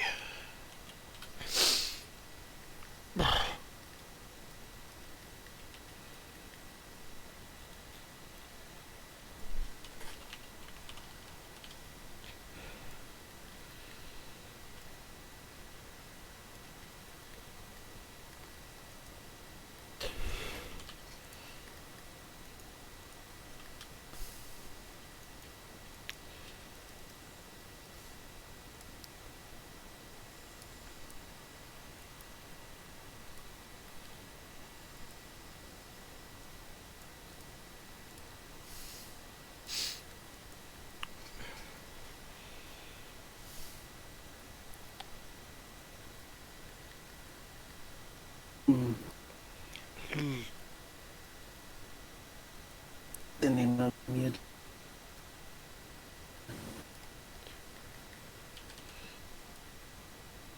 In cursive. Yeah. Right.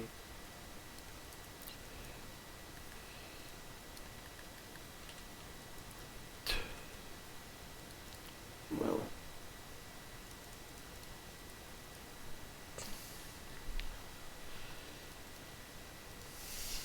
Let's add a preserve volume thing to the rear, so that way it doesn't have that weird deformation. To the rear.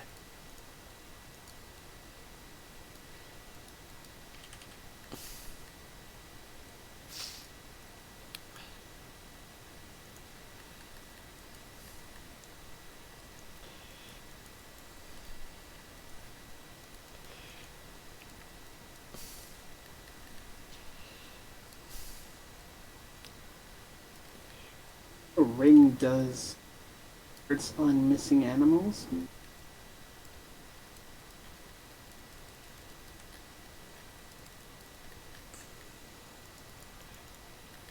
There we go.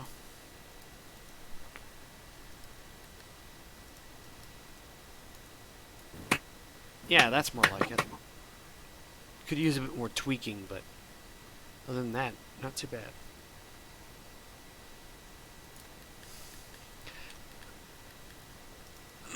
I feel like I've been underutilizing the preserve volume settings, so keeping that in mind from now on.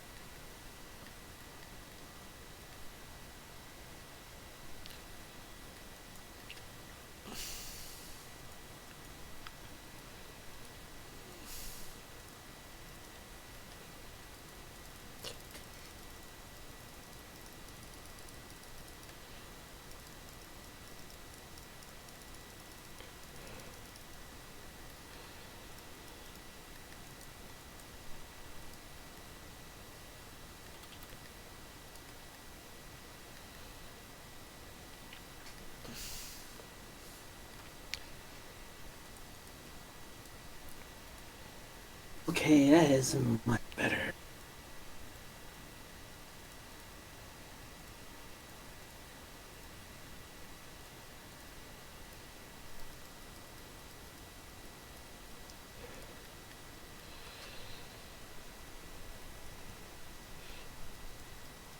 Yeah. Not too... Even though it's very early, it's not too bad of a deformation so far. Alright. I'm gonna back this up real quick, because I'm gonna rinse out my coffee mug. So I'll be right back. Just a little bit.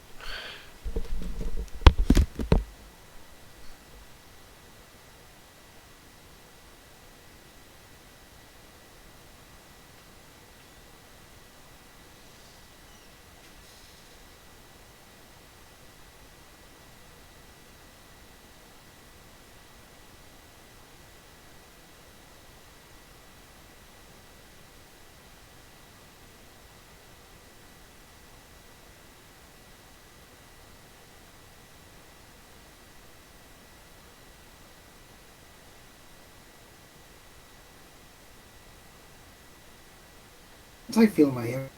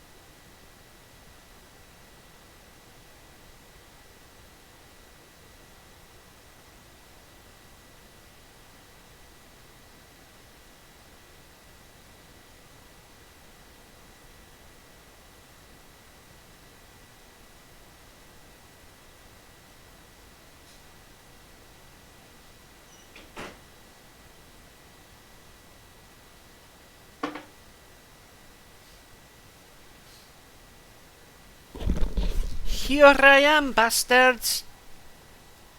Yeah.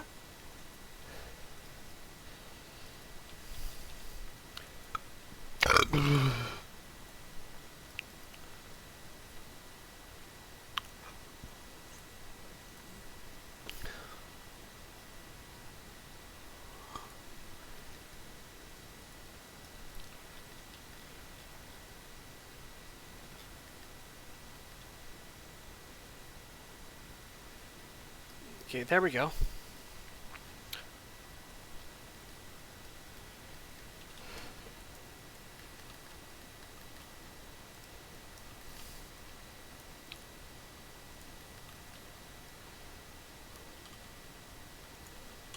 Well, let's add a pole bone.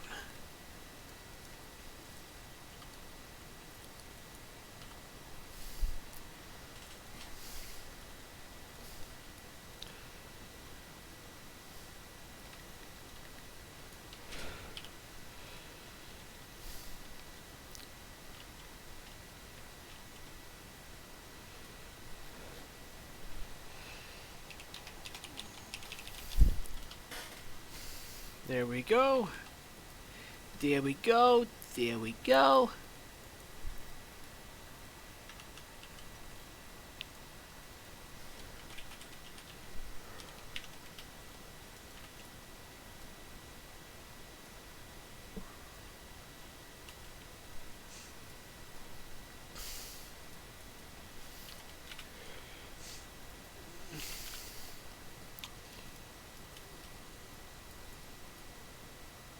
Oop.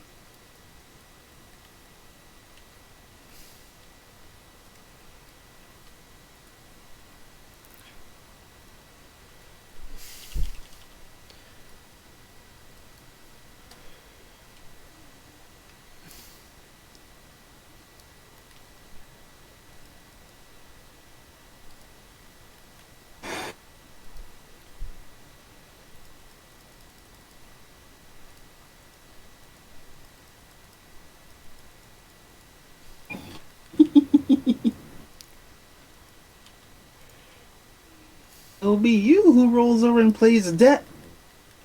You know I can hear you. Sorry. It's alright. It's just watching that scene from 4 Stars Dragon Ball Z Bridge. Oh.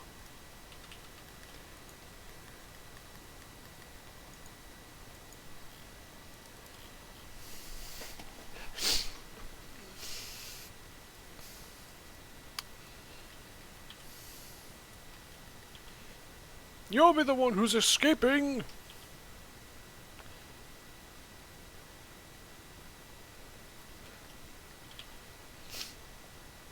Huh.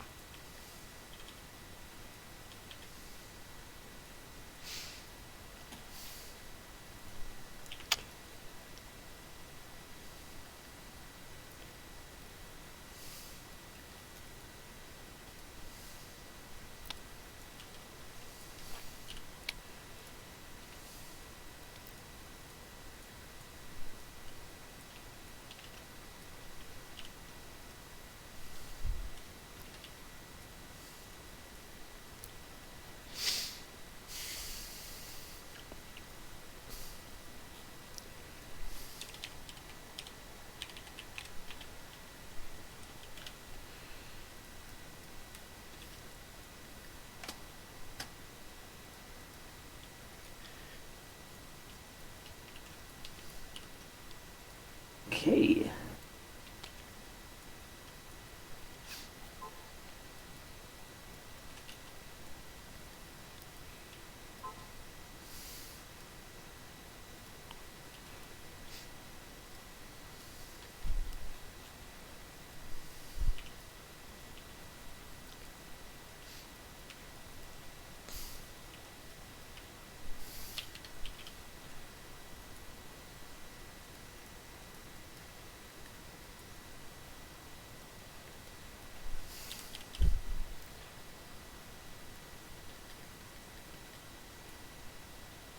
Absolute.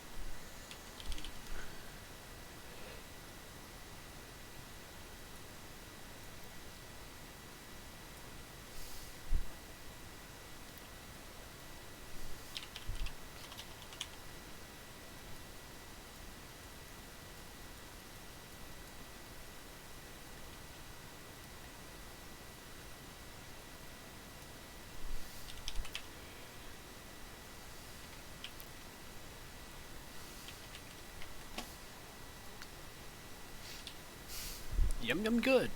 Yum yum good.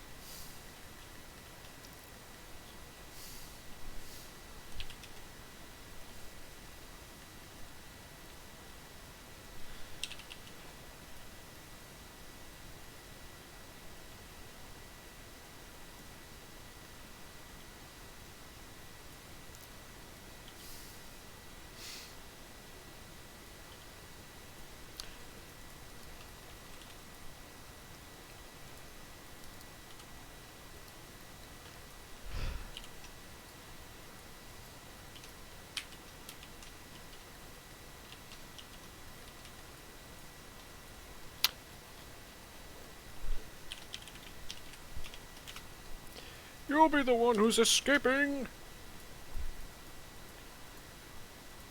So, if any of you are still watching the stream, feel free to ask any questions you want. I don't really have that many viewers on stream anyway, which is a shame. I mean, I'm not complaining too much, it's just... That's a shame, because I'm on your stream. Oh, hey there, Shane. That's a shame. Oh, I get it. That's a Shane, 'cause you're Shane. Oh, clever joke.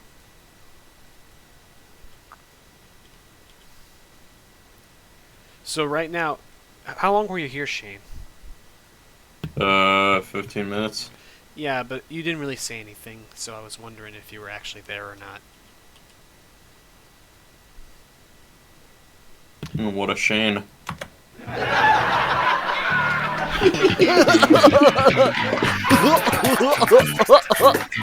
I'm streaming on Twitch, by the way, so I'm not sure if that counts as copyrighted music or not.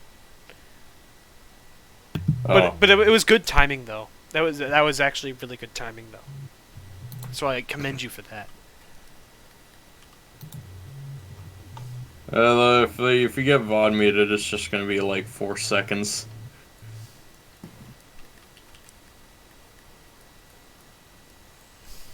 Unless they change that and they're just outright banning people now. I don't know.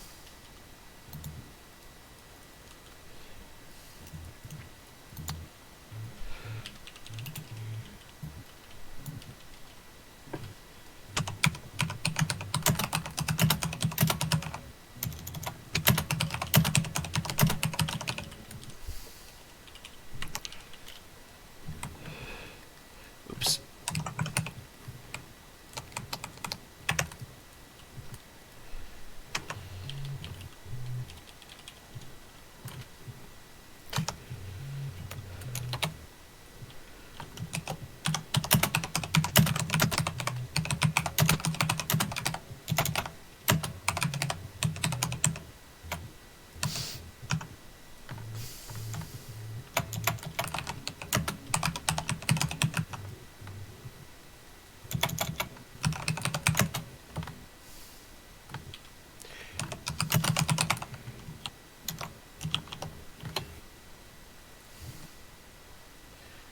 Yeah, that's a pretty good toe bend.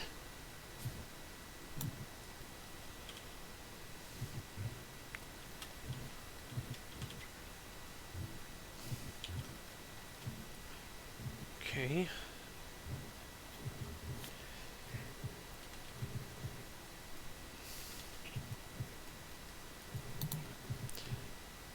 What is... So, I want to kind of make things... spice things up a bit. Let's have a discussion. Shane, what is the weirdest thing you ever saw on TV?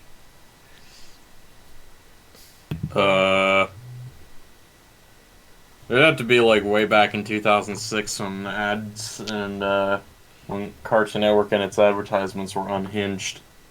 Oh. The weirdest thing I saw on TV would have to be that one mattress store. I don't remember what it was called, but I remember that it had like a pig as a mascot. Oh. And I remember there was like TV ads for it. There'd be this guy talking about his beds, and then there would be this other little CGI dude who's jumping on the beds. It'd mostly be the live action dude who's talking, but sometimes you would have a little line of dialogue from the little CGI guy. It's really weird. It was like one of those infomercial kind of things.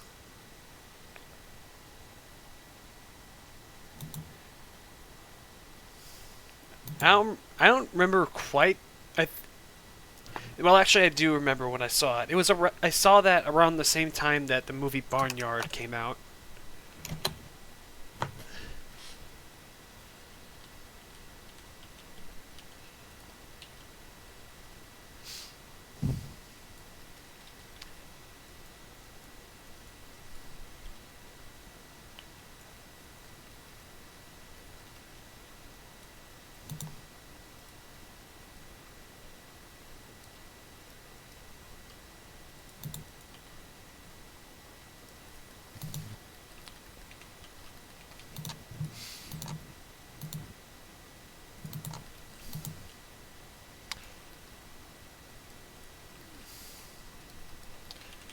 Alright, let's add a little middle bone right here.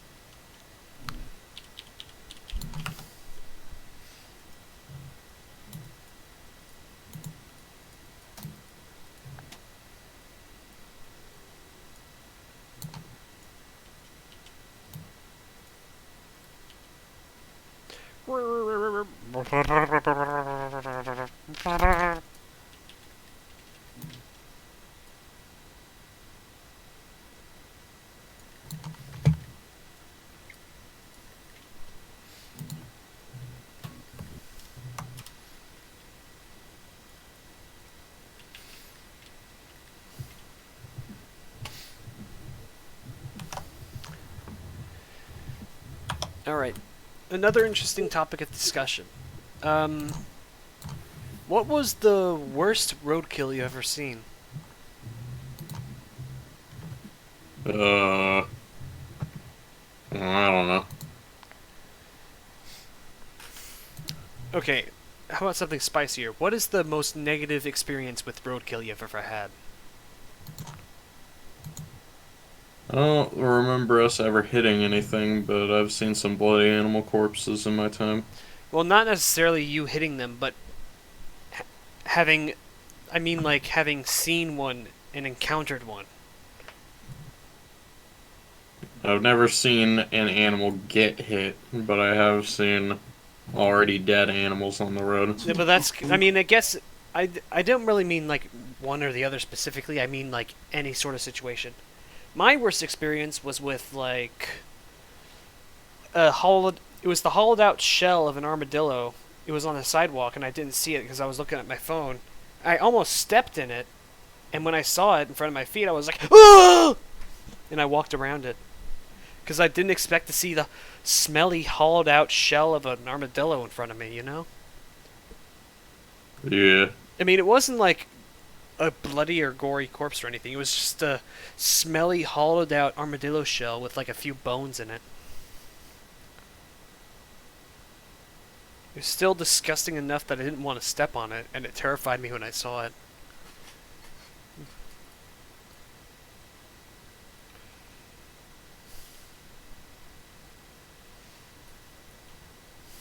What about you, Carrick?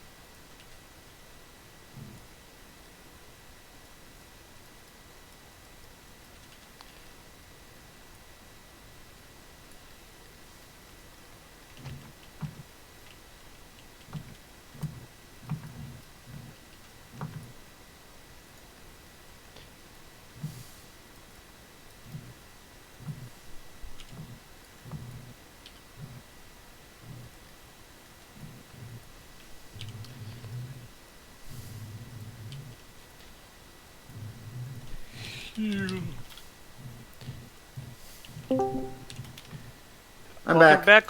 Welcome back, Uncle Yuu. Yeah, I just needed a quick little rest. Okay, Also that's cool. And also gawking over the technology that I'm going to be using in that guy's computer as well.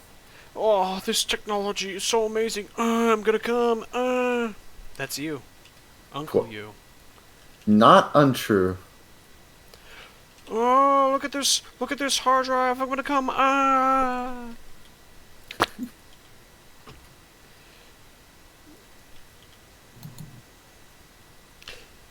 All right, now So back to. So while you were gone, I was working on rigging Astro Boy's legs. Nice, nice. I'm just gonna get back to work on. Wait a sec. Wait a fuck nugget. What is it? Oh, nothing, nothing. Oh, phew, I was worried for a sec. Oh, you sounded terrified for a moment. I thought that all like the work I'd gone towards getting like the whole like video filtering and all that.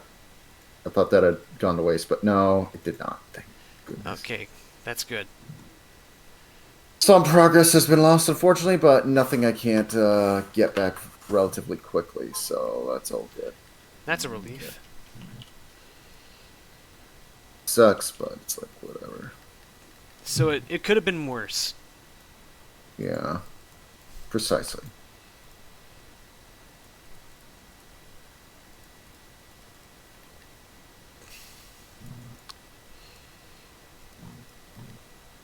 Drink my Gatorade. My Gatorade. It still has that weird bug going on, but fuck it. You know what? Fuck it. What was the bug again? Basically, basically the preview screen gets massively distorted in lower resolutions for some reason. Ah, I see. Which is not good at all, because that's how I'm supposed to be able to tell, like... It's freaking bogus, in fact. Yeah, that's how I'm supposed to tell when, like,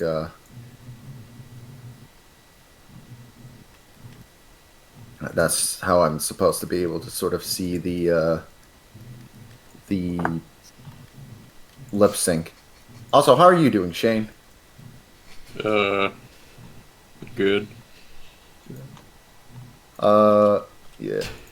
All the parts except the case for that guy's PC I'm building arrived, so that's nice. Yeah, the RX 580. Yeah, including the RX 580, which actually, looking at the card, at least in terms of aesthetics, will fit nicely with the motherboard I got. Because I got him a one of those Republica Gamer motherboards, or it's a B450 one, and it'll fit nicely with the aesthetic. Which, that's nice. I will although I gotta say, I did like that. The motherboard is the only part where I could have been, where I could go. That could have been like something less expensive, but because the thing is, I didn't know if the guy needed Wi-Fi or not. He didn't say, so I decided to get him like a Wi-Fi adapter card. And the thing is, the motherboard I got him doesn't have Wi-Fi on it, so I got him a separate card that can do, let me see here, Wi-Fi 6, I think that's what it says. What about 7, 8, and 9? Yeah. So that's all well and good. The thing is, though, Doesn't have Bluetooth, does it? No, it has Bluetooth. The Wi-Fi thing I have has Bluetooth. But here's the thing: if I wanted to save a lot more money, I could have gotten him a like an MSI Bazooka Max Wi-Fi motherboard, which is what I use for Mensches, and which that would have been like $60 less. $60 million. But the thing is, with me, I wanted to.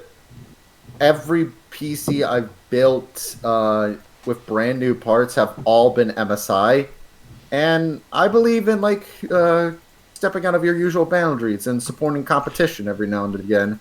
So I was like, okay, I'll go with a different brand, and I was like, you know what, fuck it, I got a sizable budget. I'll use an Asus one, and I went with the Republic of Gamers because fucking why not? Just because. Yeah, what? Gamer boy. Yeah, he was a gamer boy. I said, see you later, boy.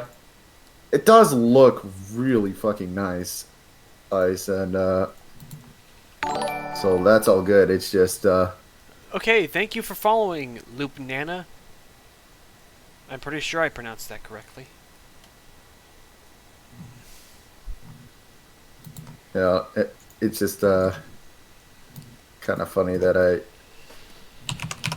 went with like such a gamer. Yeah, gamer. Oh. He's still getting good parts overall though. He's got like a I'm getting him like a Ryzen 7 Evan 3700X at 2 terabyte hard drive, 16 gigabytes of 3600 speed RAM. It's all RGB because my RGB.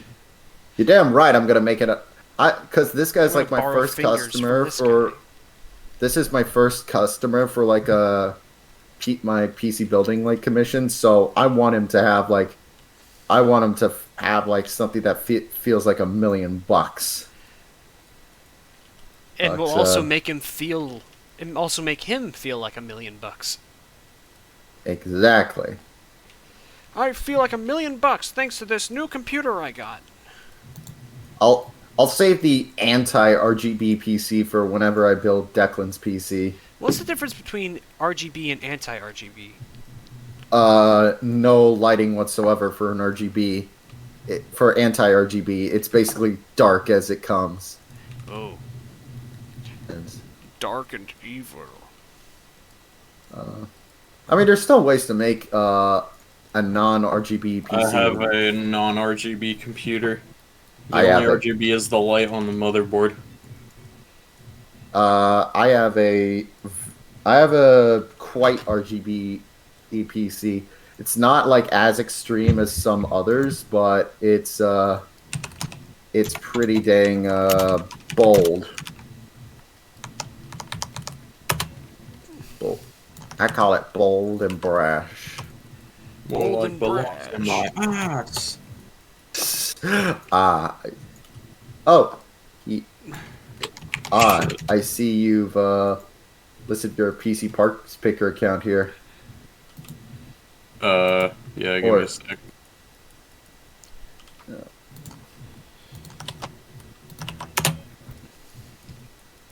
Let's see here. This Strange is the black Sages. box. A big, bold black box. Dang, that is big, bold, and black. It's a black box. Ryzen 5 3600X, Arctic Freezer, Gigabyte XFIP 570, Black Aorus and yellow. Elite Wood. Hello.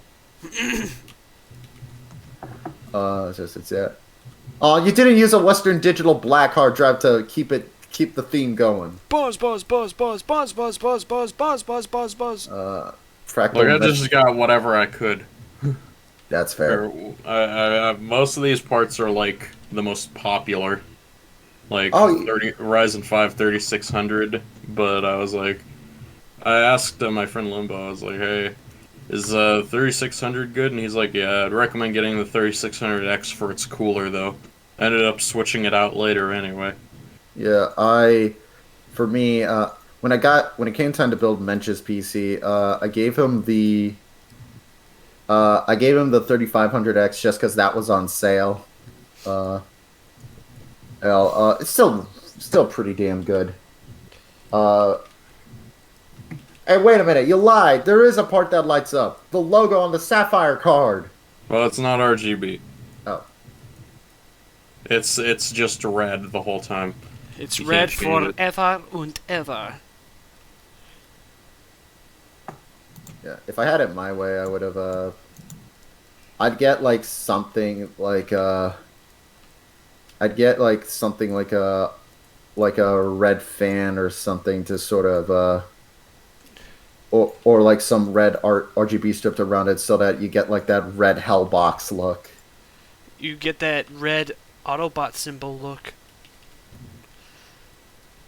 Is it weird that I prefer the red being a good guy color? Yeah, it's common for like both. I've noticed. Yeah, because like I don't know why. Because red, I feel ever since I saw like the Autobot symbol and its association with the color red, it made me prefer having red be the good guy color rather than the bad guy color. You know, I mean, I guess it really depends on presentation. You know what I'm saying? I think Power Rangers is probably like a good example of red equals good motif. Yeah.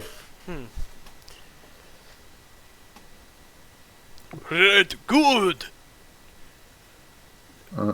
I guess the reason why people tend to default to red as being a bad guy color is because like red is a very unnatural color that you don't really see super often in nature.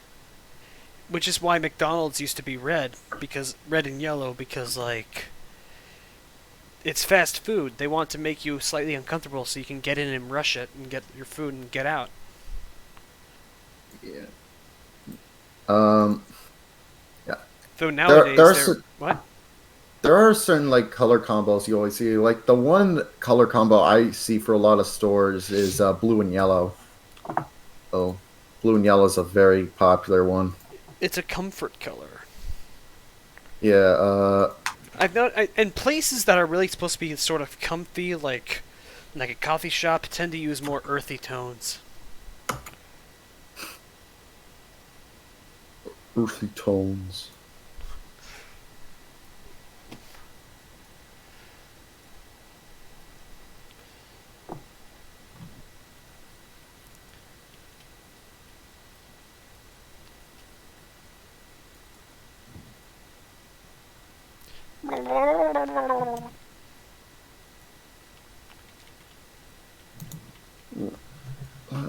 I will say this though, Shane, something funny about the power supply I got the guy. My power supply didn't come with the little bag for all the cables because due to COVID, his did. So his cable bag is mine. I mean, it's mine now. I didn't get my cable bag.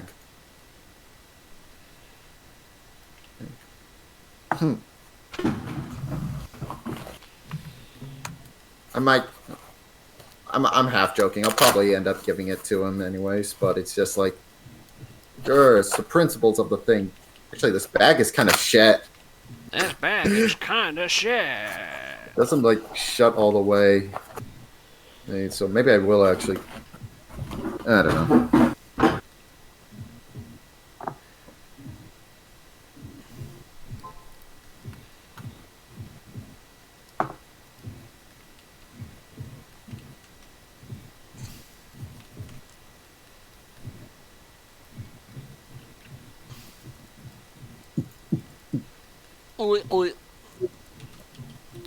Yeah, I hear like techno beat in the background. Yeah, I'm watching a video. Techno Viking? No. Welcome to Techno Viking. What if there was a Norse? What if there was a Norse version of Friday Night Funkin' and it was called Friday Night Viking? I don't know. What if... And they're just wearing stereotypical Viking helmets with the horns, which are really super historically inaccurate. What if one of the Friday Night Funkin' guests is Jerry Jackson? What if one of the Friday Night Funkin' guests is the Dragonborn from Skyrim? You've heard of Jerry Jackson, right? Battery? Not really. Who is he? Oh, so Jerry Jackson is a series of cartoons by David Firth. You know, I know David Mr. Firth, Salad Fingers guy. He made this series of cartoon, like poking fun of like the stereotypical no talent Newgrounds animator. Ah. And it's like, hello, my name is Jerry Jackson, and these are my mates. These are my mates. It's I love them so much. Like David Firth is a very talented animator. He does a lot of real great goofball, yeah. He does a lot of great shorts. But I'm sorry, Jerry Jackson is gonna be the top notch. What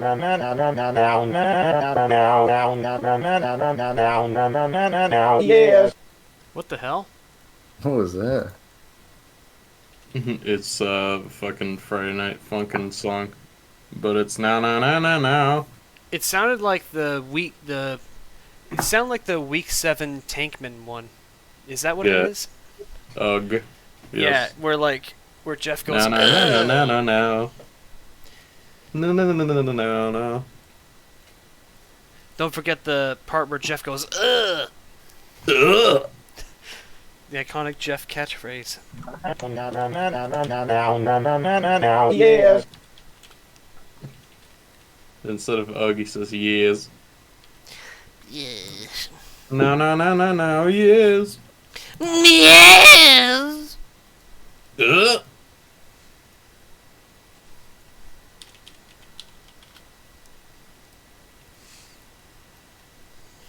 Alright, it's coming along A-okay right now. It's coming along epically.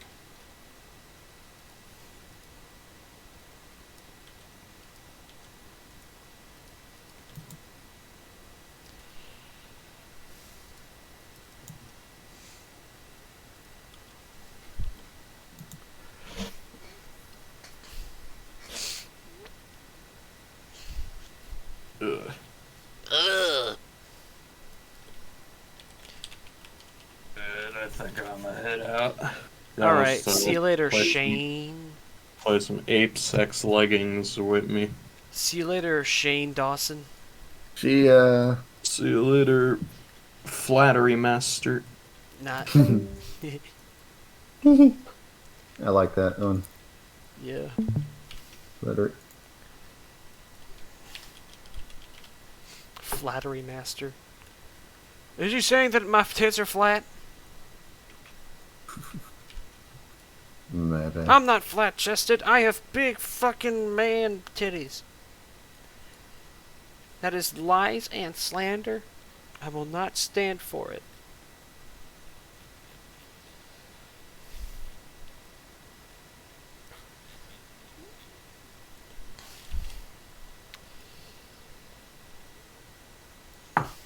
Let's see if the glow will work this time. We'll see.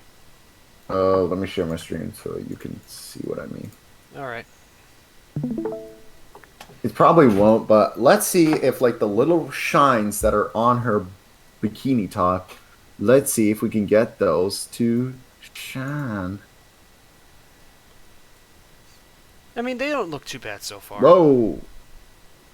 Darkness! Where the fuck it go? To hell. This is... is it because I'm streaming? I don't know. Oh, there we go. I don't know. Ask your mother. There we go. Okay, change it to quarter resolution. Or, no, half. Alright, so up the suppression. Glow percent.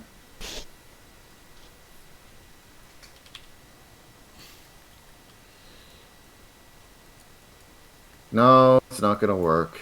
Oy vey. Oh well.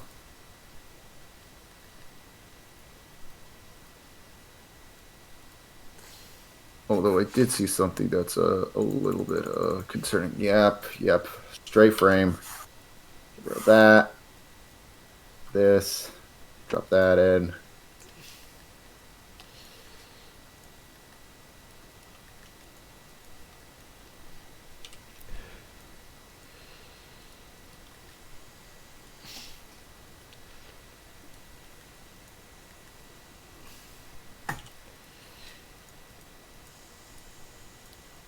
Okay, connect it right now.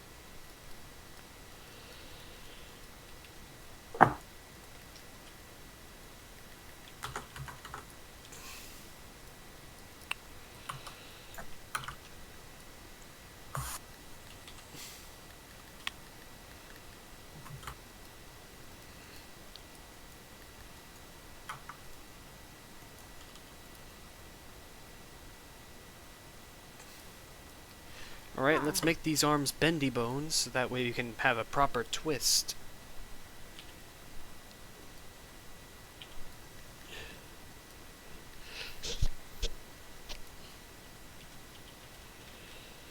Daddy won't buy me a super split.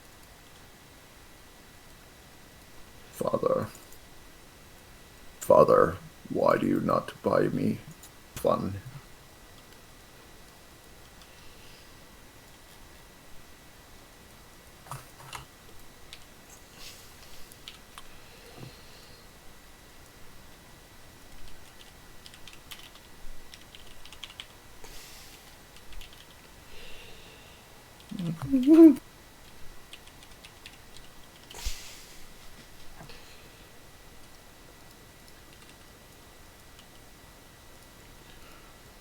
These bananas make Donkey Kong very angry. Bananas with spots are barely bananas at all. Banana. Oh, banana. Oh, banana. Oh, banana. I love how we're evolved from monkeys, yet we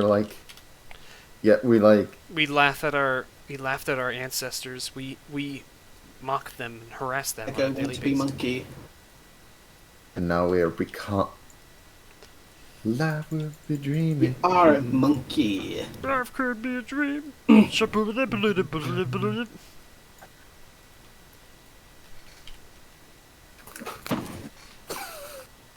Okay, gotta finish drawing the rest of the frames for hearing.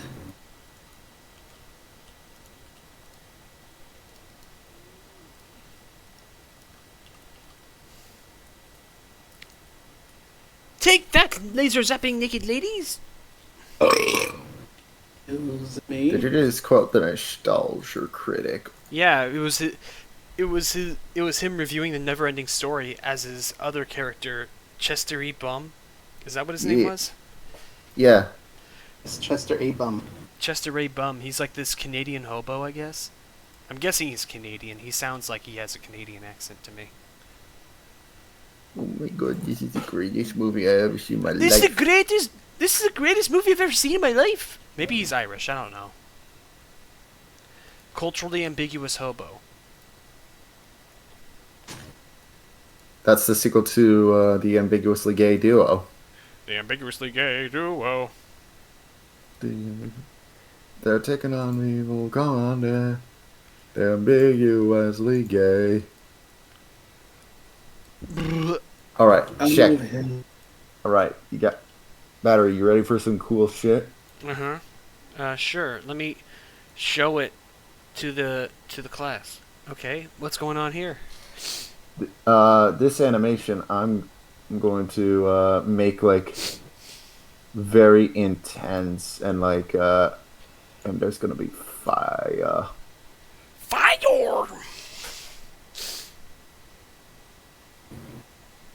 Alright, vignette's good. Now, this is an area I think we'll be cool with the glow. Give it like a bright... Watch this. So, intensity. Whoa! Suppress it. A little more. Although, actually...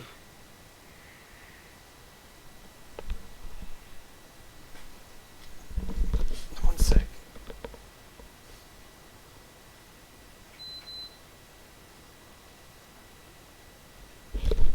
I've been cracking my neck a lot lately. At least today. Whoa! I can just barely even see your face.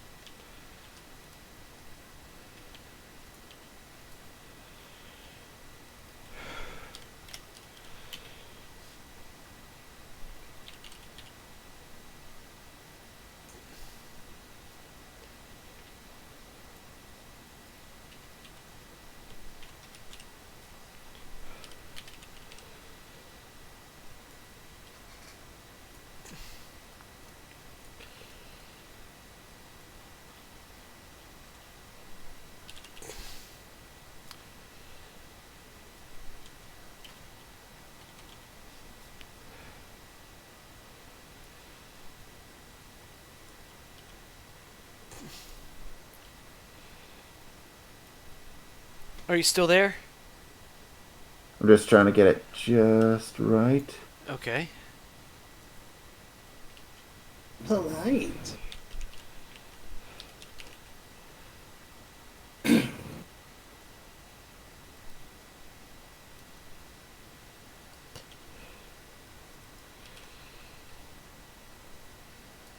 wonder if there are any more flying ice cream trucks in. I don't know. The one who's guard on duty.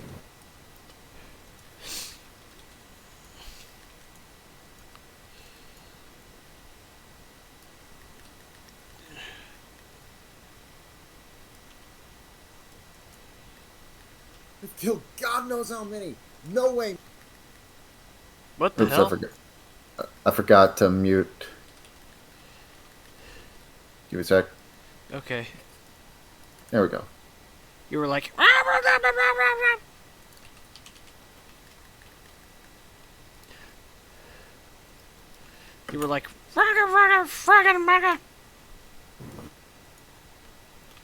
Oops, I muted the video. Didn't mean to do that. Oopsie doodles. That was my bad. Oh, look at that! Whoa, let me take a look-see. Oh, right. Another window. Oh man. Give me a sec. Look. Whoa, that looks really nice, actually. Very good use of the bloom. Yeah. Yeah, there we go. Now we're talking. Now we're shooting semen in all the right places.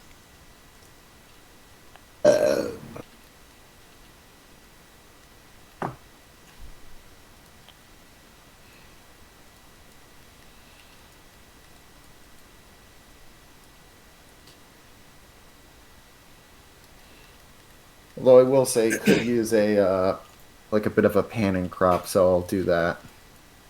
Like a slow zoom in on her. Okay.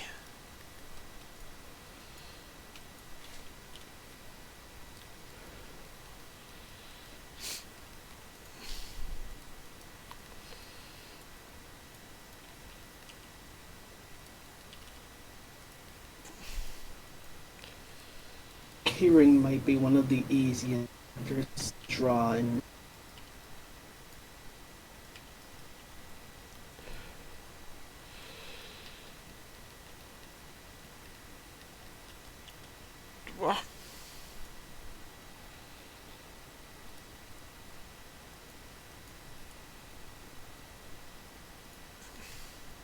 Hey, Battery, question.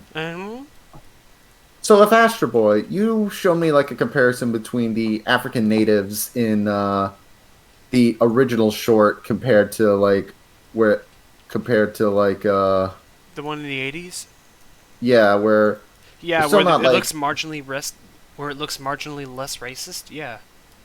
Here's a question. What did they look like in the 2000s one, or did they not do them? They didn't do them in the 2000s one. However, you do have like lots of like diversity ethnically, because you have like there's one character, Kenichi, who's probably black in 2003. Let me show you what he looks like.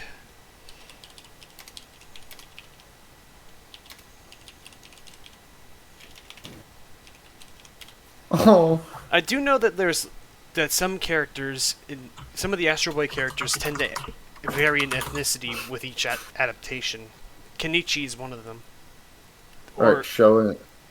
Okay. Show it, sign shit it. Yeah, here he is. I think in his case he's just tan because a friend of mine worked out something with anime characters who are meant to be black versus no, I think it might just... wait. I think it might actually be like actually Hindu or something. I don't know. That would also make sense. But like a friend of and we came up with a way of telling tan lines of when like characters are either tan or they're actually black. A good one example is with Yu-Gi-Oh. There's a character named Hasselberry, and apparently he's not meant to be black Japanese. But later on, there is a character who is supposed to be Axel Brody, and I think with Brody the trick is like they have like certain features that are sort of implied to be sort of African American. I don't know why. When you said Brody, I could only think of Brody from Yo Mama. Yeah. Yo Mama. I think the way to tell with some of these characters is like look for like certain features like square jaws, fuller features, etc. Because that's sort of the pray tell. It doesn't just like equal just tan skin equals black. It's got to be like. Actually, something kind of funny happened with One Piece actually a while back. Oh yeah, the controversy with Usopp. Not him. Oh. The character of Aokiji. When Aokiji first showed up, Funimation, I think Funimation thought he was black. And to be fair, you look at his features, it would make sense. And like what does he's he got. I mean, yeah, I definitely see it. But apparently, no. Apparently, like his. But when people were like making this compilation of One Piece actors One Piece characters and their inspirations, turns out the actor who inspired him was just a Japanese guy. And if you look at him, curly hair, and a surprisingly fuller features. How odd. He actually looked. And so Funimation, when they first gave him like a, "Hey, how you doing? That sounds more Boston, actually. Sorry, I'm doing it wrong. Hey, how you doing? They hey, gave how him you doing? I'm from New York. They gave him kind of like a black inflection, but later on, when Aokiji comes back, they drop the accent. And I can imagine it due to two things. Either A, they realized, oh, wait a minute. This is controversial. Let's stop it. And B, by that time, Funimation got actually a couple black actors as part of their roster at that point. I mean, so it'd probably be a bit pointless to do it. Yeah. There are quite a number. There are plenty of characters. One Piece has plenty of like sort of diverse designs and the like, but again, it is kind of interesting to see like what their comparisons are, and who the actors are references to. I guess so. A good example is Mr. Five, who is a visual takeoff of Lenny Kravitz. Lenny Kravitz? Who's that? He was a rock musician for the 90s. Very talented guy. Oh my god, it's basically the spitting image. The only difference is the thinner glasses. Like his glasses look more like they're squinting.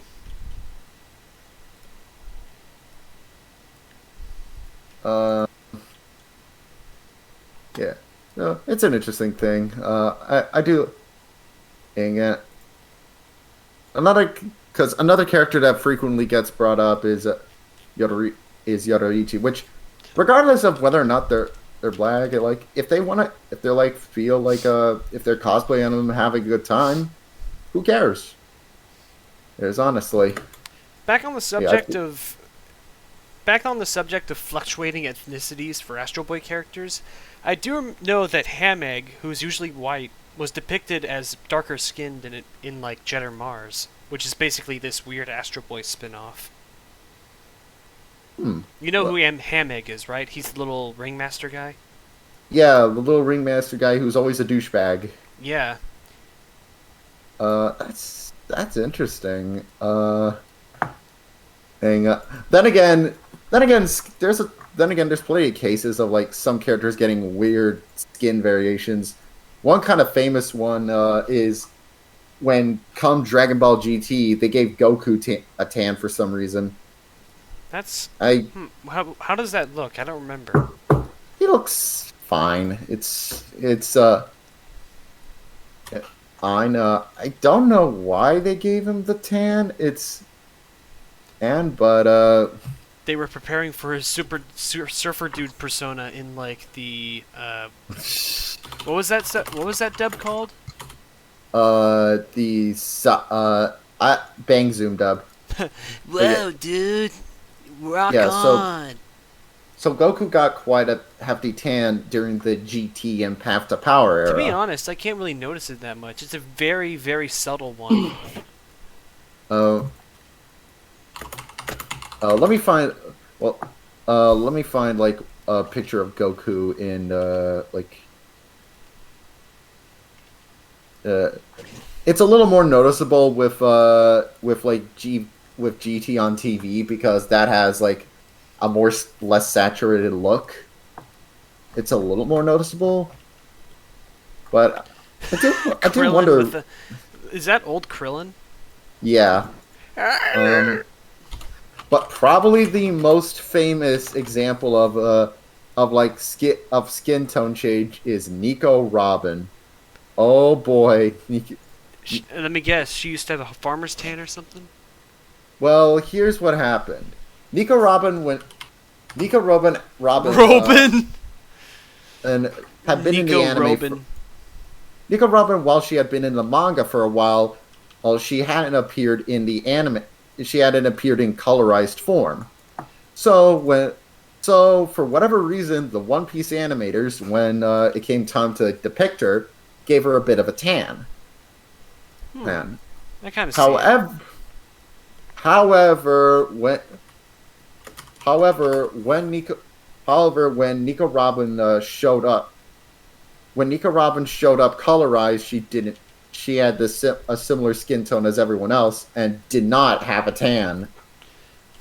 So how queer. So what they decided to, and so what ended up happening is with One Piece is there's an arc where the Straw Hats are separated and Robin is sent to this snow nation surrounded by snow called Tequila Wolf, and they kind of make it so that throughout the arc, Robin loses her tan, and just because of how cold the place is. Does that even happen?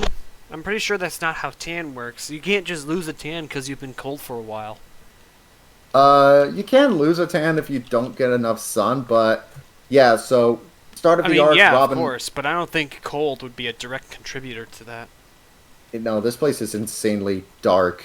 Well, that makes sense, though. You can see Robin with the tan, and albeit less saturated, and then by the end of it, she is more in their like canon skin tone. Her tits look like they're fusing together.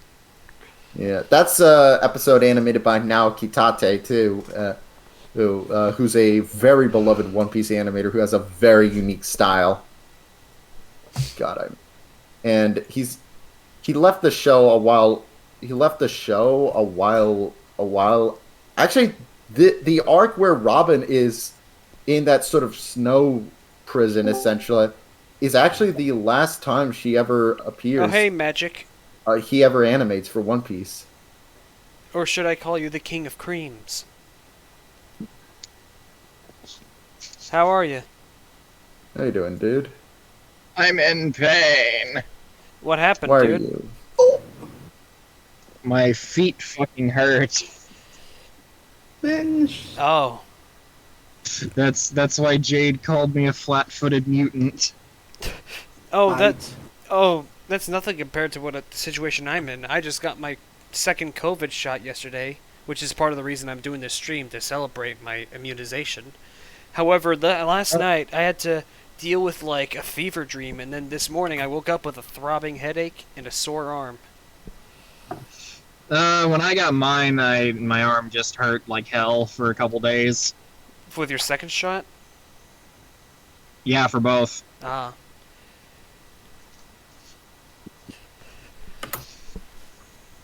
I'm sitting out in the car right now waiting for her to get out of the store. I had to sit in the car, wait, because my feet hurt too much. Oh, okay.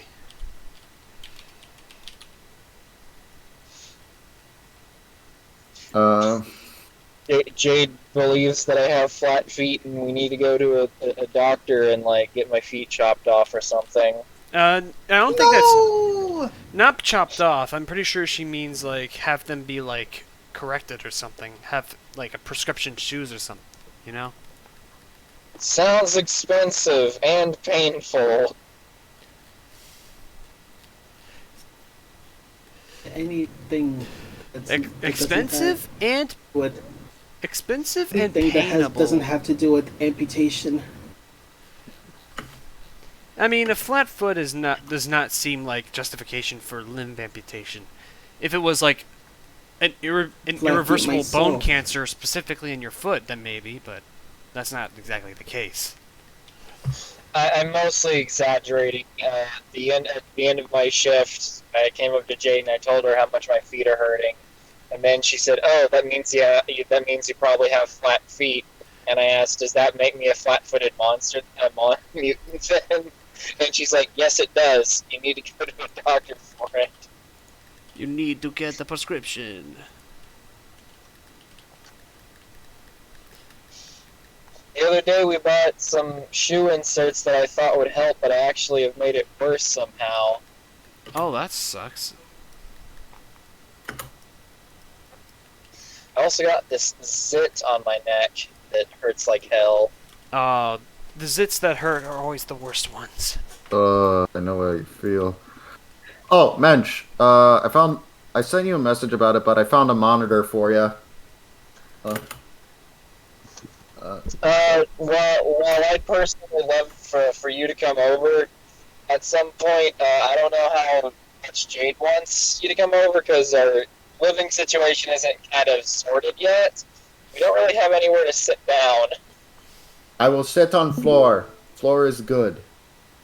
We have a futon set up, but the futon broke on us. And all we have is these stupid fucking beanbag chairs. Beanbag chairs? Yeah, it'll be fine. And I'll visit for a little bit, and I'll be all good. And also, and just set you up with that monitor. Monitor. I can't tell if that's a transvestite or if it's someone in chemotherapy. What? Sorry, I'm just looking at the people walking by. Oh. Yeah, where are you now? I'm in the Walmart parking lot. Ah, gotcha. Are you waiting for Mom to pick you up? I'm out in her car. Oh. She dropped me off and locked me in the car and said she'd be back with something. And I'm gonna the flat-footed fetish fiend. The flat-footed demon. I don't even like feet. Feet are useless appendages, really. Why couldn't we just slide on the ground like the gastropods of ancient times? But yeah, Uncle Yuu, if you came down here, me and Jade want to get a decent couch first because that's a 4-hour drive. And if you're coming over, we'd want you to be preferred if you stayed the night. Oh, thank you. I mean, it's up to you. It's up to you. Yeah, I got the monitor on standby. And also, if you come over, you come on a Sunday because our work days are Tuesday through Saturday, and we leave for work at 6 o'clock in the morning. Gotcha.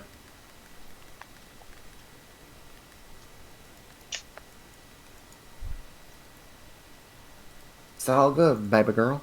It's all good, baby.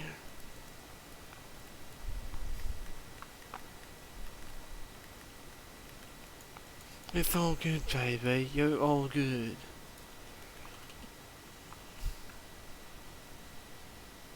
You have nothing to fear, baby.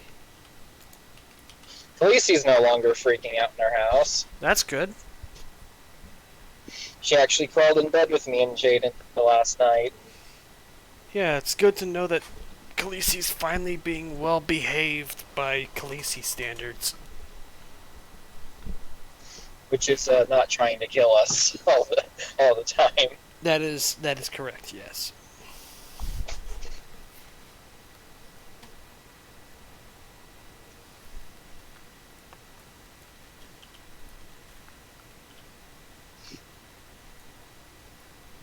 For a couple days there, me and Jade couldn't get to sleep at night because around the time me and Jade would go to bed, a couple hours after we got in bed, Khaleesi would start, she would go, she'd stand in the middle of the stairs and she'd start meowing for some reason. And that's the one thing I won't complain about Khaleesi with, is that she's very quiet for a cat and she barely ever meows. So her doing this caught me very off guard. I have no idea what she was meowing about. Maybe it was because she didn't know where me and Jade were, Because now when me and Jay go to bed, Khaleesi hops in bed with us. That makes sense.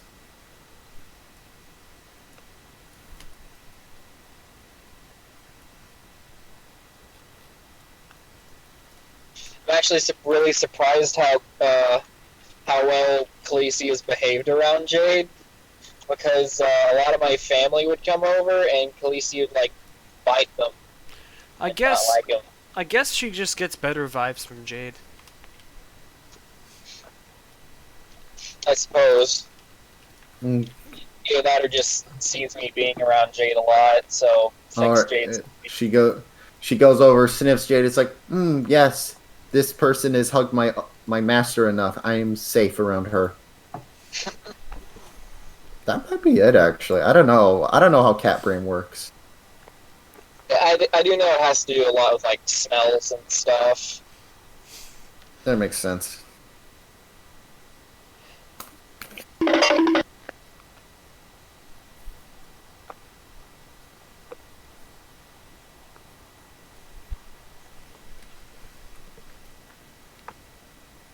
Okay, I'll be right back. I got a whiz.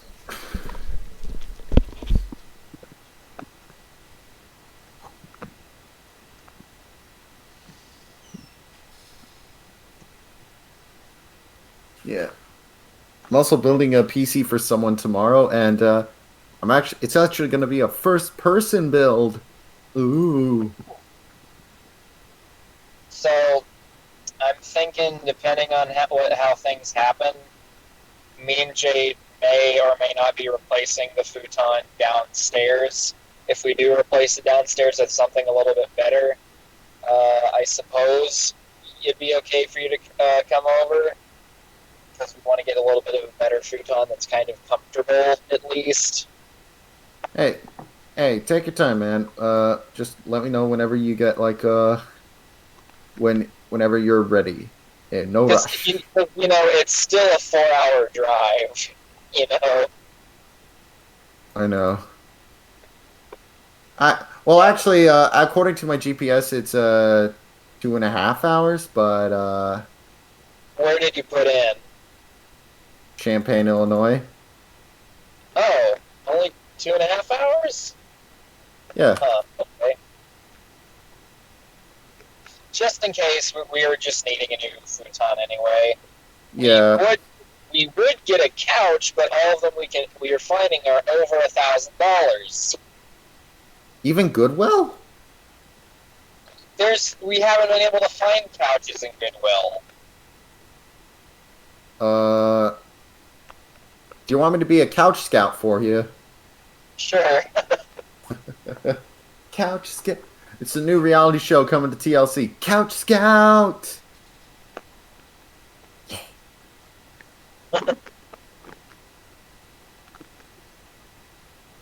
It'll be a better reality show than what's that really shitty one? Extreme Couponing. That's an actual show. I didn't make that up. Extreme Home Makeover.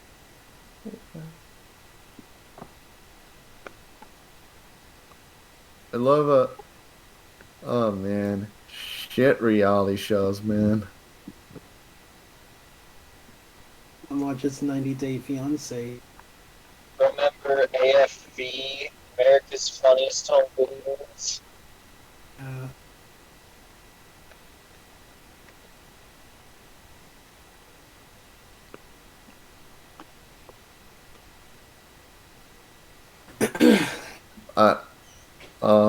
I'm trying to think of what. I'm back. I think. Yeah. So the coworker I have with me in electronics, he's a really funny, cool guy. Like funny and cool, I mean funny and cool. he really likes Sonic the Hedgehog and Kingdom Hearts. What? Nice. I mean, I can't. Him? I won't judge him for his tastes. What? I said. Did you invite him to? No, I'm not judging. I'm just saying he's kind of like. I know. I said I said that I won't judge him. Not against him. I'm just saying he's kind of an oddball kind of guy. Did you invite him? Did you invite him to the parking lot for a battle? No. Oh, Howard. Look, if my feet weren't constantly in like extreme visceral pain, I might consider it. But when it hurts to walk, it makes you not like doing things. Yeah, I totally understand. Yeah.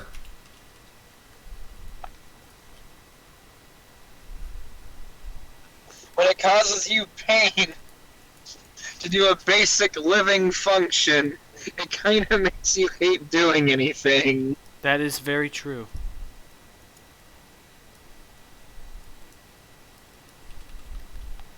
That is a very human thought process.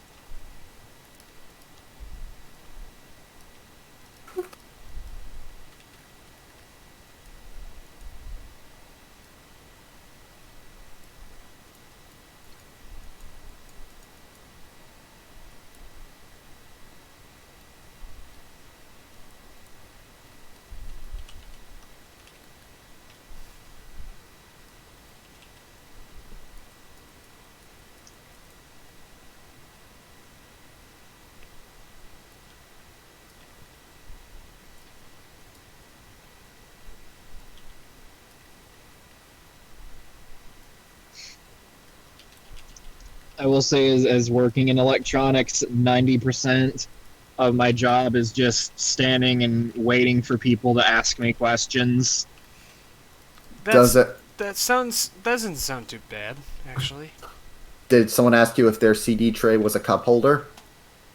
They did ask if they could, like, there was a CD cover printer. We don't have that. Oh, is that even a thing though? There kind of are. I think I know what they're talking about. There's a thing called LightScribe, and it was this thing that was super popular in the early to mid 2000s, where essentially it was a DVD drive that also have a laser built in, so you could add your own labels. I see. It was pretty damn popular. I actually thought about because every so often with because one idea I had for Midnight Strays is towards the end of it, I'm gonna have a Kickstarter campaign or something where I make a movie version with all of it put together and reanimate like the first 2 episodes to sort of be more in line with the rest of the animation, as well as include some other little bits and bots to make it fancier. And I did think, well, obviously some people want like a DVD reward. Are you gonna add CGI? You're gonna add giant CGI aliens, just like Star Wars Special Edition? Maybe I will. Something I did because a lot of people, physical rewards are something that's very common. I did think of getting something like that. Another idea I had that I absolutely that probably wouldn't be very wouldn't be all that like possible, but is still, I think it would be a cool thing, is if I were to get like some blank VHS tapes and put the movie version on it and make it and add like some videos and like to make it seem like a late 90s anime VHS release. Yeah. Peace. That would be interesting, wouldn't it? Yeah,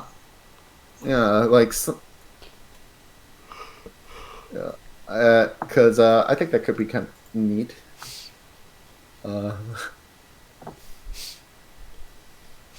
Make it look like a TV recording. Add like a Count Chocula fucking commercial to it or something.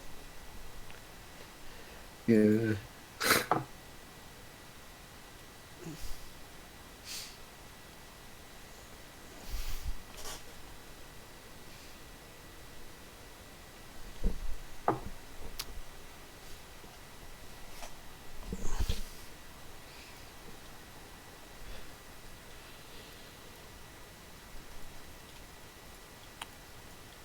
All right.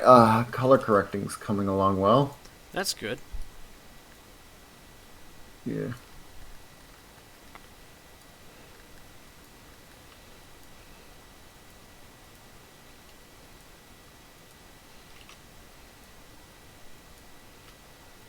I do really like the color correcting stage of editing because while it can be clunky sometimes, it is where you see like a lot of the animation really start to look professional and nice. Yeah.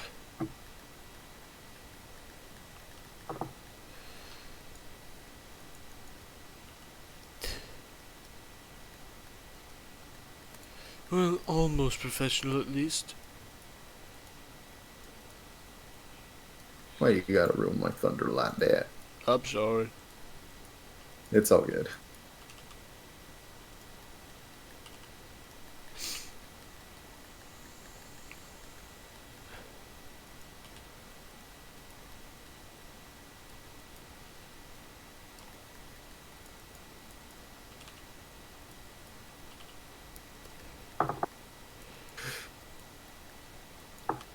Can't help but feel like I might have made his fingers too short. Nah, whatever. I wouldn't know. Remember, my characters tend to have sausage fingers. Well, so does Astro Boy. Fair enough. Yeah. That's a good point. That's a common trend in like the Yuucast design scheme. Lots of big old sausage fingers. Yeah. There's actually this one Yu-Gi-Oh animator I tend to study. I studied quite a bit. Who is it?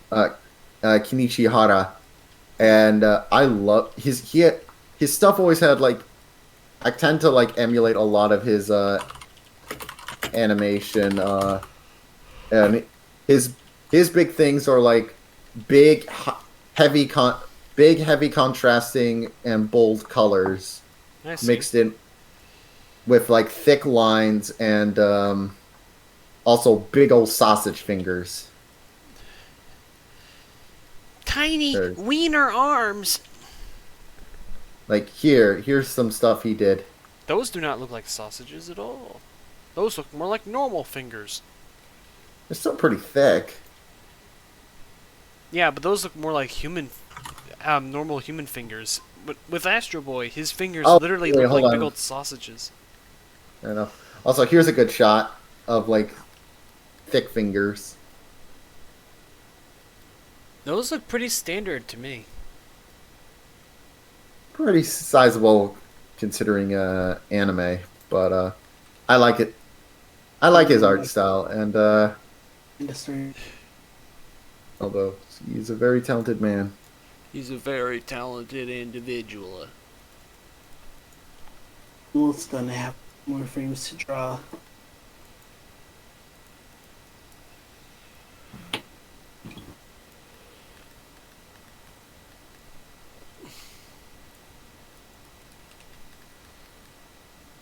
All coming along nice.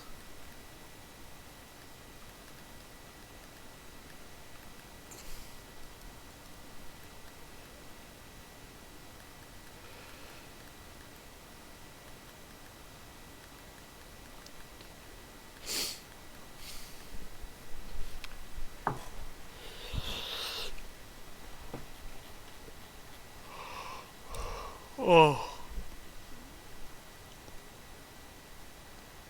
I should save.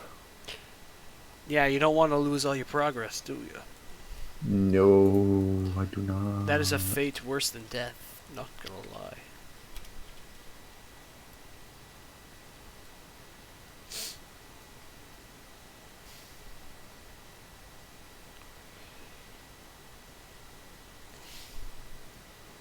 Should have worn my glove.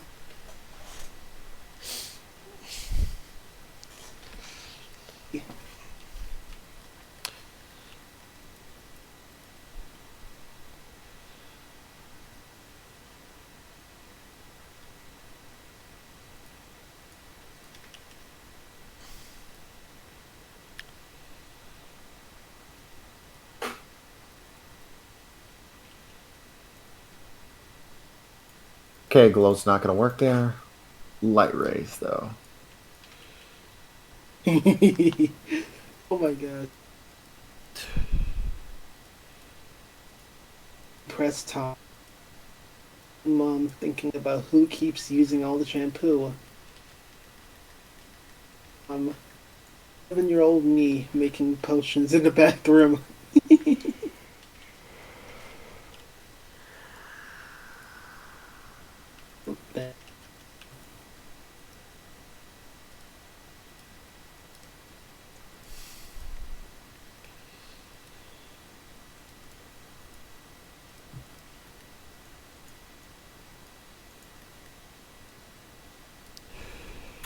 I like Slick Goku. Slit Goku? Slick Goku. Slick, okay.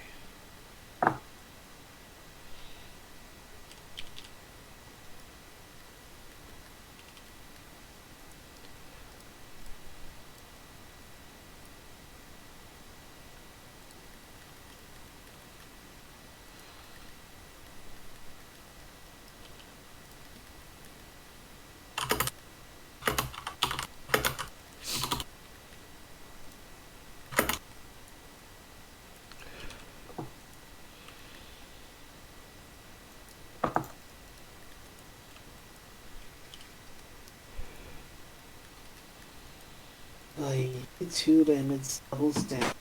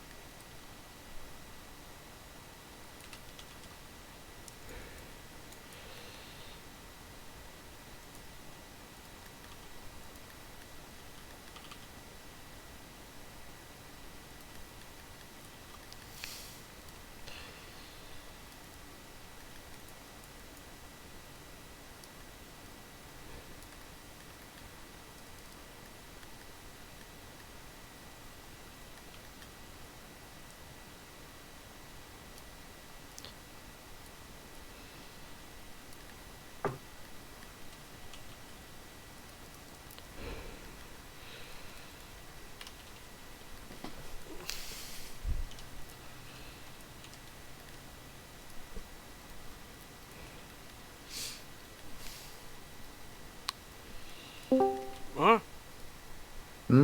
Oh, hey, Steven. Falls over. Are you streaming? Yeah, I'm streaming right now on a Thursday even. I mean, I saw you were on at like 12 o'clock and it's 6 now. Fuck God. I can stream for a while. What can I say? Anyway, No, I'm not. I know you're not complaining. I'm just saying. It's just like I'm impressed. I'm impressed with your tenacity to just keep going. Yeah, keep in mind, I'm slightly ill due to the vaccine I had about yesterday. So. Okay, that's fair, man. I'm sorry to hear that. No, it's perfectly fine. The fact is, I started doing the stream because I wanted to celebrate the fact that I actually had the vaccine. Alright, if we can keep going for a while, I got some funny shit that happened to me today. Okay. What happened? So, my friend Brendan came by to sell me some, what he calls Marum Juitas. Marum Juitas? Yeah, and his own personal Marum Juitas. And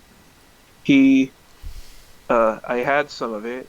I am feeling fantastic, but I made some toast earlier, and I had one of those moments where I was not ready for the toaster to go off, so when the toaster popped, I nearly dropped my fucking plate and shat myself. Oh. I was scared by a fucking toaster. It's like just do you guys ever have that feeling just like you're being where you're watched not ready by the pops no scares you? What? Like when the toaster pops and you're not ready for it and it scares you. Like when your food's done. No. No, but I've had moments where I've had moments where what happens is I'm not expecting someone to be home so soon, and I'm going out to go somewhere, and then the door opens unexpectedly, and and I actually do get freaked out because I'm an idiot. You're like, If I ever gonna stop! I'm see- not done masturbating! No. That's what I was gonna say. I was gonna say that like I thought you were just gonna say, "Oh, my parents." I was in the middle of masturbating. No. I told them I was masturbating because it was easier to explain. Which would be easier to explain, masturbating to regular porn or masturbating to just like a Hey, picture of the sex. Hey, someone look at my stream real quick. Okay. How are these colors coming along? Color Pretty correct. epically. Oh, there he is. There is Hayes. Okay, Hayes is becoming one of my favorite characters just because he's such a grouchy little bitch. He's a grouch, just like Oscar. Wait, Uncle Yuu. How many racial slurs would he say if he became popular online? Yes. Okay. How similar to Dream would he be? What do you mean for Hayes? How similar would he be to Dream in terms of the racial slurs he would scream out? Does Dream do that on stream? I'm not sure. I think that I remember there was a controversy of him saying a racial slur once on a stream, and it caused a whole hatedom to form around him. I guess. He'd probably be more akin to Dr. Disrespect. Who's Dr. I wanna Disrespect? say. I forgot. There's a guy who got kicked off of Twitch because he was at a convention and he recorded a bathroom or something. Not even like in a pervy way, if I remember correctly, but he was just interviewing someone in a bathroom or something. I don't know. I'm probably getting it horribly wrong. I don't remember. I don't watch Dr. Disrespect. I can only imagine there's lots of sounds of poo-poos plopping into the toilet. Just alright, what can I do with Actually, one of my favorite videos on YouTube is that one that's like, everybody shitting, say I. I. I like that video. It's a good one.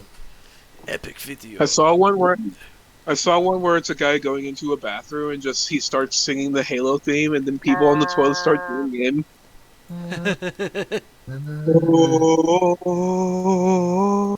And then you have the one guy, and then a guy with his pants. And then one of the stalls open. It's an elite with his pants down. He goes, and his penis just flops around. How many penises would an elite have?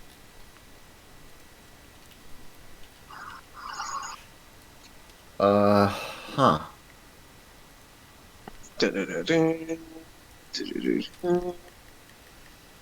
Don't know. What if the Arbiter showed you his member? I would scream really loud. Alright, Because it's a freaky alien penis, and your mind cannot comprehend it. Do not What feed if you're watching the episode of the Crimson Chin with the Nega Chin, and then your parents walked in and heard that, and they screamed and turned off the TV and hit you? No. Actually, I don't think they would hit you because it's not your fault. You're gonna be like, my son, why would you watch something so vulgar?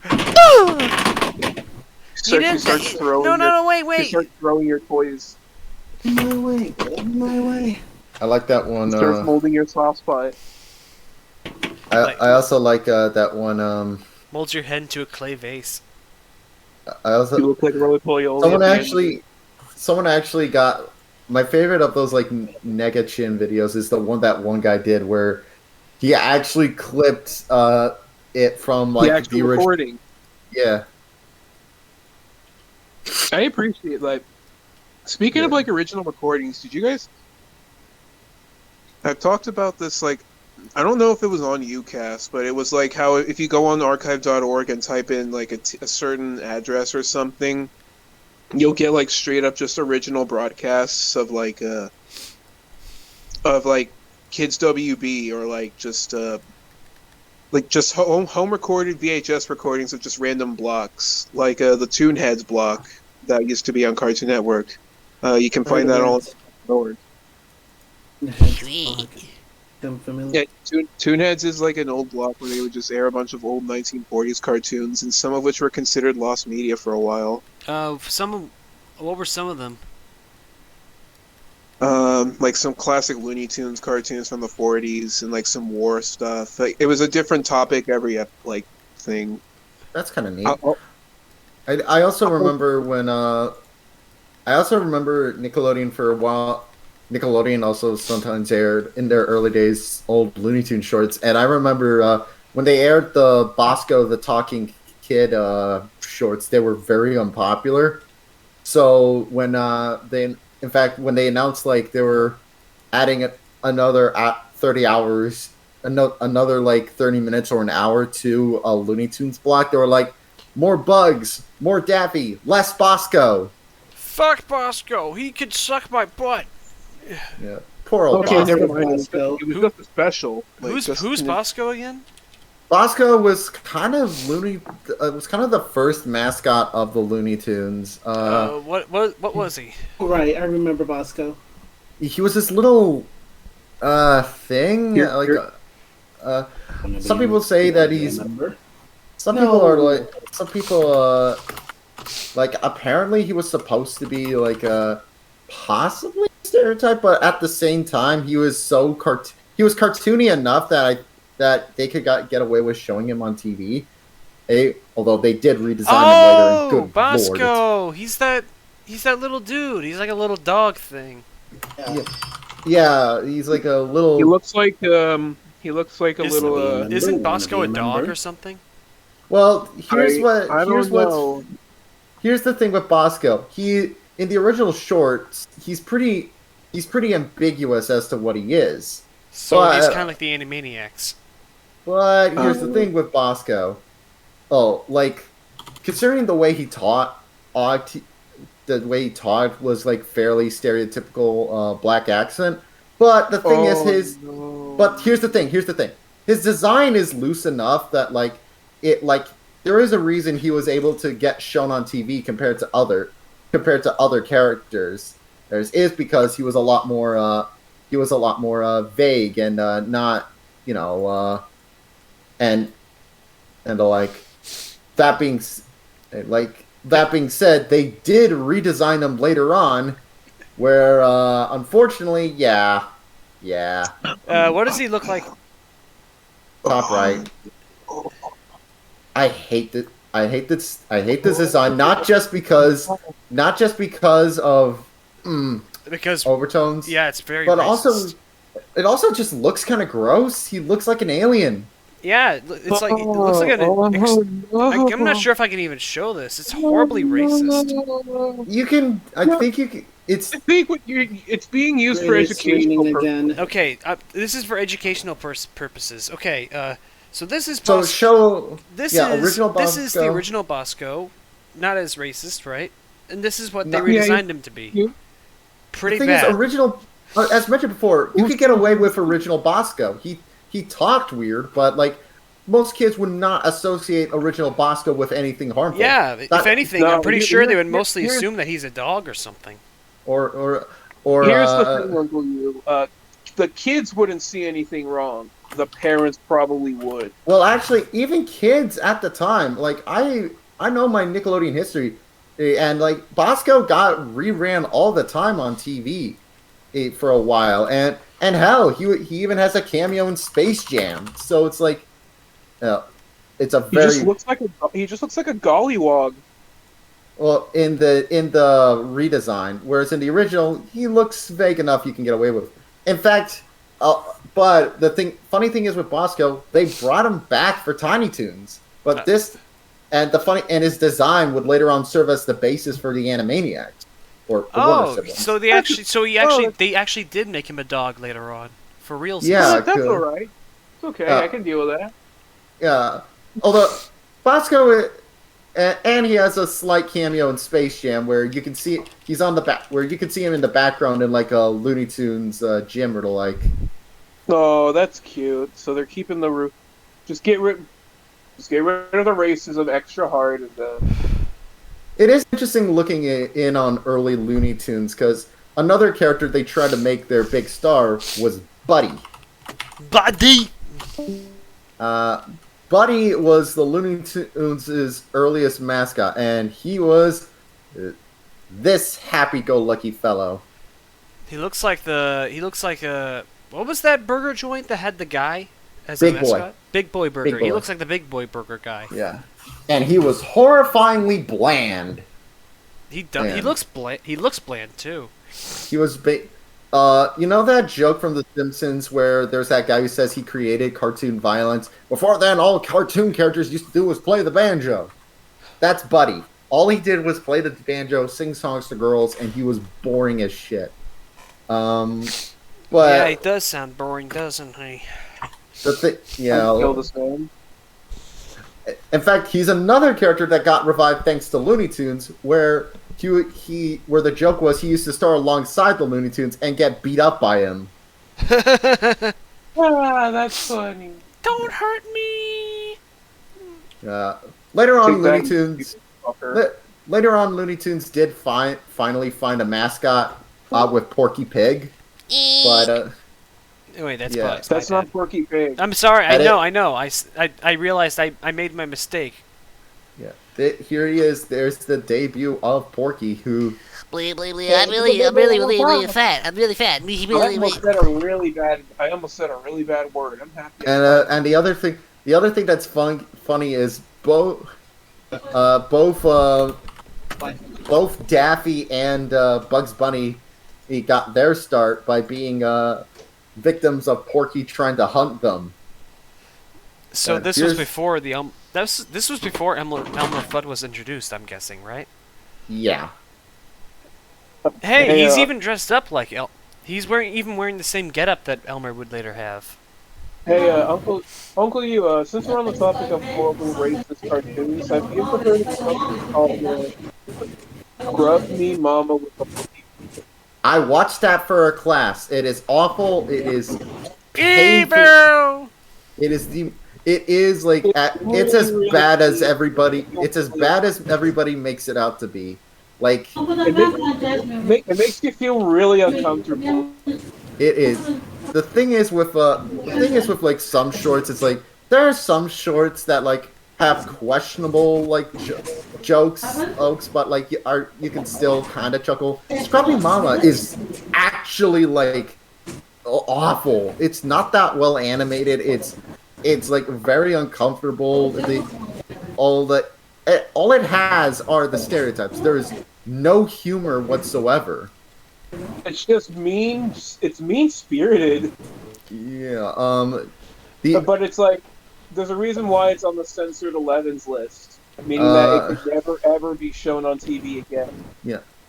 Like compared to something like there's another short that came out of that same class. We watched another short that has questionable racial humor. We watched Coal Black and the Seven Dwarfs, which also has plenty of stereotype humor. I mean, that name. Yeah, just from the name alone. But at least it has humor, good animation, and jokes outside of stereotypes. And plus, there's even a pretty nasty Japanese joke, where the person hunting down Snow White. He has a price listing on the side. Dwarfs half price, Japanese for free. Oh Jesus! Because this was World War II. But that makes sense. The context of that period makes sense. Yeah. Out of all the censored 11 shorts, Coal Black tends to be the one that people give like the most slack, just because it's genuinely really well animated. It's Bob and it's Bob Clampett animation, so it's full of life and energy.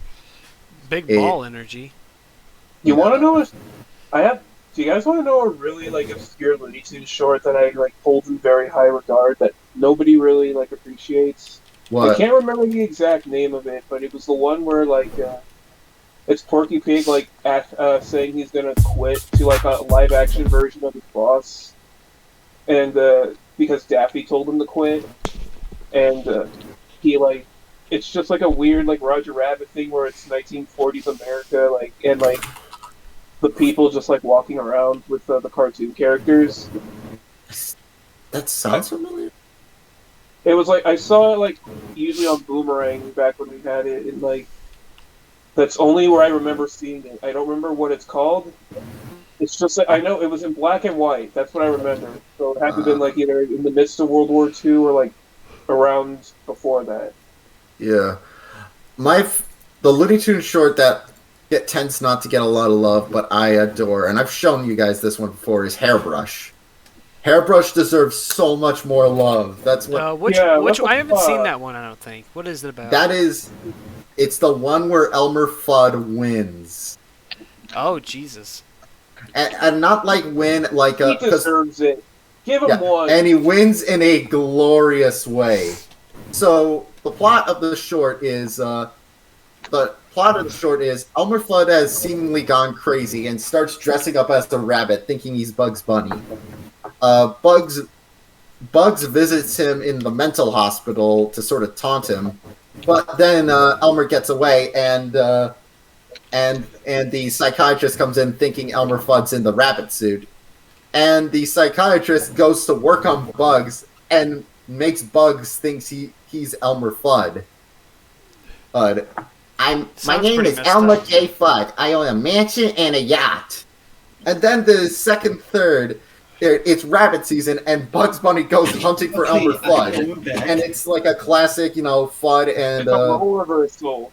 Yeah, and it's great seeing Elmer get one up Bugs quite a bit. So that's already really funny, but then the ending, oh boy, the ending makes it all hilarious. What happens is Elmer gets to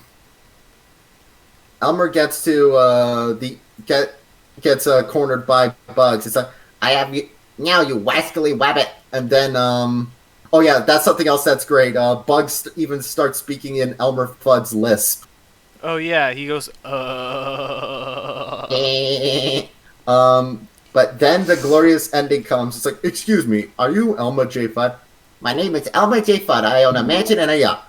You owe $20,000 in back taxes. You're coming with me. And Bugs Bunny gets arrested for tax evasion. And then Elmer Fudd turns to the camera saying, I may be a screwy wabbit, but I ain't going to Alcatraz. And runs off. It sounds like a weird plot. That is a fantastic. I remember seeing that one on Boomerang, and it shocked me to see Bugs lose. Now I just want... Bugs is an asshole most of the time. I want him to lose. It can vary. I want to see his bones get broken, like in that new Looney Tunes short. There are, shorts where...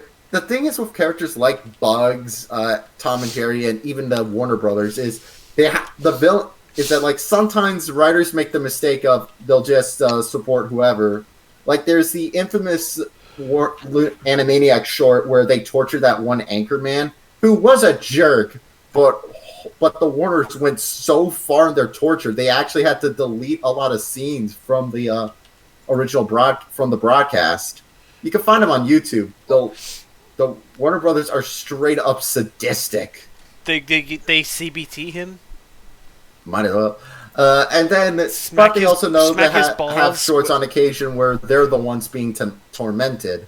There's that one Barney the Dinosaur short where they get tortured by Barney, essentially. But they finally get payback on him by dropping an anvil on him a bunch of times. Are you talking about the movie? No, there was a short in the show, too.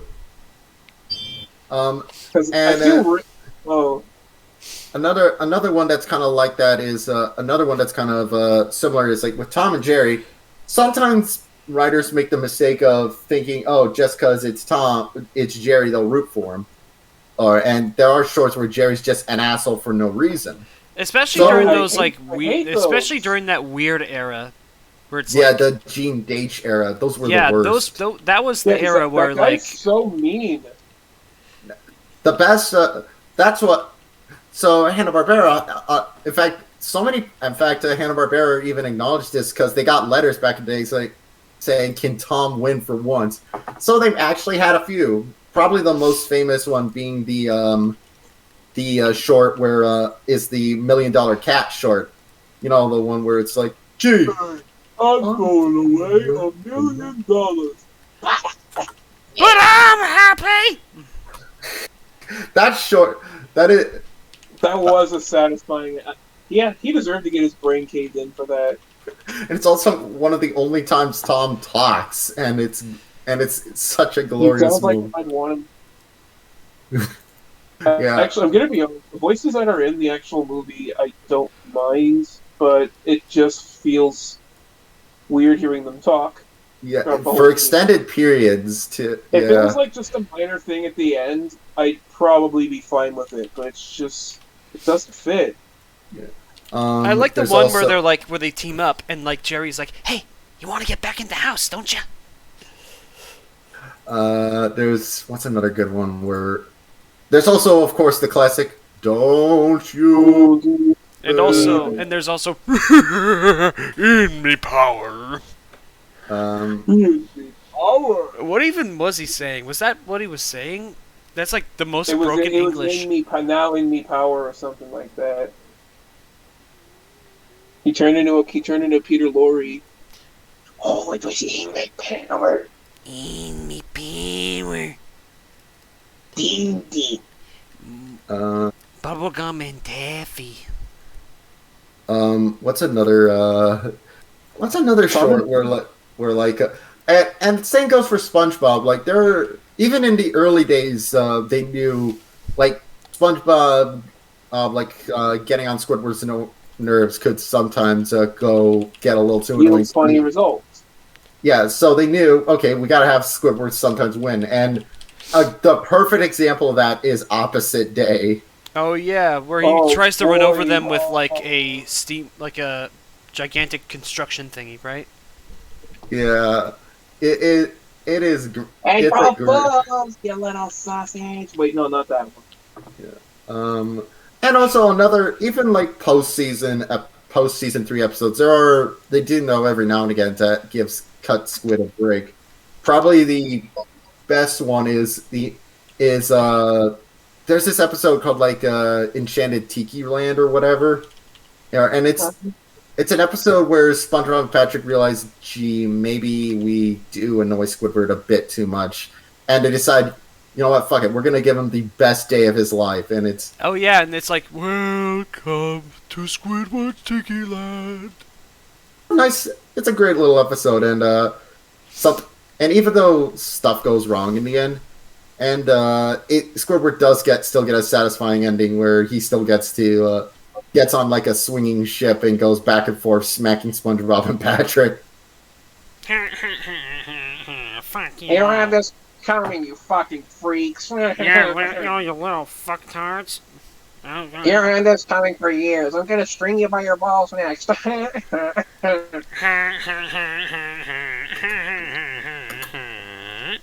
Alright. Nah, I've been collecting your feces. Bye. What do you think? You just did a Count Crapula voice. That was not intentional. Yeah, it was. Yeah, would you? No. He goes, nee. Have you guys ever seen that one, like, I think the show is like Sylvester and Tweety Mysteries, where Sylvester eats Tweety finally, and then Tweety, and then Tweety rips his way out of Sylvester like Kratos did to Kronos. No, it's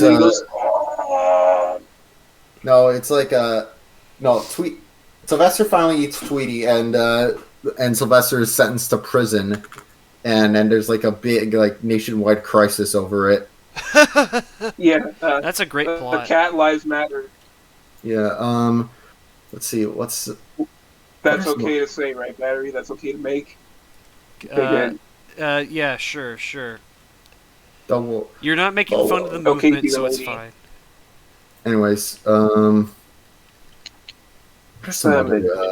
are some other video great episodes of show where like the villains got their day? I remember there was I don't know if this counts as a villain, but there's that episode of Courage the Cowardly Dog where Eustace technically saves everybody. That's always nice. Is it the one where he hands his hat to a younger version of himself? He's like, oh, it's not right. The boy needs a hat. No, it's not. It's also the one where it's because that is a good one. But the one I was thinking of was the one where he tries tracking down Muriel because he wants dinner because she got kidnapped by like a cat's candy monster, and then Eustace technically just jumps around and saves the day to get his dinner. That's awesome. Man's got his priorities. Yeah. Can't say I blame him. It was the cat's candy episode. I remember that's what it was. What's another other episode where like technically the villain or like when I say villain, I'm talking like more for like comedic shows because like there are episodes of like dramatic shows and action shows where like the villains technically win. Yeah, like Reboot, right, Battery? Oh yeah. Oh that makes me sad. Oh hey, we're gonna give this another season. Psych. I'm gonna. No, you can't do that. It just ends with like it just. What I do anyway. It just ends with Megabyte going like, "I'm going to kill everybody," yeah, and then it just ends. And then not only does it end, Battery, it reboots the reboot into the live action show that is. Well, it's not a reboot; it's a continuation, but it's not a good continuation. It still sucks. Yeah, it still sucks. That's what I was gonna say. It's not a good continuation. It makes it's reboot more like reboot. That's my official angry video game nerd. Are they booing us? No, they're saying. What were they thinking? Boo words. Boo words. Are you saying boo? I would words? I would rather be picked up in a tornado while sitting in a lumberjack diarrhea-filled porta potty than watch this movie. I was saying boo words. Actually, I got another good one. The episode of Phineas and Ferb where Candace finally shows what Phineas and Ferb are up to. But it ends up causing a dystopian future where children are illegal, and basically she has to undo it. No, wait a minute. Wait a minute. No, wait. There was 2 episodes where it happened. Men? What? Candace, are you telling me that Candace starts Children of Men? Children of Men? What's that?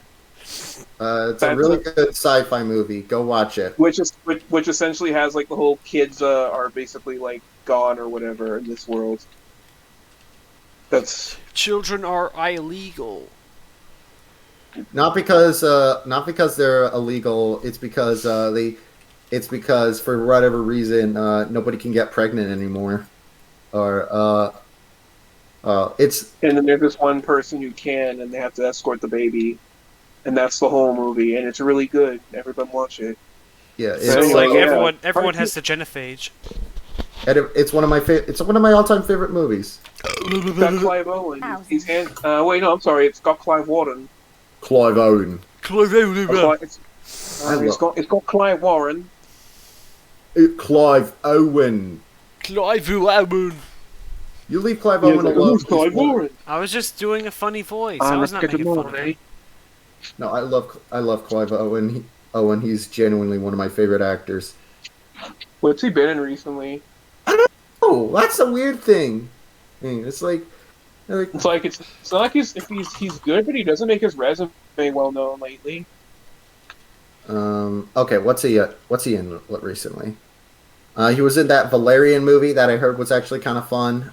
He's been in Oh, he was in Gemini Man. Come on. Oh, he's in American Crime.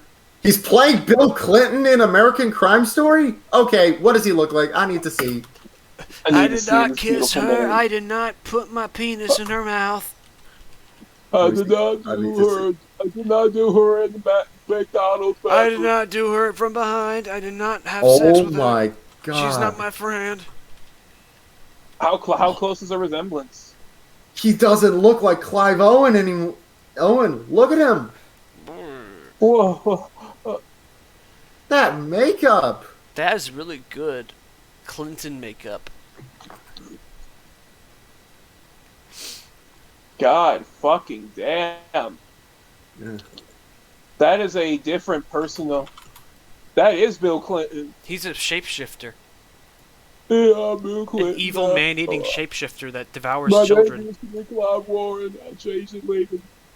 I did not kiss her. I did not put my dick in her mouth. I did not possess my wife's brain. I did not make her. It is interesting when you get like actors who every so often there are actors who their main role is to play like certain like figures in history every so often. Like I forget his name, but there's this one guy whose main job is to play Tupac in any biopic or TV or movies relating to him. I forget his name, but he looks exactly like him. That's funny. The other funny one is Dan Hedaya, who it feels like Dan Hedaya's job is always to play Richard Nixon. I did not lubricate her asshole with maple syrup and do it from behind. I promise. That is a very specific thing you brought up, Battery. I just wanted to find something ridiculous for Bill Clinton to say. I did not idolize Harvey Kellogg and give a woman a yogurt enema. I did not give her a Cleveland steamer. I promise. We haven't talked about Harvey Kellogg in a while, have we? We kind of blew our load the first time. Oh yeah, Harvey Kellogg, the guy who created, who circumcised himself, right? Yeah, and in the most painful way possible. And also was racist, really, really racist and mean. And just all sorts of other. Didn't you say some of his stuff was on the Titanic? Yeah, some of his weird exercise machines were on, not the Titanic. It was like the Queen Mary, that big cruise ship. Yep. Still, like you said that basically he was the Goop.com of his time. Yeah. Yeah, essentially. The Goop! Beware of the Goop! Please do. They take your money and they smell like poop. Funny. I like that story about how those vagina-scented Goop candles have been exploding. Yeah. That's silly. This Wi-Fi. Welcome back, Garrick. Lost internet connection again.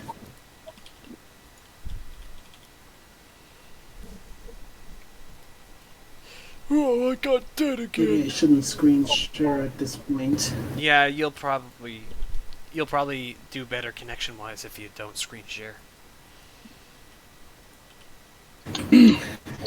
Guess I'm almost done with this animatic. Okay, guys, since you're all back, I want to ask you some questions. What is the most disgusting and horrible roadkill encounter you've had? Not whether it be accidentally running over something or just simply walking by. Okay, I got it. I was about to drive out of my driveway in the middle of winter, and there was a rabbit stunned and still alive by the side of the road. It couldn't move. It couldn't do anything. I was like, what do I do? There's a rabbit here, and I was like, what do I do? Do I like? I don't want to kill it. What the fuck do I do? So what I did was I got the snow shovel and like very carefully tried to scoop the rabbit up, and it was obviously scared, but it couldn't move. And I was like, I'm sorry, little guy. I'm sorry. Feed it to the very shotguns. and I just dumped it out into like a little gathering of trees. It's like, here, hope something goes well for you. Hope you weren't paraplegic. Probably got eaten by a fox or something. So. Or was fed I'm to sure the in its last Sharkticons. moments, though, it appreciates what you did. Yeah, I hope. My worst experience was with like I was walking back home from school because usually back in my like high school days I usually walked to and from school because it was basically just a mile away. And one day I was looking at my phone, not really paying attention to what's in front of me, and lo and behold, right on the sidewalk, there's the hollowed out carcass shell of like an armadillo right in front of me.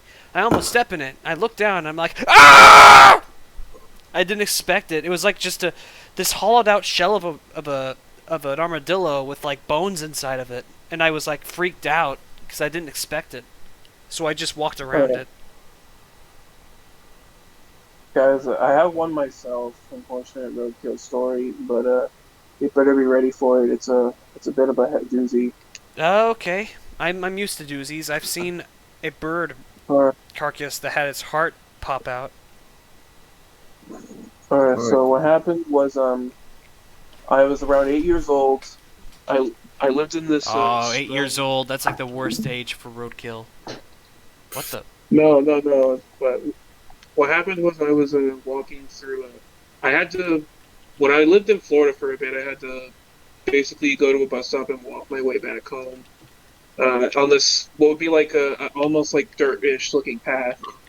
And one day I was looking down that path, just walking, and absentmindedly I look down at my feet, and I see like something flattened on there, like actually flattened, like it looked like a skin. So I tried lifting it up to see what it was, like not with my finger, just like with a stick. Okay, good, because that's not sanitary. Yeah, I know, that's fucking gross. But I flipped it over and I saw that it had like it was a baby kitten. Oh no! I was hoping it was something like a squirrel, but that's worse. No, it was not. It was like just I could tell that it was a fucking like baby kitten just because it had I could make out the nose and like where the eyes would be, but it was like almost like a skin. That's horrible. And that was probably like the worst thing to see for you. Yeah, I pretty much just shut down for the rest of like my walk back, and the second I got home, I just hugged my mom and started crying. Aww. I was just that was the worst encounter with death I've had with an animal, and probably why I'm so jaded when it comes to all my pets dying at this point. Battery, why did you ask such a depressing question? Oh, I didn't think it would get that depressing. I was just talking about like I was just wanted to talk about something gross. I didn't expect there to be an actual sad story. Jesus Christ. There are two sad stories. Yeah, there were two sad stories with this. Is the rabbit and the rabbit. The bunny. Dude, it wasn't a rabbit. It was a baby cat. It was a kitten. No. I said I said my story with the rabbit. The two depressing roadkill animal stories. It's I don't know how you could find like roadkill and not make it that like that. Roadkill's fucked up, man. I mean, there was that. Most of the encounters with roadkill I had were not really depressing. They were just gross because they were already dead. Most of them. I mean, there was when Jeremy Clarkson and friends they found the cow by the side of the road. See, cows and stuff like that, I'm like used to because I already come to terms at that point that like we eat them. So like seeing them dead is just something I have to kind of numb myself to. Right. And but when I see like a cat or something, that's just heartbreaking. That feels wrong. It is heartbreaking, isn't it? Because they didn't grow up for this. And I'm fucking depressed. Yeah, sorry about that question. It's all good. I saw dead iguana ones here Oh. at a pond. In a pond? That probably died from natural causes. Well, at least it died peacefully. Yeah. Because getting hit by a car is not it's not a peaceful death at all.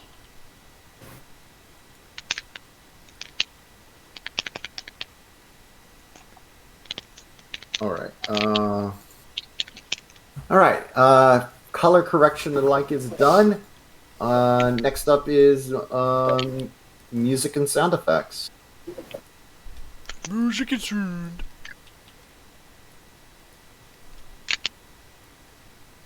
Okay, two more things. That should be easy to do. I might be able to get that done later tonight. Maybe. I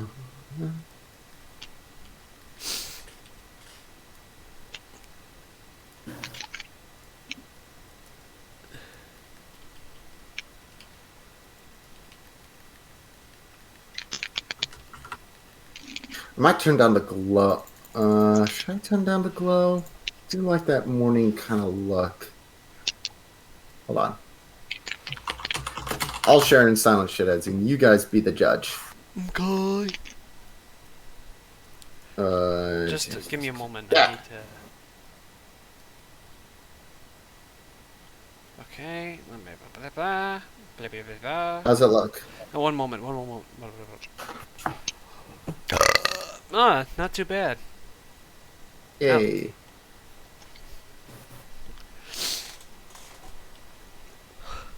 Oh, my neck.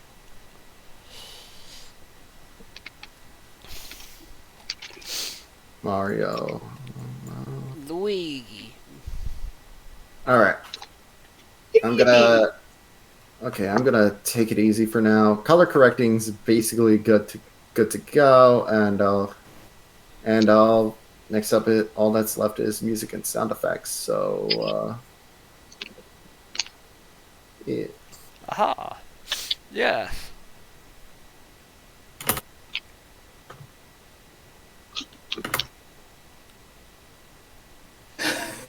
Okay, so save. And I'll come back to you later. Anyways, I'm gonna get going for now. Later, brass. Later. Bye. Hey, Battery, do you want to call it already? What? I was wondering if you wanted to call it. It's been a few hours. Wait, repeat that? Did you want to call it? It's been a few hours. Yeah, you know what? I think it's been like 6 hours, 24 minutes, so I guess it's a good time as any to end it. Alright, everybody, thank you for joining me on the stream. The very few of you that did join the stream, at least. And I hope you had a good time. Sorry, and I hope you enjoyed this celebration of my vaccination. Anyway, does anyone have any... Does anyone else have, like... Do any of you guys have anything funny to say before we end this? Sorry I couldn't make it. I was buying drugs. Okay, that's good enough. Alright, bye everybody.